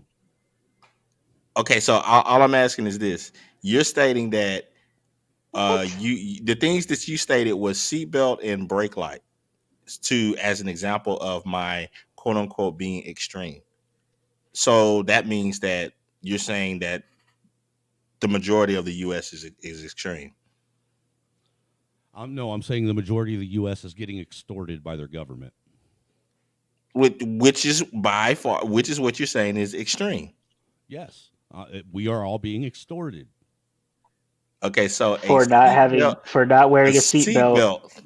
Dude, and a brake light. You just asked for an example. What do you want me to do? Go through the entire list that I can think No, of no, no, of no, things- no, no, of no, laws no, that are no. on the books where all they're doing is extorting people? No. It's odd to me that this idea that a ticket, A seatbelt for a violation. Look, seatbelt- Honey Barbecue. A seatbelt violation in Indiana costs you $120 if you get popped without not wearing a seatbelt. and I know people that spend more on ammo than that. That's their choice. Now, how is spending money on ammo and being told that now you got to spend money because you did something I didn't like that hurts? Yeah, that's kind of you. weird. Because here There's it's some like people- I'm in South Carolina. Seatbelt violation is like no more than $25. So I'm I just don't know how curious. that I don't know never how been that hit with one, but I'm just curious. Right here in Houston, what's this? and then you're basically, I mean, it's either pay you said 110. What was the 120? Either pay $120 or wear a seatbelt. Technically, according to the Constitution, Laughing Dog, any charge that has been brought up upon you by another person and is brought into court, if it's over $20 per Constitution, you are supposed to be able to have a jury trial for it. But that's why they've set up different court systems.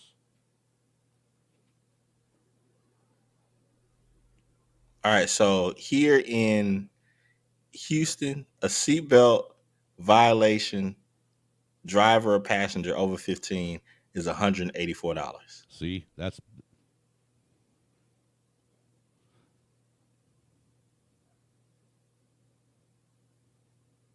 and see that's all. That's the only point that I'm making is that kind of stuff. That's solely to generate revenue. That's it. If and you I don't say think so. that, I don't think that the state should be able to garner tax dollars for the citizens to fund that, and then on the same aspect, at the same time, have that same governing force that they're paying for extort them for more money. You can laugh all you want, but this is different than actually what I'm talking about is different than going out and committing serious crimes like robbing a bank or a home invasion or a carjacking or something like that. I'm talking about simple things. 184, man. 184. That would be like that. Man, Hey, I just you, David. Fuck your $184. I mean, Jesus Christ, I already got to fucking pay the Queen's tax in order to be able to be on the fucking road anyhow. I've already had to sign your fucking social contract saying that I will abide to your rules that are subject to change at your will. Yeah, now I'm looking. It says $25 for South Carolina. So hey, check this, Snowman. A dog running at large in the neighborhood for the person that it belongs to, $181. That's stupid. Was the dog just running or did he bite someone? No, running at large. So now dogs ain't allowed to run, or you'll get a fine. No, your animal has got away and has been on the run and such, and they find out that it's yours. You got the tags on it, the whole nine. You can get fined $181. I know what you're saying. Everybody that's had a dog has probably had a situation where their dog said "fuck you" and broke out of jail at home and took off. and you got to hunt that little motherfucker down. And hope you catch him before the pound does, and pay for him to get out of jail and shit. Urinating, defecating in a public place, $219. Oh, so now I can't piss wherever I want. Nice. Oh, the humanity. I'm I'm just saying, you know, you do understand where I'm coming from, right? I completely understand where you're coming from. I mean, you're like SKC. SKC is only up by like 3 points. Like he's only up by 3 buckets. That's Open you're making good container points. in open container in a motor vehicle. 284, baby. 284. Give me that. Hey, you know what? When I was younger, you'll think this is funny. I'm lucky I didn't get locked up for it, but we were walking down the street, a bunch of us, and we had just left the bar, and so we were walking down the street drinking our beers that we had. You're not allowed to obviously have an open container walking down the street either. Well, a cop pulled over and he wanted my beer, and he wrote me a ticket for open container and public intoxication. Well, I finished my beer and I said, "What do you want me to do with this?" Well, you can put it right there on my floorboard. And me being a smart ass I was then, as I was pulling my hand out of the passenger window of his car, I looked at him and said, "So, can I cite you and have a ticket written to you for having an open container in your car now too?" He wasn't amused. He was not amused. But the sentiment behind it is still kind of accurate. If he has an open container in his car, is it still not a ticketable offense? Because he's violating the law now. He's violating the law, though. Go back to Lemon Pepper's comment. He said, non-moving violation, so y'all niggas can't drive. You motherfuckers, I swear. The deposit litter unlawfully, $344. Hey, it is what it is, baby. It is what it is. Don't mess with Texas. In SKC world, the fines would be a whole lot more than that. Don't mess with Texas, baby. Yeah, you litter in Texas. No, if you jaywalk in Texas, he's cutting your fucking leg off so you can't walk ever again. It depends on how many times. See? Should look both ways, nigga. Should look both ways. I didn't say you got hit by a car.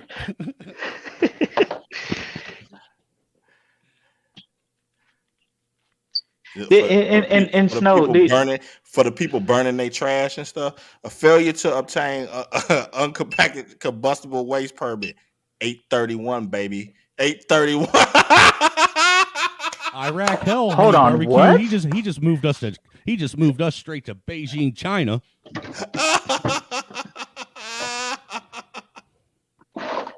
Hey, you think it's safer in Beijing than it is here? No, I think we're safer in Beijing than SKCville.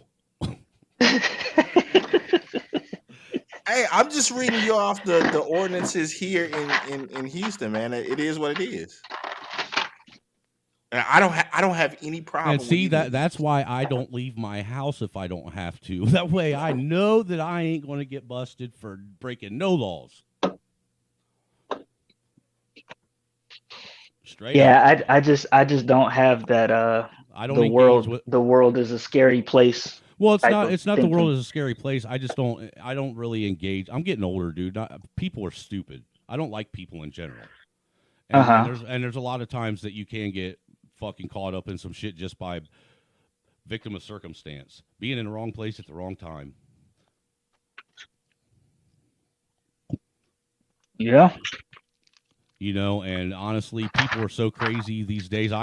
Look, people have gotten so crazy and so outrageous and out there in today's day and age that I understand why there's people that think the way SKC does, that there needs to be stricter laws and more laws. I understand it. I get it. But unfortunately, it seems like when it comes to that, the laws don't actually ever end up affecting those that they were supposedly written for. They end up affecting the people that would have never been bothered by them to begin with. Do you think that the laws are too stringent here? No. Would you mind if the Hey, I'll be right back. If the authorities would come down a little bit harder on people for certain laws, would that be a problem with you? No.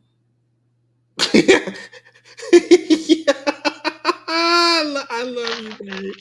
Hey, where's Miss SK? Where's Mrs. SKC from? She's from SKC land. Gotcha. That's it. And there you go. And there you go. Because according to some people, they believe that the laws are too stringent and that ordinary people are getting affected by laws, and it's just too hard. And oh my goodness, a few more changes and this is going to be a tyrannical dictatorship, because certain things like wearing your seatbelt. What else was used? What was it? Free zone. Lou? What other law was brought up? Wearing your seatbelt. Your brake light. Your brake Oh, and light. your brake light being out. That's how you. So what happened if you're a single person? How are you supposed to know this? And the government is just using you to get that, I don't know, $120 out of you. Well, I mean, if you go get an oil change, they sometimes check all your stuff. So Oh, there is this thing called an inspection, right? Yeah. When you go get your inspection every year, and then they'll let you know if it passes it or not. And yeah, but I don't know what. I mean, it just depends how you live your life. If you're not trying to be like a crazy person, you should be okay. But dang it, these laws are just stopping people from living their lives, baby. Oh, SKC, I just thought about something. When if you have a fairly new car, when you hit the button, boom boom doot, doot, Oh what yeah, lights yeah, what lights pop out on the back? all of them. Cool. Just making sure. Yeah, I mean, because Yeah. I just got me a little new RAV4. I didn't know if it was like that for all of the cars, but yeah, when laws are too harsh, baby. And yeah, I hear you guys talking shit while I walked away. And all we need to do is to lift these laws and let people live and breathe a little. Then this world will be a better place.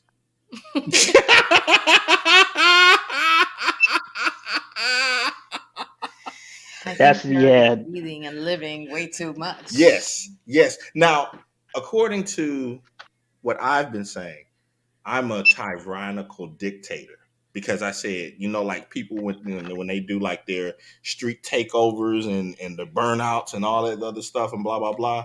I said, if it was me, 5 years minimum, and the cars are never being recovered at all. I'm probably gonna just destroy them. And they're like, that's too much. That's too much, SKC. But people can die. Can you say I mean, you're literally showing me that you do not care for human life whatsoever. Can you say I mean, and the thing is, Yo. just David said SKC's wife is blinking SOS right now. why is that? Okay? Flash the flashlight twice if you need someone to come save you. Oh, they said you can't hear, but they said that you're blinking SOS right now because you need somebody to help you, because I have you in a dictatorship home where it's like you can barely breathe and you're like, somebody help me. If they only knew. I already know Mrs. SKC's more white than the whitest man. Wait. Could you repeat that, mate? No, I just said if they only knew. They don't want me in charge. Uh-oh. There you go. There you go. There you go. SQC. Hey, that just goes back to, we don't want no woman in charge because they're crazy. See, they say they don't want no woman in charge because they're crazy. I mean, it's bad enough we already got bills for hair for the weaving logic nails of it all. Yeah. Yeah. I don't know that she think about sometimes yo. when you say some of the things that you enact at work. If it was just like your absolute law on everything, woo. Yeah. So I mean, hey. Hey, I'll what let you what get what back to would your day, Voss. what would Miss SKC do if somebody tried to come up to her with the Crown Act? How would that play out? Smack them with their own weave. She ripped the braids out their head. You know that.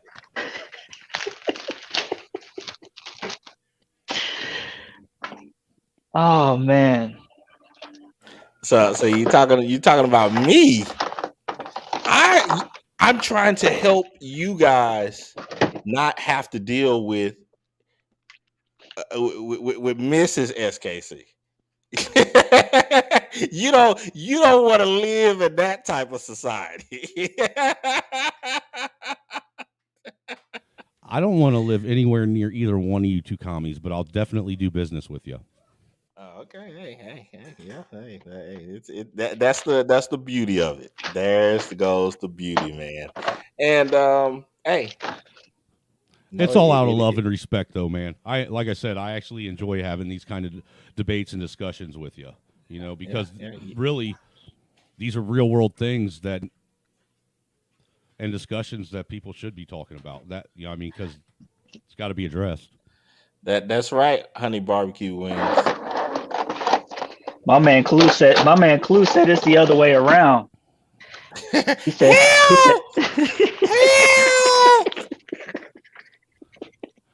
Maybe Clue's really maybe she's got Clue in a hole in the basement, you know, and she's lowering down lotion and threatening to beat him with a hose if he don't lotion the skin right. Yeah. It puts on lotion.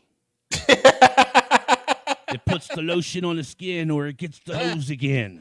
There we go. So it's like, hey, but I'm serious though, guys. Like, I don't understand this whole idea about some type of dictatorship, and we're talking about stuff like a brake light or a because you're a goddamn tyrant, dude. Like, come on. You and Clue, we couldn't give you guys power. You guys would try and rule the world. The power would turn into your precious. No, I wouldn't. I don't think that I would. How do you figure, man? You're already taxing everybody at such a high rate to be a part of your social program and then extorting them for the rest of their money.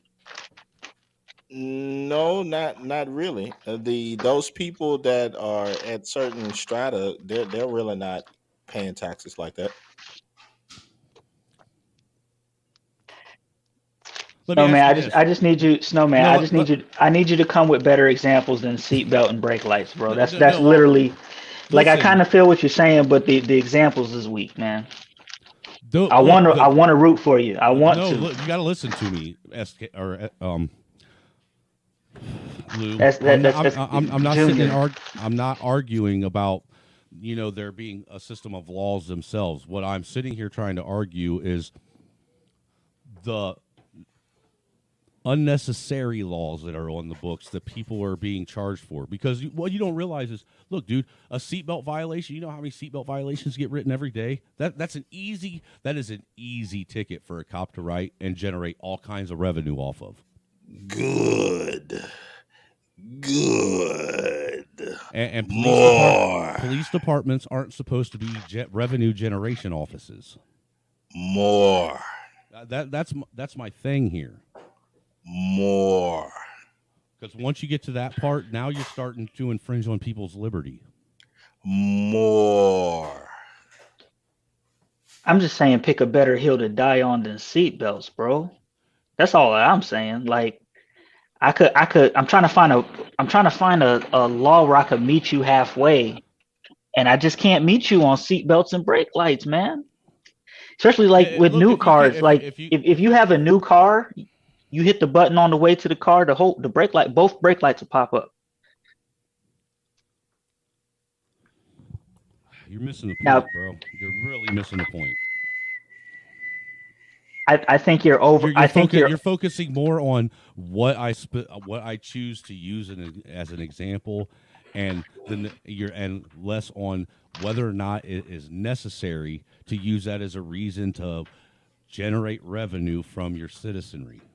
I want to live in your beautiful, nice, clean society, SKC, but I don't want to follow your rules. If I break your rules, I don't want you you know to what? fine me. You know what, buddy? If your society was nice, if your society was actually nice and clean, and it was devoid of any kind of criminals or criminal activity, then yeah, I wouldn't have a problem with how He much you said, want "You to know charge what, me to buddy?" live there. But the fact that your society is littered with fucking trash and people that don't know how to obey the law at all and are sitting, they can't even mow their own grass, that's what I have a problem with, because now that shit is starting to make where I would like to live look unsavory. I don't know, man. You see a couple guillotines on live on TV. I don't think you're gonna have them problems, bro. I seriously think you'll reconsider. With me, what I'm seeing is the risk is not outweighing the reward here. Well, what I'm saying to you, or is outweighing. Snowman, I'm sorry. What I'm saying to you, Snowman, is this: you said, people sitting next to you and they're not mowing their lawn and all this other stuff. That's why you need me on that wall.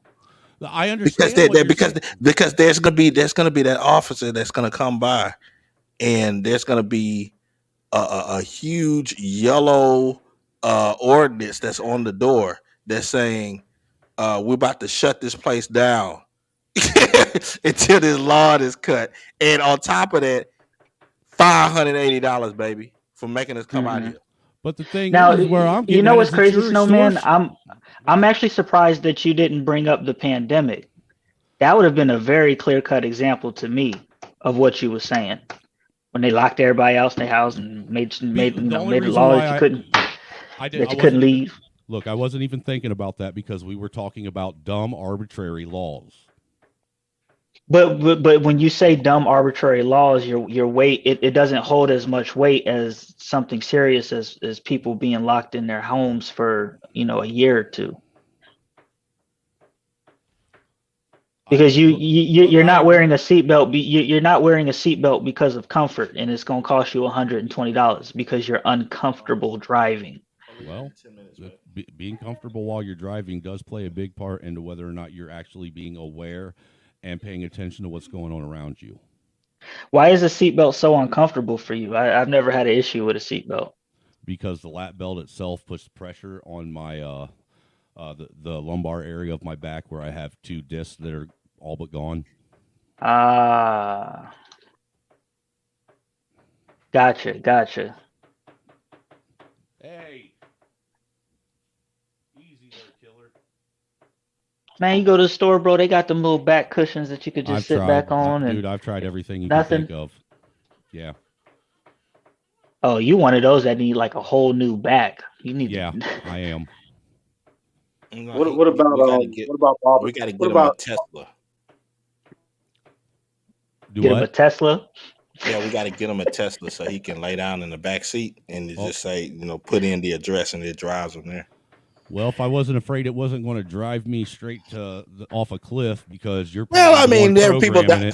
People die every day, B. I mean, come on. Right. Yeah. Comfort costs. Right.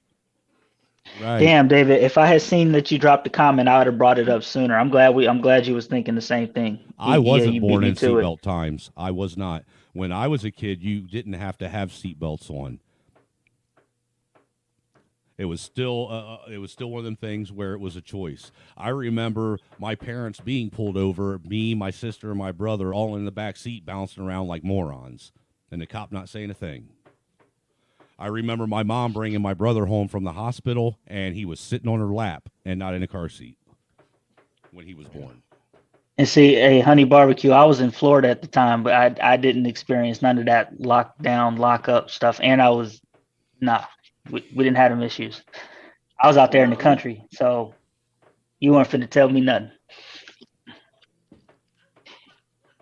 Out there in the country, you would have thought nothing happened.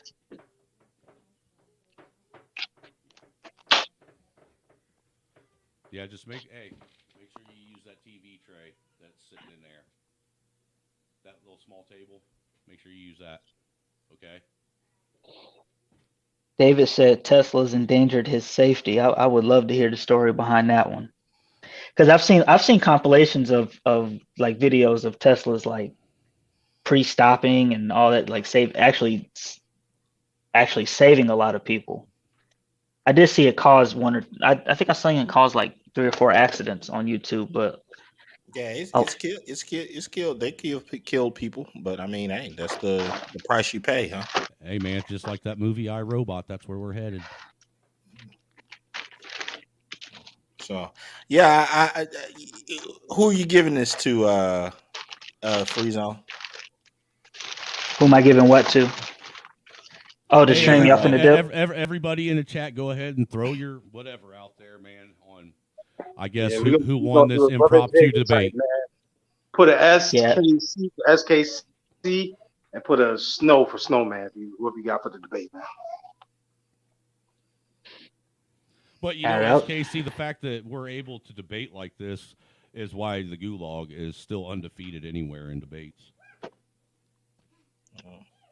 I mean, because y'all debate well, man. Y'all, I'm telling y'all, man, if y'all ever go to the Fight Club over there, Lapeef, all them, and see how they debate, it's straight like it's terrible, man. Just the niggas with intellect is cringe, man.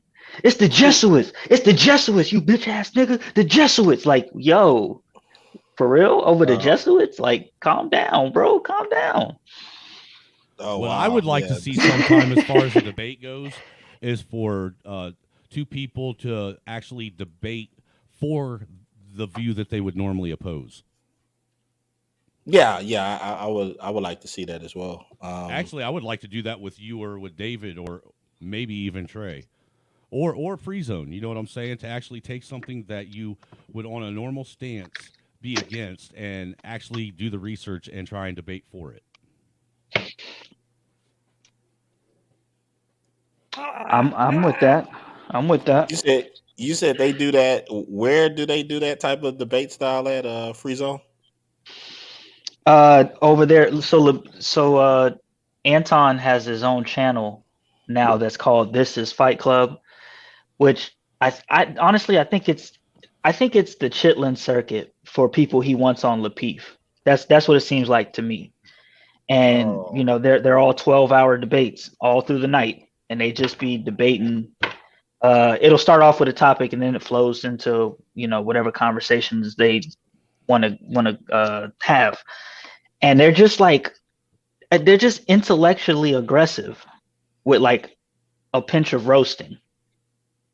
And they get, you know, if they know something personal about you, they'll get personal. But it's weird because it's not like The Purge, because The Purge is like all gas, no brakes. But over there, they're a little bit softer with it. And it's like some people haven't realized that this is Fight Club. There's not supposed to be too many stringent rules in Fight Club.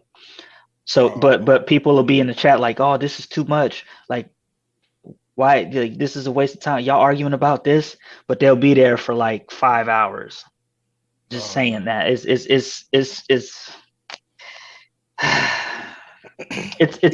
It's more intellectual than The Purge, because The Purge is just pure, you know, fuckery. But it's still got that. It's weird, man. If anybody's ever seen it, you'll know what I'm talking about. But they'll it's like they'll argue about ancient Egypt, but they'll do it in like an aggressive way. Like you would have actually thought that they were there. That's the community way, though. Well, yeah, the only thing that I can say that I've watched that's comparable is the Argument League. I have watched that. That's the only like real debate channel that's part of the community that I've watched. The what? The Argument League. I've never heard that. I'm gonna have to check that one out. The Argument League. Yeah, Clue. It's grooming for Lapeef. Absolutely. That's where I've seen like Taz. He goes over there and debates with them. Yeah, me and Clue are gonna do a stream about that tomorrow, about some Lapeef stuff, because it's actually interesting what's happening over there. Because for like the longest time they were kind of in this space where they were like kind of treating the women with kid gloves. They would kind of hold them accountable, but for the most part, not. And now they've is that a white hand? Sure the hell is.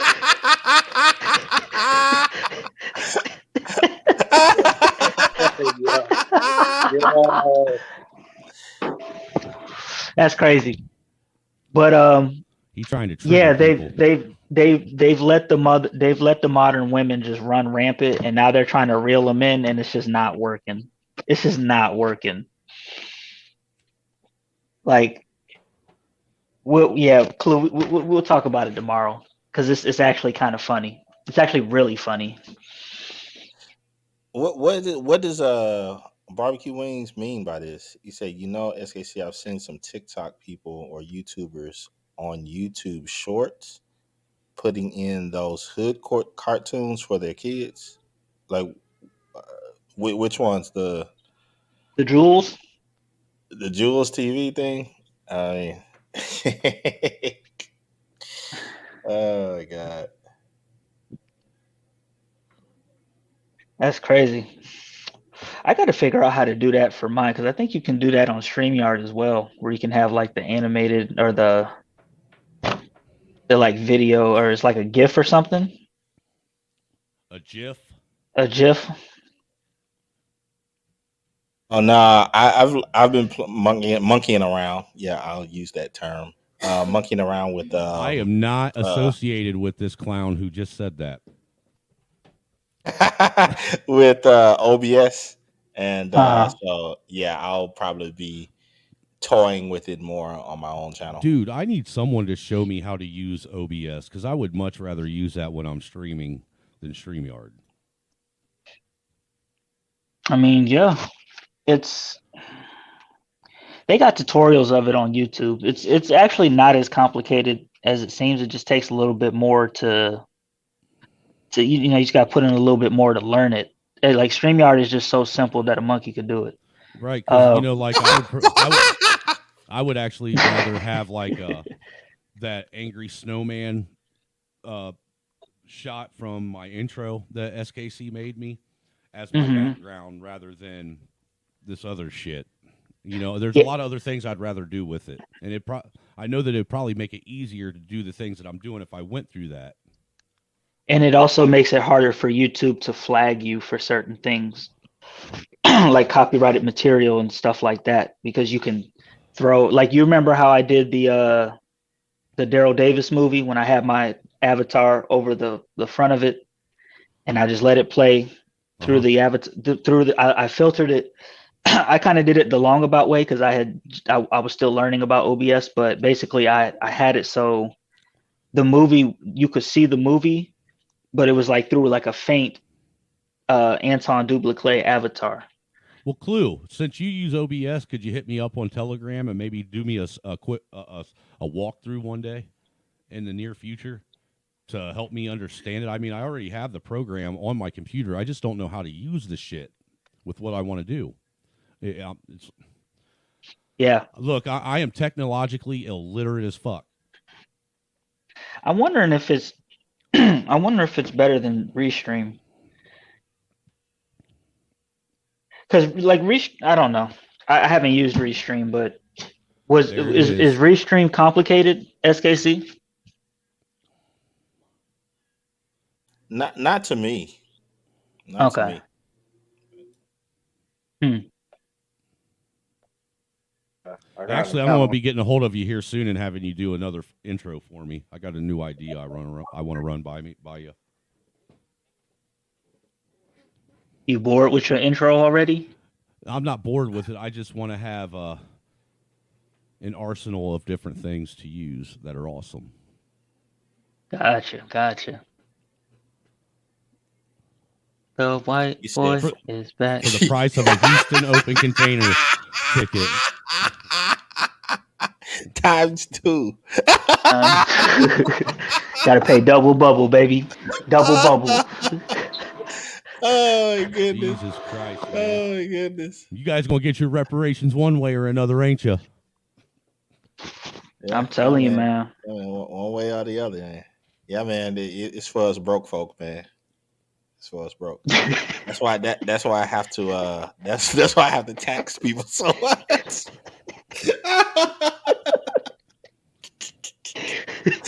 you pay now. You pay now. Hurry up and buy. Hurry up and buy. And then, no, and then. Oh man. Nah, Restream is for those who your phone got to be up to snuff to get up on Restream, man. I don't know, man. I just think that yeah. I mean, overall, Snowman, you would like to be my neighbor. You know it, man. Won't you be my neighbor? You know Like a you would good like neighbor, because SKC's think there.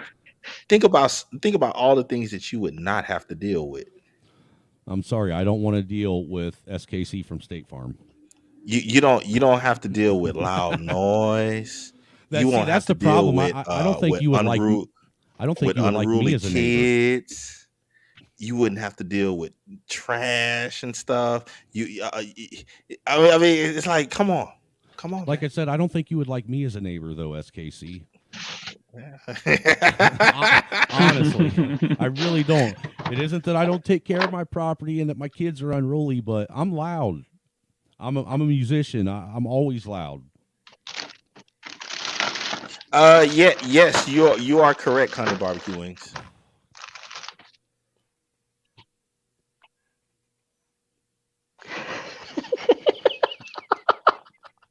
And nobody want to see that jump.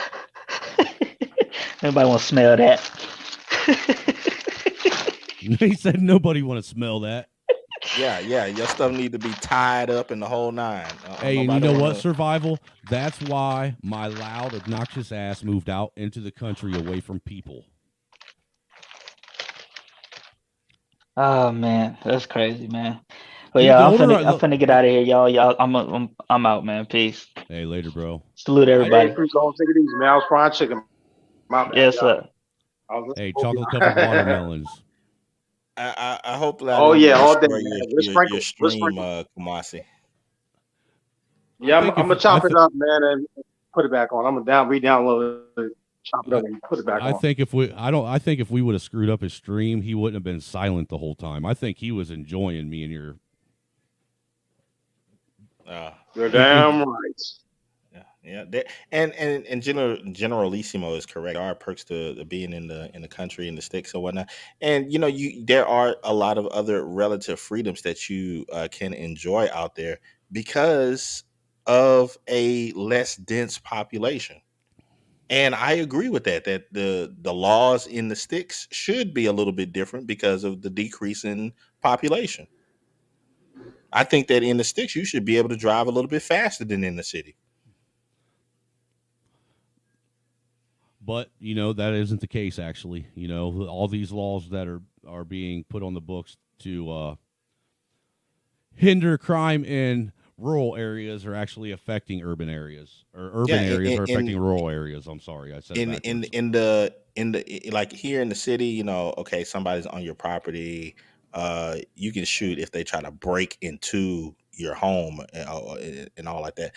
In the sticks, I think that if a person is on your property and they shouldn't be there, then I think that should be the option.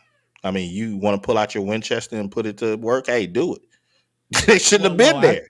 Actually, I know that like out in the country, I used to have a bunch of buddies that had property out in the country, and we go out on their property and do like rifle training, target practice and stuff like that. And you can do that. I don't know how it is where you are or whatnot, but around here, if there was a big enough gap between you and the next person, you were able to do that, and you wouldn't get in trouble for it.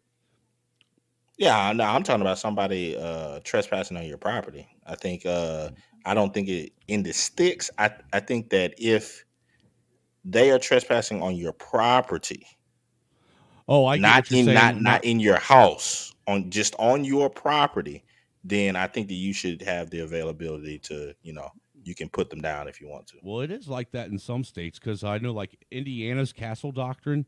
You know how most castle doctrines they apply to the actual dwelling itself. Well, in Indiana, that castle doctrine is actually extended to your property line. If somebody is on your property, not just in the dwelling, but on the property, and they're threatening your life, you have the right to defend yourself, even with deadly force. Hey, see, there he goes. He said he's a coonling too. See, and that's what I'm saying. It's like when you have stuff like that, then people that normally are just going about their lives and they trying to, I want to live free and such and such. But then they have to start to understand, okay, but there's other people that's out here living free as well, and I can't infringe my freedom upon theirs. My freedom cannot go so far as to start to look. Let me stop them from theirs. Let me use another example real quick that, if I know Free Zone's still listening, that he might actually approve of, as far as, laws that are on the books that shouldn't be, that literally affect honest people, like the laws against homesteading and being off the grid. Where if you want to separate yourself from the entirety of the power grid, or what the city has, you aren't allowed to do that. They will actually steal your home from you, and they will fine you and potentially, possibly even imprison you.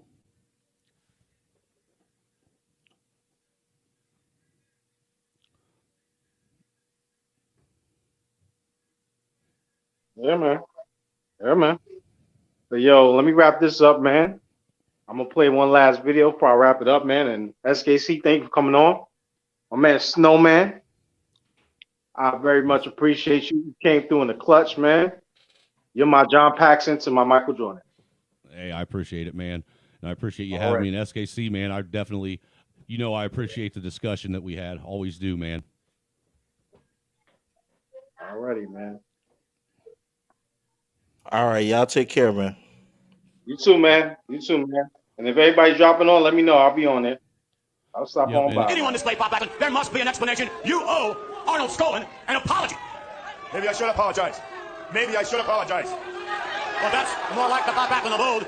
That's more like the All-American boy. If finally you have seen the light, if you're going to apologize, go ahead. It's not maybe. Yes, I should apologize. I should apologize to yours truly. I should apologize to all these millions of people right here. I should apologize to Mr. Tunney, the president of the...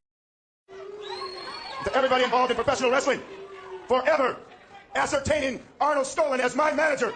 From the day I chose him as my manager, it was all downhill. Wait a minute, you're not apologizing. You're not apologizing for what you did, Arnold Skolin. I apologize for choosing him. There was many managers that wouldn't have thrown in the towel.